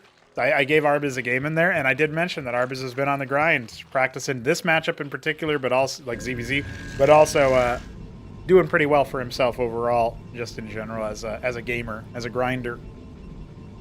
Very cool stuff. Nablime is moving across with a Scribe Scout, and he will see the incoming menace that is going to stare him down. Second gateway will be on the way here shortly. Or is it? No, he's got a lot of Vespene banked. What is he thinking of? Grand Library, okay.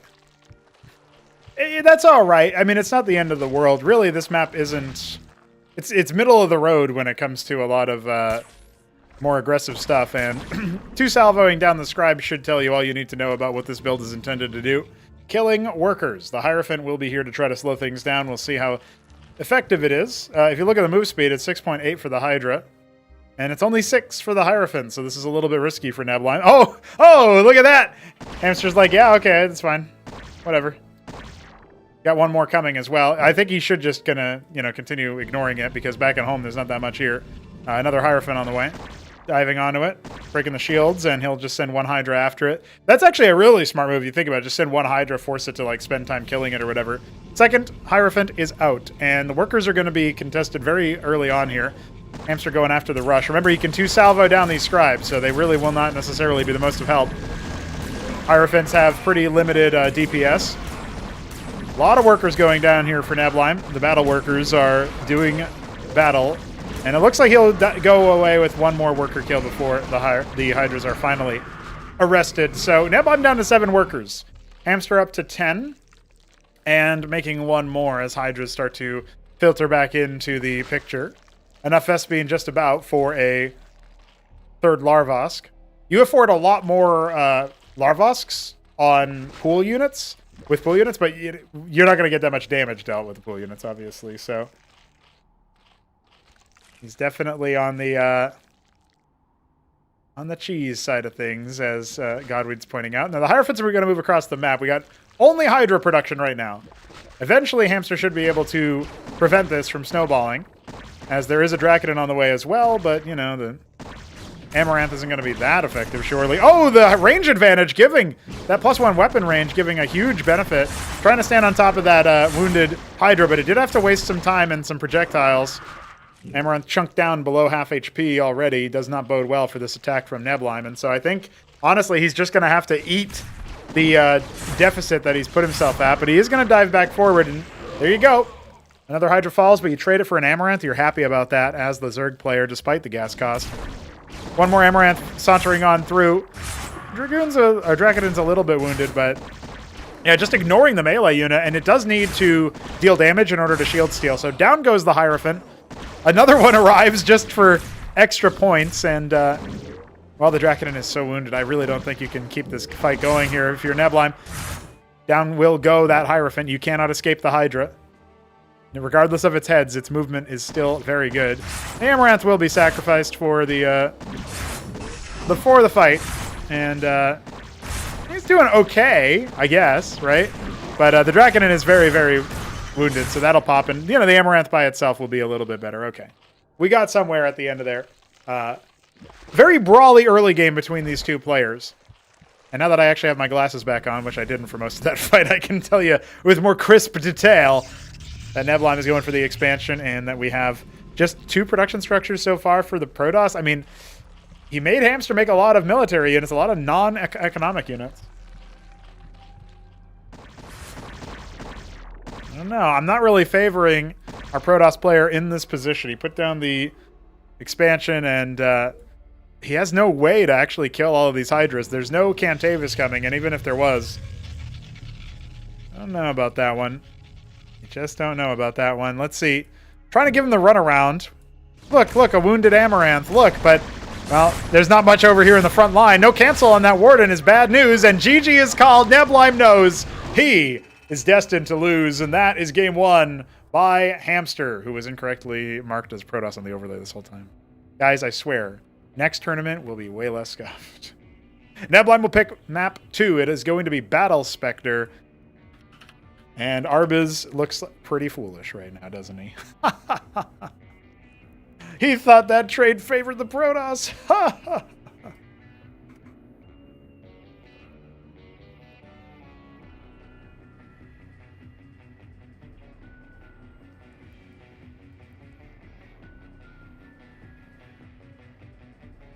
Scuffed wage.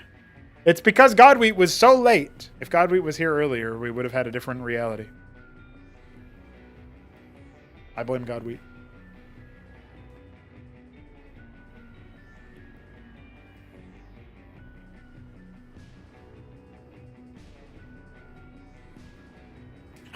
Hamster, my man, made it work.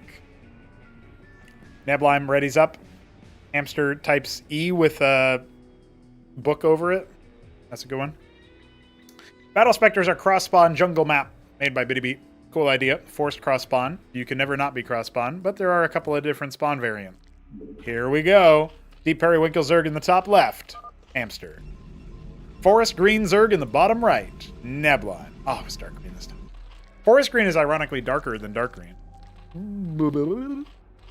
If Neblime loses, he gets demoted to class 3. What? What? No, I think he's very far from being demoted to class 3. If you want to think about somebody being demoted from class 2 to class 3, you need to name 18 players who are better than them.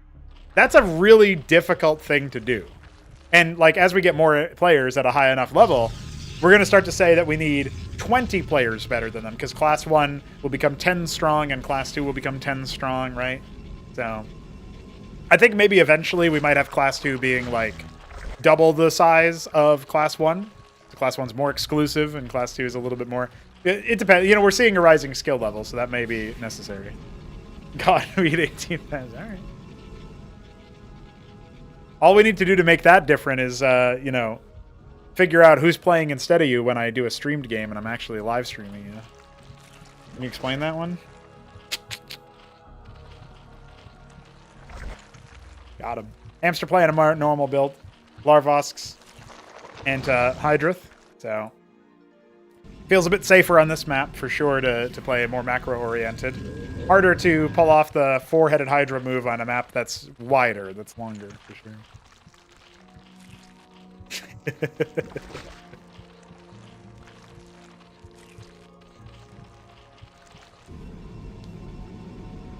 Neblime likes to hold on his one gate for a little bit and then figure out what he wants to do when he scouts, which I think is going to be better overall, but it can be a little bit risky if your opponent is doing something very aggressive. Comes in, scouts Hydrath. Hamster not really a pool believer. It will be that Grand Library.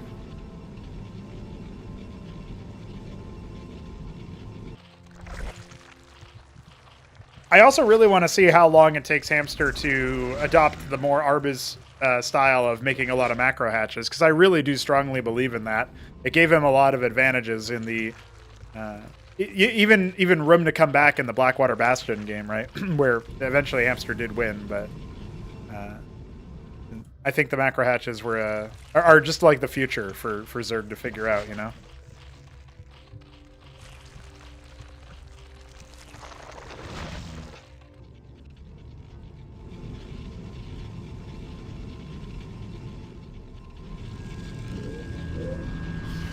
Straight into Amaranth production. Very much a believer here, Neblime.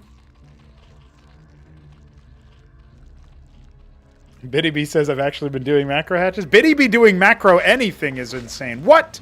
Your games don't end in 3 minutes? What?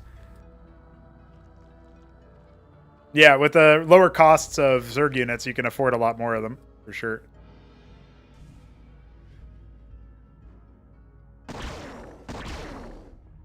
Hierophant tagging some of the Zerg army units. And I'll be cycling back. I was thinking about the Lakers, and I was thinking about how like maybe I could make them even, nerf them a little bit even more statistically, but then make it so that they cost 25 less gas, and that would be like an interesting difference, right? Oh, this burrow trap could be consequential. Oh, Nebula, I've sussed it out, and Hamster didn't. Well, some trap you laid, Hamster. Well, like, so basically for the lake is like, what if it costs, 100 minerals, 50 gas, which sounds absurd, but then you would actually have something where you could make a lot of those and make larvosks because you'd save on gas, but more likely you just wouldn't make larvosks probably. But I don't know. This is just a cute idea that I had. Because, there's a dichotomy of like, if I make a lot of Zets, I have more gas for larvosks. If I make a lot of Hydroth units, I have less gas, more gas gated. So I make macro hatches with the rest and stuff like that. So like adding another thing to play around it. Big burrow trap here for Hamster. This one will work out a little bit better. Look, I love this double-faced, burrow trap, and Nebulime just doesn't care. Nebulime just says, so what? I'm going to keep going. I don't care how many units you have. My calculus has not changed. The Hierophants are increasing the attack speed of everybody involved here, and the Amaranths are going to shield steal forever. We've got 6 more Hydras coming in, but I think this has been a death push that Hamster was just not predicting. He thought his burrow traps would save him. His ski-back scab is halfway done. His Hydras are hatching, but it doesn't matter. GG. We're out here talking balance and what we can do to change the game to be more interesting thematically, and Nebulime is just in the business of winning the game. He doesn't care about the balance. He just wins. And just like that, Hamster will have to pick our 3rd map. And we go at long last to a map that means I don't get paid. Crisis Vector coming up for our decider.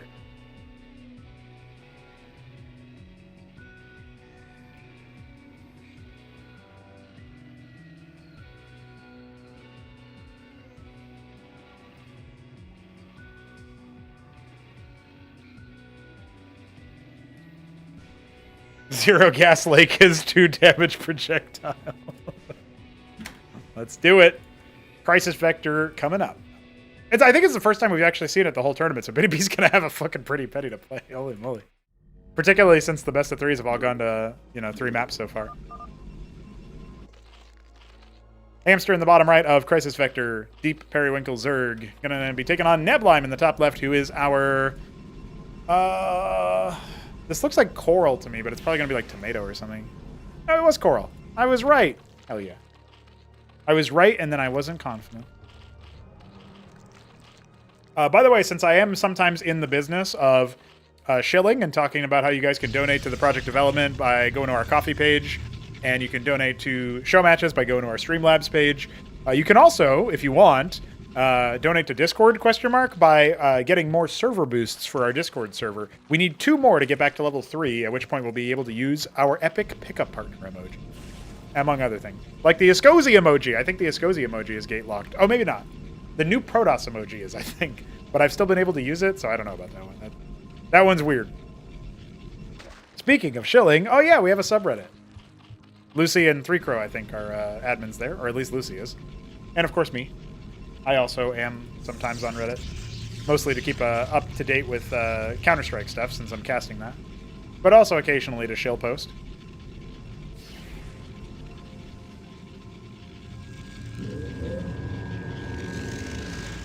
Two-gate opener here for Nebulime, a little bit different than the complexion of the game we've seen so far.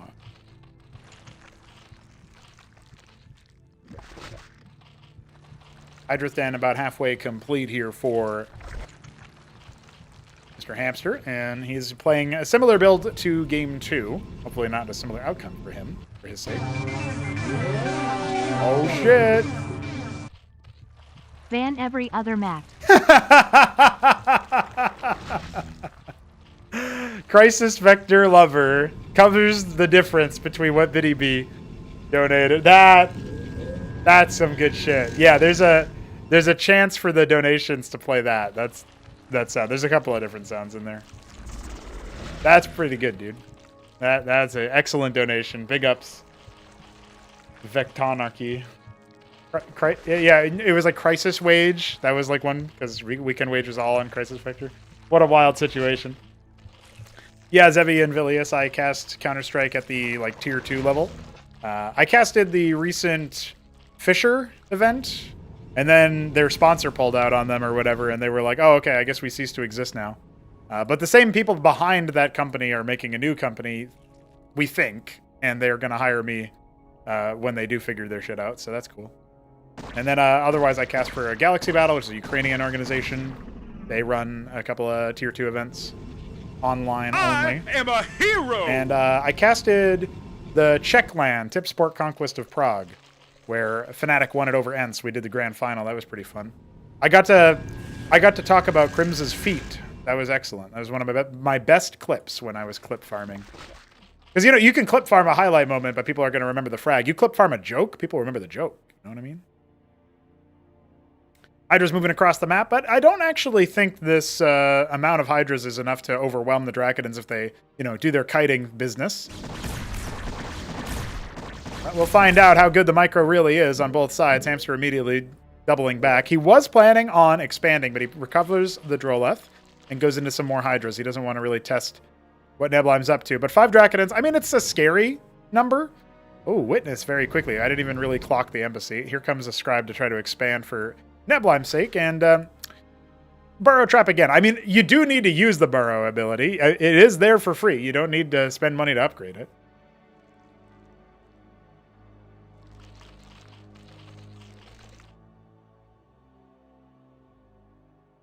Sixth Dracoden on the way, 7th Dracoden on the way. It is 2-gate Dracoden, and the Witness spots the Burrow. The Witness is spotting the Burrow, but there's still plenty more Hydras where that came from. Neblim kind of paradoxically didn't send the Witness ahead to scout what else was there, and so now he's going to lose, you know, for 2 Hydras, he loses a Dracoden. He might lose more than that as they dive after. That overlay on the blink means that there's shields recharging, and so they might be valid targets, but Hamster kind of being a bit hectic about it. Many more where that came from, and he can go ahead and drop his hatch now. But the Nexus is about halfway complete. Not making a Noveleth to deal with that Witness either. This might be a bit of a greedy move for Neblim with his army. A little dangerous for sure. I don't know. I don't like this positioning for the Protoss. The Hydra count is high enough that he can and will just deal with this. But I suppose he's just trying to thread the needle and deal with the front line. I feel so dangerous having this many Dracodyns out. Versus a Zerg, you know, versus a Zerg player that can just mass up a ton of units. 18 workers for Hamster, 3 deficit versus what Neblim's got, who isn't actually making Scribes right now. And he is hemorrhaging a lot of Dracodyns. This does not feel too playable for the Protoss. He's actually doubling back, trying to fight around this middle point here. Dracodon back to 20 damage when? Pray emoji, dad emoji, you emoji. Well, thank you, dad emoji, you emoji. I appreciate that one. Dracodon Enjoyer. We had Crisis Vector Lover, Dracodon Enjoyer. Big donos. Big donos today. $8 towards our goal of 110 for the show match payback as well. So, cheers to you, homie. Cheers to you. Dracodon did have 20 damage once upon a time. That was a while ago, though. That was like... You can play the Order of the Sacred Saber if you want the Dracodon with 20 damage. Dude, if Metathrom did that, my life really would be a simulation. No static defense coming in here yet. The Hydra's going to try to range down what they can. The Azir Core's buying a little bit of time. Oh, he's almost killed his own Dracodon. I don't know what was going on there. Cancels the gateway out to prevent the committal. Second Grand Library behind all of this. Definitely wants some Storm, I feel like. But first up, a Herald and an Amaranth. Hamster has worker parity with the Protoss. Actually just took worker advantage. That's pretty damn good at this stage of the game. Band of Aziricores just kind of hovering around here. The one Witness still navigating. No Ovaleth still, so no detection. Can't stop this Witness from seeing what's up. Fleetweed. Holy moly. Man, really brings me back. Those playthroughs were some of the most demented things I've been a part of. Isn't the Herald so cool? It looks like I forgot to update the wireframe.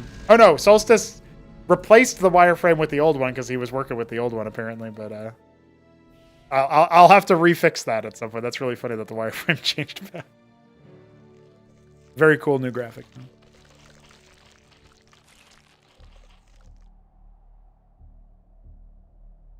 Yeah, I think Eon of the Hawk was more B movie, like enjoyable bad B movie than Flame Knives was just torturous a little bit. Witness still spotting most of this army, and you can see the Azir cores are out in no man's land. They could go for some worker harassment if Hamster wants to pull the trigger on that. 6 more Hydras, 3 more Azir cores on the way. Finally, a Witness coming out to, or an Avalith coming out to deal with that Witness. Third base on the way, which has not been scouted by Neblime. And the Azir cores are going to just kind of wander in and deal some splash damage, some bounce damage to these scribes, forcing a fall away there. Trying to spread them out. The whole army coming back for Neblime, and he will end up losing some workers. Hamster already had a worker lead, and the third base is almost complete. And during this time, the Avaleth will wander over here and reveal the Witness. So down that goes as the workers dwindle and are continuously pulled away. That was excellent distraction from Hamster. If Neblime isn't feeling under the pump now, especially since his eyes have been knocked out, right, with that Witness kill, I don't know what's going to make him feel under duress, but he is moving across the map. We still don't have any Cantavis. Those blue trails are only the Herald. Bactylus count pretty high at 10.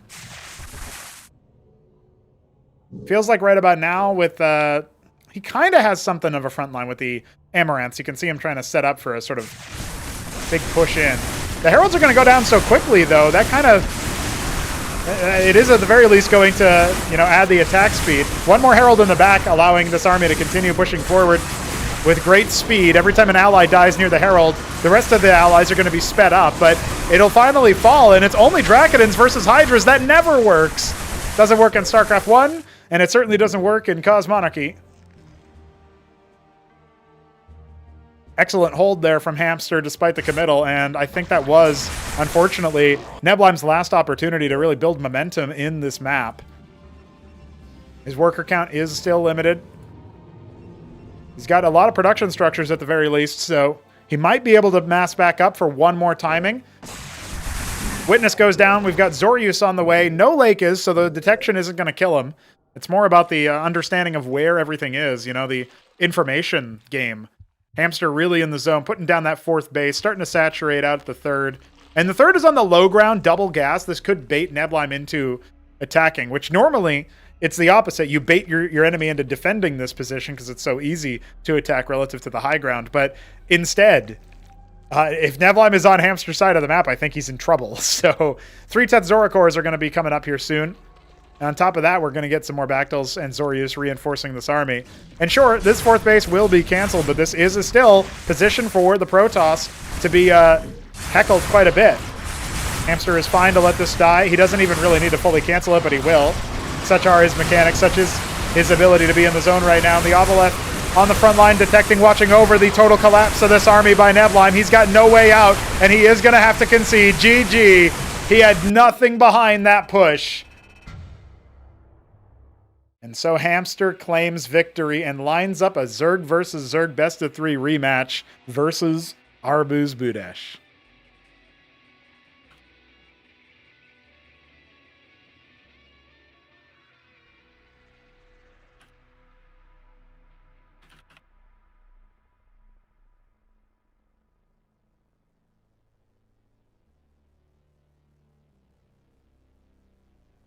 We'll never get trenches at this rate. It's okay. I'll do this for you, Three Crow. I'll take your map crap submission and finish it myself. If Neblime, you get the good ending if Neblime wins, right? But I'll make the bad ending. I'll make the bad ending if Neblime doesn't win. He ain't no Nooblime, that's right.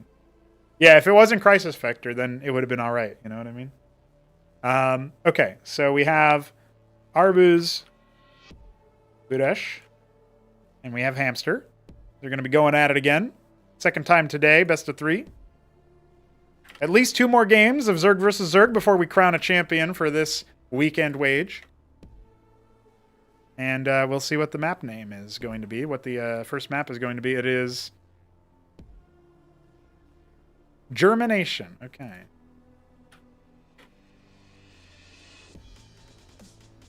I haven't seen that map yet today. Very cool. Apparently it's missing 2 witness slots, but that's all right.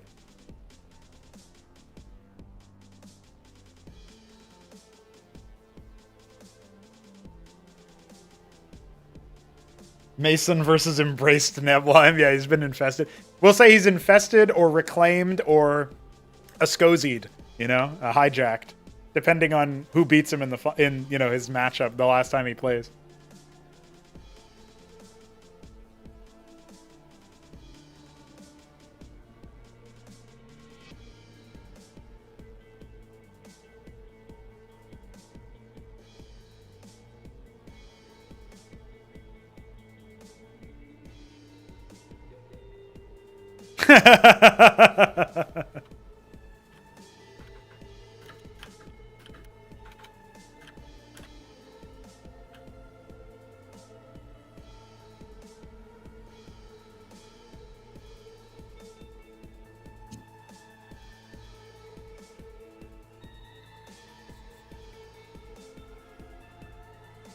Okay, we go to game number 1 on Germination between Arbiz Budesh and Hamster.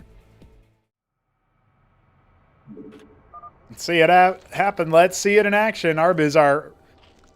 This looks like a very red color, doesn't it? I'm just going to say red, though. Yeah, red Zerg in the bottom right. Hamster are Deep Periwinkle Zerg in the top left. Germination is Arbiz's map pick, as he is the one in the upper seed. You know, he wasn't the upper seed before the tournament. He was seed number 3. It was Hamster, Newt, Arbiz. That was the first, the top 3 before the tournament began. But Hamster is, despite being the higher seed, had to go through the lower bracket. So he will be picking our second map. And if we go to 3 maps, Arbiz will be picking our third map. Arbiz going to go for that Hydrith opener. But Hamster is doing the 4-headed Hydra again. So let's see what's up. How many colors are there? 130 something, I think. I can get you a more accurate answer in a moment. Although I don't seem to have my color list open, so it may take me a longer moment than I thought. But that's okay, because we have time. It's the early game. I can answer questions. Let's see.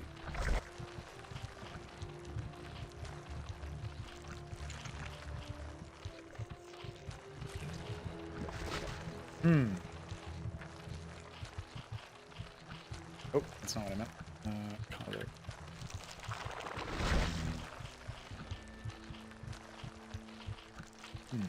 Nope. I don't seem to have it handy. Sorry. We have a lot. We have a lot of color.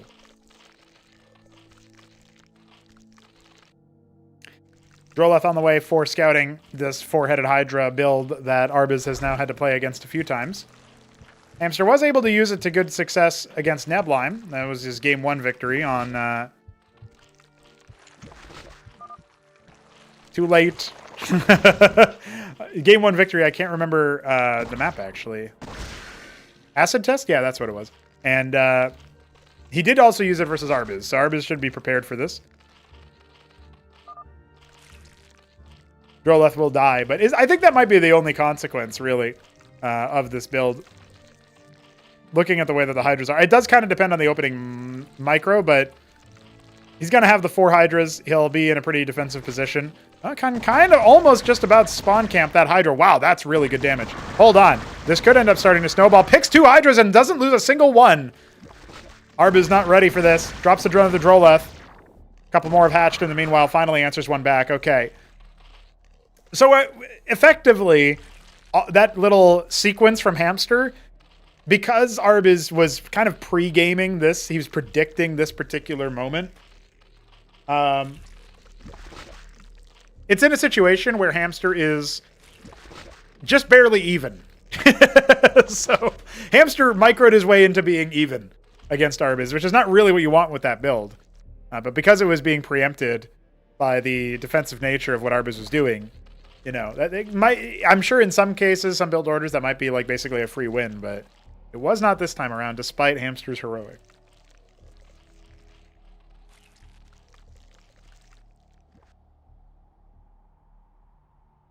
A lot more Hydras where that came from, including one that's going all the way back home for some reason. 2 more wrangling out. And I mean, this is a pretty committed situation here for Hamster. He's actually going to be down by 2 workers for a considerable amount of time. Puts down another Kagrant so that he can make himself a Larvosk. And oh dear. That actually should be a dead Hydra, but we'll see if Arbiz is able to catch up to it. No, not quite. Massing up in the middle. We've got a slight army advantage here. In theory, for Hamster. We'll see how his micro is. Once again, so the Iziracore on his side, absorbing the Iziracore shots of 2 different ones from Arbiz, allows the Hydras to really focus him down, and that was a much better initial engagement for Hamster. We're seeing that as a pattern in this particular map, but he has lost his front line. He only made the 1 IZ. Needs a couple more.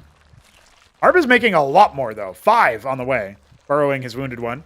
Hatch on the low ground. It might get heckled here, but it shouldn't actually be possible to cancel this for Hamster. He's got 10 Hydras. He's up against a comparable amount.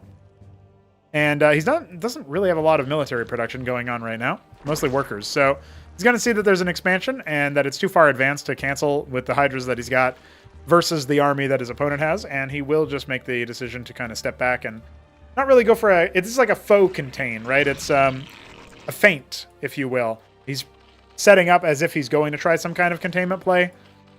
But it's just to keep tabs on your opponent's army move out. And Arbiz will know this. This is a very common play. And so he'll test it on the move out.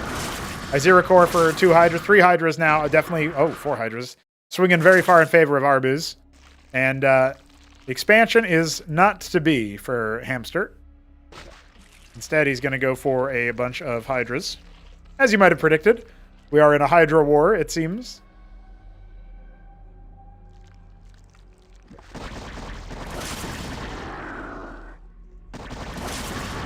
Well, now this Hydra stack is definitely going to favor Hamster. Firing squad walked into. A dozen Hydras. And the expansion coming down with many more Hydras on the way. So even though Arbiz has a worker advantage, he is also spending more resources and larva, most crucially on, workers themselves instead of the military. A little bit of a back and forth tug of war almost between these 2 players as they, the level of play hasn't quite evolved to a state where this isn't kind of the flow of the match. The Khaz'Trith will finish up here. Needs to be targeted down very quickly.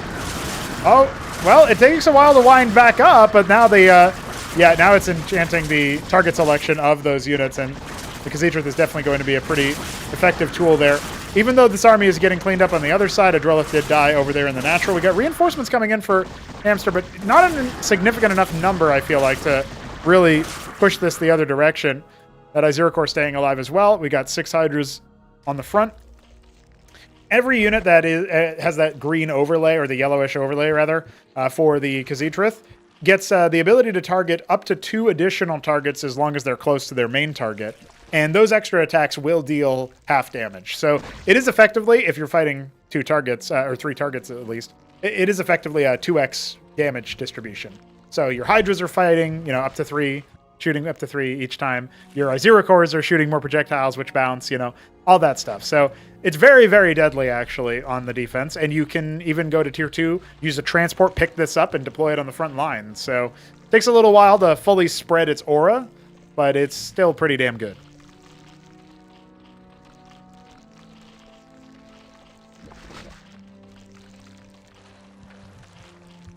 And because Arbiz held on, his worker lead, his economic pacing lead, is definitely going to have implications here the longer the game moves on.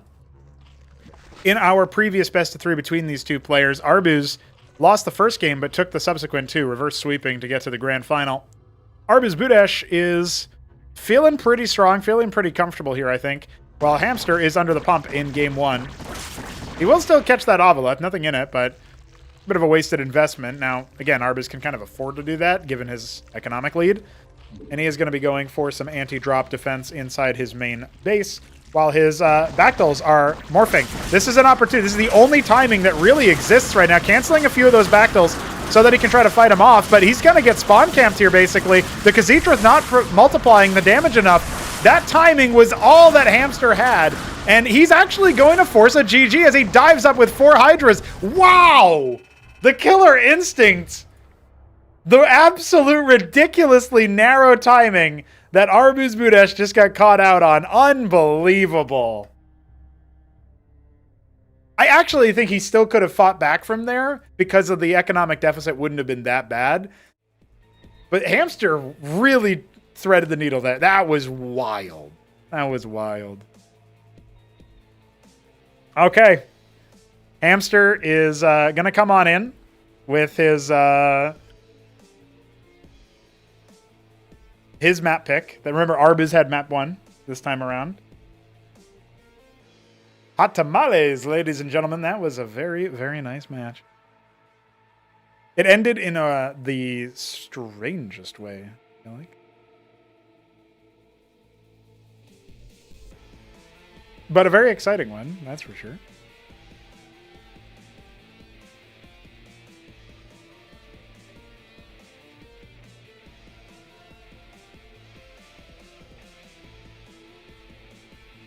Hamster is considering his map pick as we wait to get into game number 2. This could be a 2-0 done and dusted comeback from the lower bracket. Ah, look at that. Frosted Forest gets selected. Another $3 for me. But also, more importantly, a map that Arbuz very much enjoys. Hamster seems to enjoy it too. Hamster seems to enjoy it as well. Very cool. All right, our GLHFs are being exchanged, so that means it's very limited time here for me to type Frosted Forest and make sure that I'm still on time to put up the latency and then update the overlay and then transition the screen so you guys can see the action. It is Arbuz Budesh in the bottom left as our forest green Zerg. No, it's dark green this time, and in the top right, it's the deep periwinkle Zerg of Hamster. Once again, going for the four-headed Hydra. No surprises, I guess. Even though it hasn't actually worked out. Oh! Oh, an Arbuz 6 pool versus four-headed Hydra. How does this work exactly? Still harvesting off of the ridge for some time there, by the way. That's a mistake from Hamster. He was double harvesting and only single harvesting on the geyser. Now he'll finally pull off there and just get the gas from the geyser. Wow. Okay. I think Arbuz should be in a position of power here. Like, he's going to go for the 8 Zethrakors, as you do in this kind of situation. The Hydreth is earmarked for a, den into 4 Hydras. And they do kind of hatch at about the same time.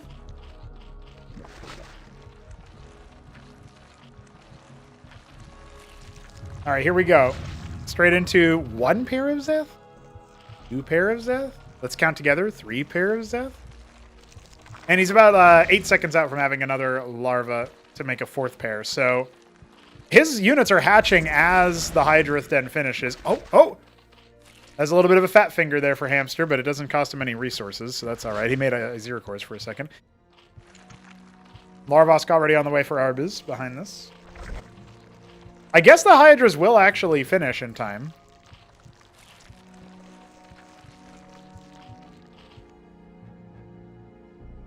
But I don't think that the Zethrakors have no play here. I think the Zeths have an opportunity.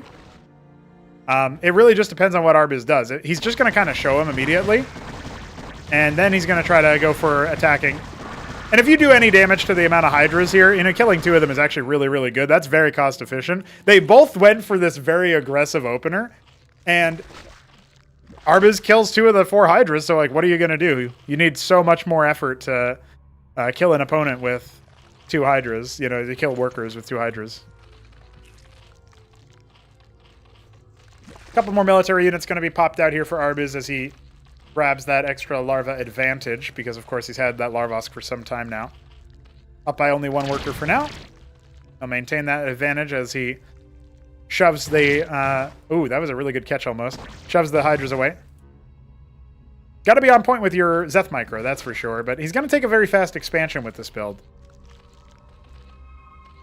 So Iziracors take a very long time for pool units to kill natively, so that's a pretty good pivot here for Hamster if he wants to fight this army with the techno that he's got. Hydras, as you can see, are a little bit underwhelming versus the Zethrakors at this stage of the game. We don't have a humongous pivot into military, though. Arbuz just doesn't have the larva for that right now. Dialed in. Both players very much edge of their seat kind of thing right now. I did say earlier we'd have minimum 2 games of ZVZ action before we close things out, and Hard to call this one. Hamster found the perfect timing in game 1 to steal his opponent's map pick away. Looking for revenge versus Arbuz.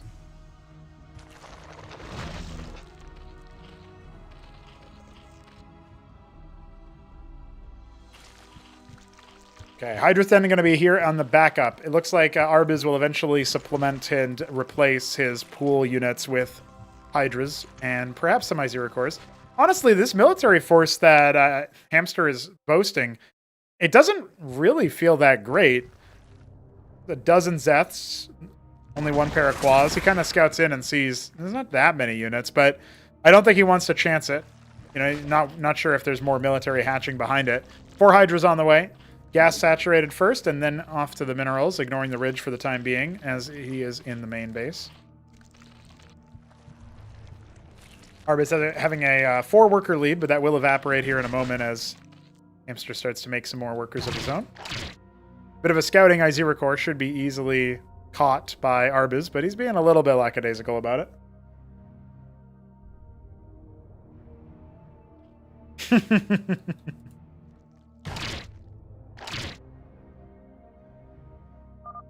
See ya. Hamster is so funny. Like when he was about to kill Sausage after 10 minutes of build-up and he just wrote, "I am coming for you," and then A moved and kind of took his hands off the keyboard, you know? That's pretty good.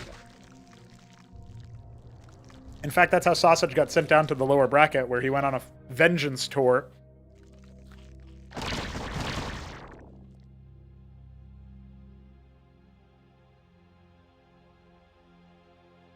Pretty big Hydra ball, 12 Hydras. I mean, listen, Arbuz handily defeats what Hamster has. It really will come down to positioning. Taking the high ground is a way forward for sure. And Arbuz is going to need to collect his forces, as they are a little bit easier to just kind of snike back. Oh no, losing a couple of Hydras here in the early game, but Zeths sink their claws directly into the front line. Only one I-Zero core left standing. The Hydra's now engaged upon with those Zeths, and it is a bit of a Hydra battle indeed that's left over. It looks like Hamster will win out based on his cliff advantage there for the most part. And again, I think, like, you know, some of the Zethra cores were wasted initially. But there was an opportunity for Arbuz to make something happen. Now he's got more Hydras there, and Hamster's just kind of blindly allowed his army to chase all the way back, and it's a little bit dangerous, right? Now that ping-pong swing seems to be going the other direction. One I-Zero core makes it in to tackle the workers, but there are Zethra cores where that came from. I love that Hamster is positioning this in the back, like sort of like a Zealot in, you know, PvZ, but obviously kind of ran out of steam there at the end.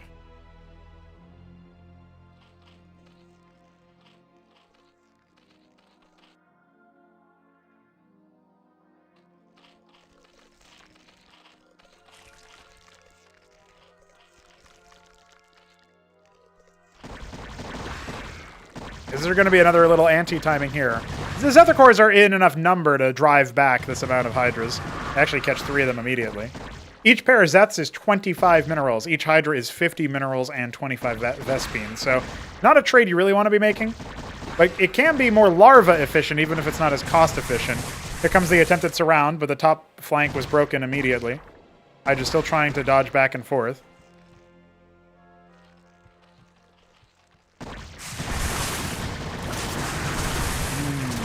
Zethra cores are slowly helping through.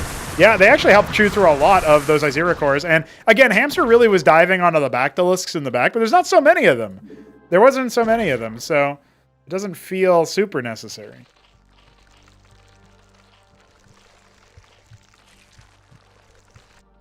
Talking about the sprite alignment on the trees.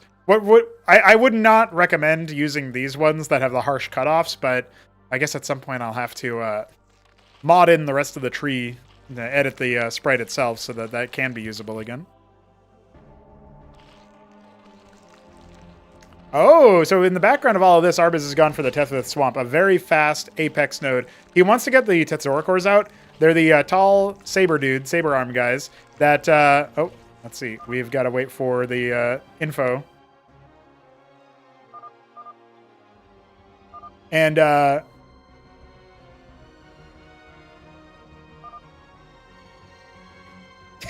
it's still Hamster versus Nebline because Arbuz is I didn't change my name, but... So there's no worries. It's just me out of sync with the players, but we'll see if the game gets uncastable, and then we'll change over. These guys will deal that retaliation damage very, very nicely, and they're going to take a very long time here for them to be cleaved through, because they also, in addition to their retaliation strike when they take damage, which is what you see sort of ambiently killing, is that their Saber Array gives them lifesteal. So that was a crushing defeat for Hamster that entire time, not able to really break those Tetzoricors. And the Hydra count is pretty high, but not as high as Arbiz's, and that's without factoring in the extra units. So this looks like it will be a game over, and we will go to a game 3 as Arbiz strikes back on Frosted Forest. They're trading their own map picks is what it looks like to me. Obviously, because of the sync issue, Hamster probably has more units, and Arbiz probably also has more units, but this looks to me like it's going to be a wrap here. So the game will look a little bit different, a little bit funky for a moment, but I'm pretty sure we're getting to that end. Workers trying to evacuate away from the Teth, but, you know, Hamster just basically narrowly holding on. Let's quickly see if we can grab a POV. Yeah, Arbiz is actually streaming. Let's take a look at his, because this looks very broken, obviously, at this point. Yeah, okay, it actually looks like maybe he was driven back, so let's pop into that POV real quick.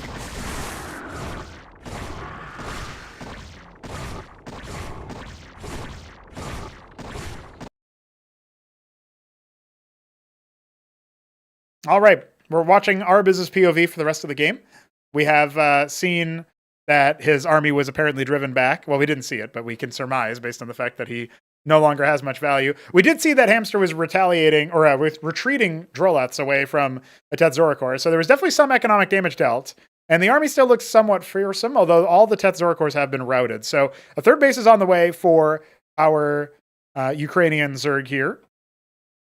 Meanwhile, we have Hamster just rocking and rolling as best he can, making more workers. And he is going to try to descend upon Arbiz's forces again, whilst there's some mutation happening. But the Tetzoricors do end up hatching at a roughly appropriate time. The Bactals are being somewhat engaged upon, and yeah, forcing him back. Hamster still in some kind of, you know, position of tempo. There's still a lot of units over there that aren't being rectified, aren't being noticed, and Hamster is going to concede, having lost too many units. That is a wrap there. A little bit awkward at the very tail end of it, but we do manage to see most of the significant fights there, and that means that we are all good to go for game 3. We need a decider after all. And that's pretty damn exciting as far as I'm concerned. All right, let's take a look at what our final map will be. Near Impact is where we are going for our deciders. So that's one last game, also not on Crisis Vector. Man, we're going to have to count them all. Oh, let me actually delete my...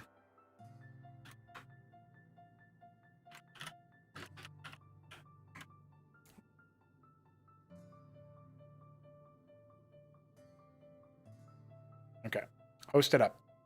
And we'll get our overlay updated. Arbiz tying it back with the higher tier units. Definitely helping out there, using the extra tech at his disposal. I actually thought for a second that Hamster might be able to overwhelm him in that penultimate fight, but it didn't end up working out quite to his degree. You know, he got pushed back and he didn't have any Apex node of his own. We're going to go to Near Impact, a map made in the asteroid tile set. What, Pronago? There is no asteroid tile set. But no, there is actually. I promise. It's the space platform tile set, but it has a lot of asteroid tiles added to it. So very exciting time to be making maps in Cosmonarchy.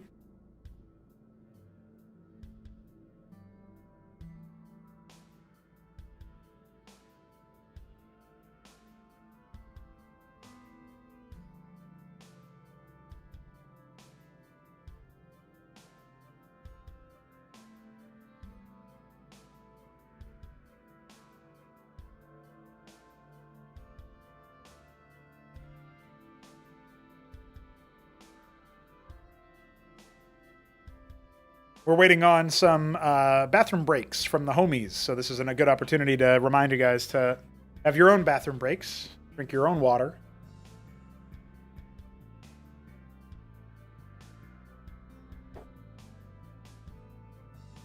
I feel like right about now, if you had to tell me one of these players is going to win, obviously one of them has to win, one of them has to lose.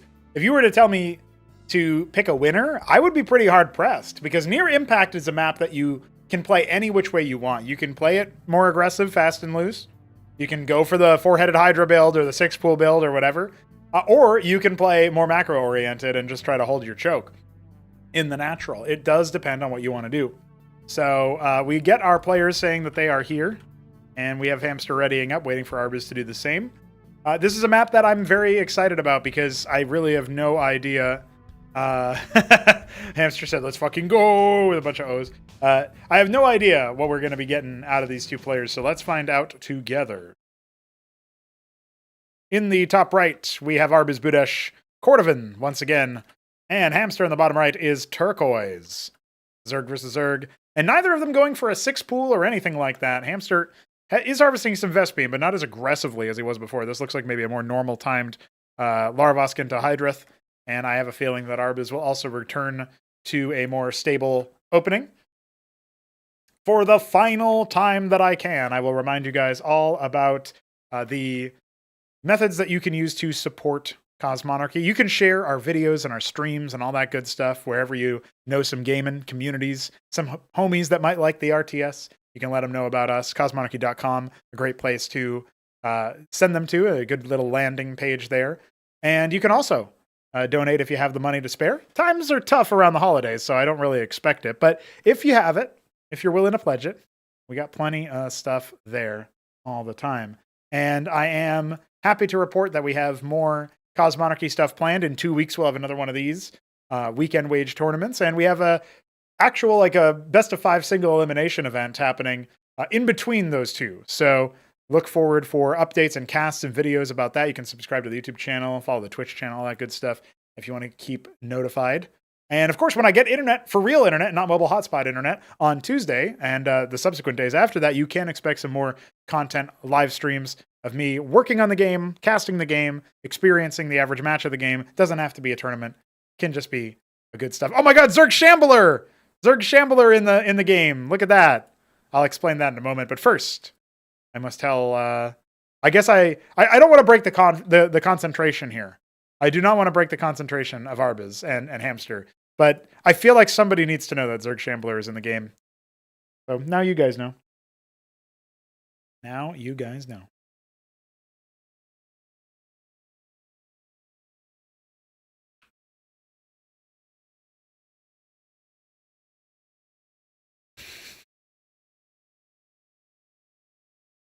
Yeah. So some people know in the chat, right? But it's pretty cool. It's pretty epic. Zerg Shambler in shambles. So there's a random name generation option where you'll get your unit named something other than what it was, and it's an Easter egg. Small chance for a name to be different, and if the name for a worker, in this case, that turns into something else occurs, then that something else inherits the name. So this Droleth, the Droleth that made this K-Grit that turned into this Larvosk got the Zerg Shambler name. The same thing happens if like you have a Matador that has a funny name and then you siege it.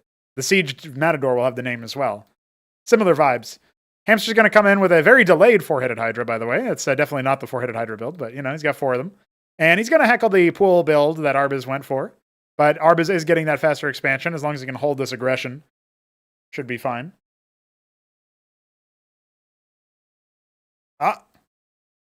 Good catch there. Good micro. I zero core here to try to blow back those Zephyr cores.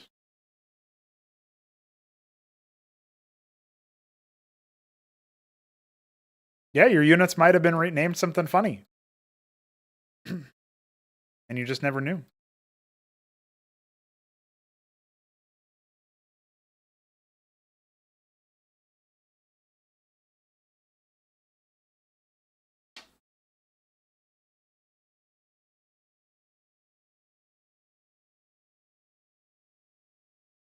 Wow. 11 Zets, 11 Quas. He had to lose at least one of each unit to get to that number.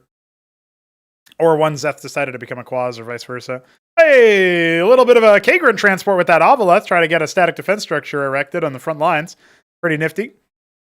Maybe would have liked it to be a little bit further closer to the choke point, but I love the thought. I love the idea. More Hydras being rallied across. We got the Zerkish Shroud behind it. Gas cap, expansion. Hamster is developing his economy, is developing his position here. The circuit is going to help a lot. You can't really engage it because then you got to stop fighting all the military units, and you can't engage the military units while the circuit is still there. But if Arbiz allows his military units to exit the range of the static defense structure, well, that might be a bit of a different story. More static defense to be are coming online here. And we do have that Ovaleth with a couple of pool units to drop. Harder to keep track of all those. Canceling the top one. Very, very good there for Arbiz to keep his opponent invested. Yeah, Hamster's really having some target indecision right now. If he loses too handily on the defense, he may come back home, and then the Ovaleth has not much room to work with here. But the drop is going to come in, and there are enough units here to kill the drop units eventually. Ooh, Khaz'Trith as well, very nice. Reminds me of Germination, of course. Let's see. Hamster hasn't actually noticed it yet. Okay, only now is Hamster going to notice. Starting the unload. See if we can go after any worker kills here. He actually isn't targeting any... he's only targeting the military unit, so that ended up being really funny. He didn't actually try to kill any workers.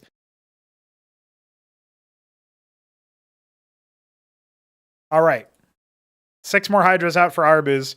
But look at what Hamster's got. This reminds me of Blackwater. I know I just said it reminds me of Germination. This reminds me of Blackwater Game 1 in the first best of 3 that these two played. Zorkish Shroud turning into an Ulgor Cavern. We are going to be seeing Ultra Cores come out. Avaleth returns home unsuccessfully.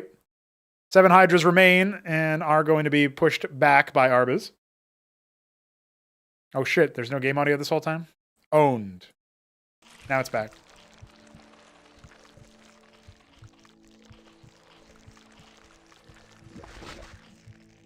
Can't believe it. We lasted 6.5 minutes without game audio. 3 o'clock on the way for Hamster. A lot of Lakes, a lot of Zorius. And he still has that, he hasn't capped the gas in his natural here, but he's got it coming over here, for sure. Zerg here? Yep. Here too.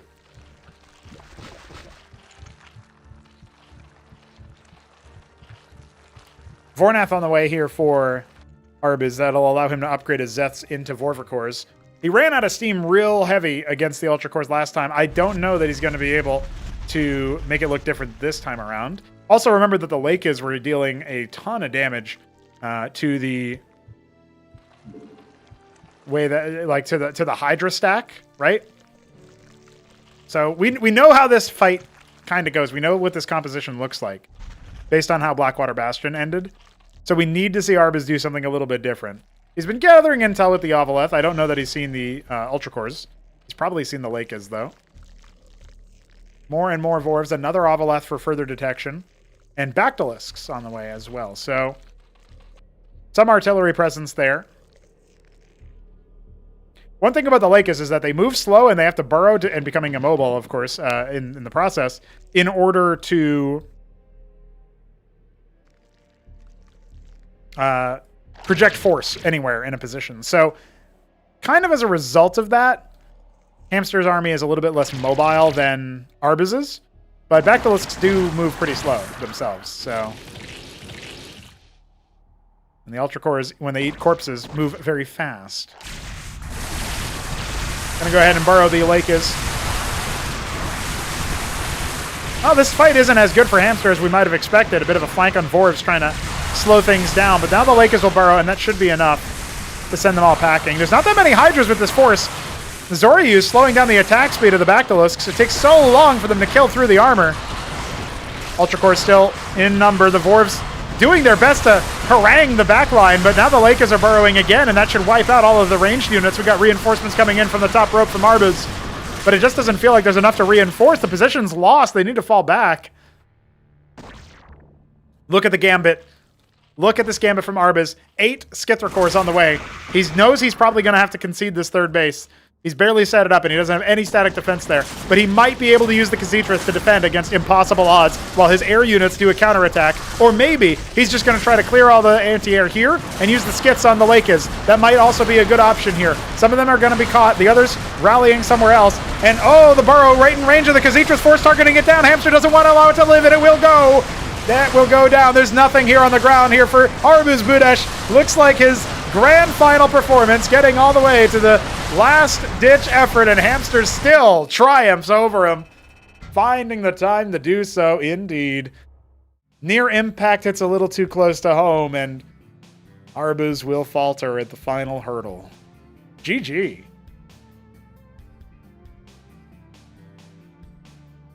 That was an exciting series, I would say. That was a very exciting.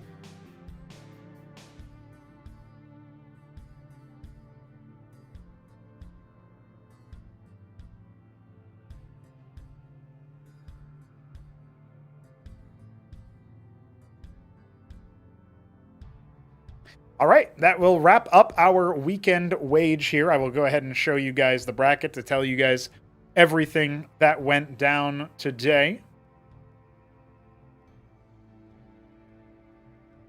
Go ahead and pop into here real quick. So this is our bracket. We have the openers that all went this way. Anytime you see a -1, that's a no-show. But this is how our story started. We have Godwheat no-show for Newt, and Zevi no-show for Art of Turtle. Everybody else kind of went as expected. No upsets at this point in the tournament if you're looking by seeding. I hear this Sausage Nicholas game went on for a while, so that might have been a close one to cast at some point. In the next phase, a slight upset as Neblime took down Art of Turtle. They were seated pretty close together. I didn't see the complexion of that game, so I don't know how it went exactly. Arbuz triumphing over the Shambler to set up a match against Doglived, who did pretty well to upset Newt. Again, Newt was on the sauce a little bit, but still, usually plays pretty well despite any inebriation. So a bit of a surprise on that one. Also the lower bracket, and takes out Nicholas, but we'll get to that lower bracket in a moment. Hamster triumphing over Sausage. We casted that game. That was the 14.5-minute game on Patadia, where at the end Hamster just A-moved him. Very cool stuff. Sets up the match against Neblime. We didn't see this, but Hamster obviously made it to the upper final rather, as Arbuz took out Doglived. These are the best of ones in the upper bracket. And before we continue on to the best of threes, we'll come down here. Zevi no-show versus Kutyam didn't catch the alarm, she said. No luck there. Vilius 1-0 over Microgreen, his first tournament win, and a mild upset as well at that based on seeding. Mixu walkover on Godwheat. I should change this to a -1 so that we know it was a walkover. Before Sausage sent him packing, our Starcraft 2 Zerg Pro. Unfortunately, not able to find too much value in Zerg there. Not this time, anyway. Meanwhile, Art of Turtle gets it 1-over on Vilius, the expected result. Shambler defeats Kutyam after a close game that Kutyam had against Neblime, by the way.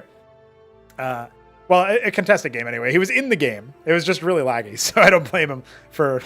I don't blame either party for anything that happened there. Newt versus the Shambler went the way of the Shambler. We casted that match as well after the Nicholas Newt game, where it felt like Newt was actually going to be able to do a lot of damage there, but just couldn't quite get it over the line.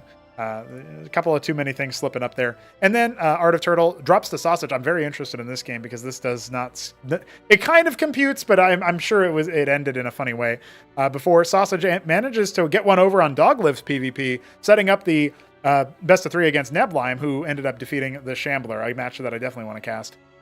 Then we get up to here in the upper final. Hamster obviously only wins the Blackwater Bastion game. Arbuz wins the next 2 counterpunch, reverse sweep, gets to the grand final as the favorite to win it all based on the seeding, right? Kind of throws the seeding overboard and says, I am the captain now. Neblime 2-0 over Sausage. We did see that Sausage was putting up a good fight in game 1. Game 2 was a little bit more one-sided on Dyadic Shore. Hamster triumphs over Neblime. We casted that as well. And then, of course, just now the grand final where Hamster was able to 2-1 Arbuz. The reason why this extra game was created is because this software assumes that your tournament is double. It's double elimination all the way to the grand final, which means that if Arbuz hasn't lost his tournament life yet, then he has another tournament life. So you have to have another match here. I thought about maybe making it like a best of 1 if that happens, but or basically turning the grand final into a best of 5. You could think of it as, but it doesn't really feel like it's necessary. You know what I mean? So anyway, that's that. That's a wrap. We have done and dusted our first full weekend wage since the very first one, because I always had to leave early. And that wraps it up here. So I can take some questions before I go, but I see that Dynamo's already asked a few. And now for your total. Oh, shit, Biddy B. I don't even know your total. I don't think that many Crisis Vector games happened. Just count everything up in -1. We had, let's see, 1, 2, 3, 4, 5, 6, 7, 8, 9, 10, 11, 12, 13, 14, 15, 16, 17, 18, 19, 20, 21, 22, 23, 24, 25, 26, 27, 28, 29, 30. I think that's 30 games. That's a lot of dollars, dude. You said 30. I think that's 30 not Crisis Vectors. That's $90, dude. That's most of the outstanding show match. I'll verify that, but that's my initial math. So I think you might be out a little bit more than you thought, Biddy B. No pressure on making good on that one. That's wild. All right. AOT in the chat talking about Hydra Ultra Lake it was a pretty good comp. It was honestly very, very scary. Dynamo was asking about the current focus for Cosmonarchy. So Veek has been doing a lot of work.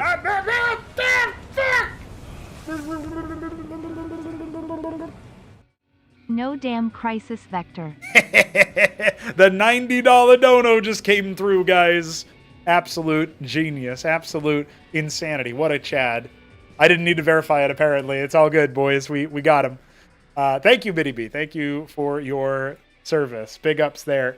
$90, $90 more towards the show match payback. We like that, and that puts us at what, $12? We actually were at $12 difference between the last goal that we had to pay back show match number 5. We were at $12 for what felt like forever, and then Godweep put us over the line. So big ups there, very cool. But yeah. I mean, I guess that's it. $12, by the way. That's all we have left to make up, and then we can start raising money for our next show match. The current focus on Cosmonarchy. Veek has been doing a lot of work on Replay Kraken, which I can actually show you. I will go ahead and refresh here. So we go back over to the scene that I was at earlier. We see that so you can go to cosmonarchy.com, right? And then, you'll load faster than me. I'm on a hotspot. But you go to matches, and you can actually see that there's a bunch of matches here. Like you see that I'm here on the Witness. I had the wrong name here in this game, but I was here correctly. And then we have Near Impact, and we were in ranked game mode. So any ranked game is automatically uploaded. It looks like the match duration is broken, so I'm going to go ahead and screenshot that for the purpose of sending to Veek.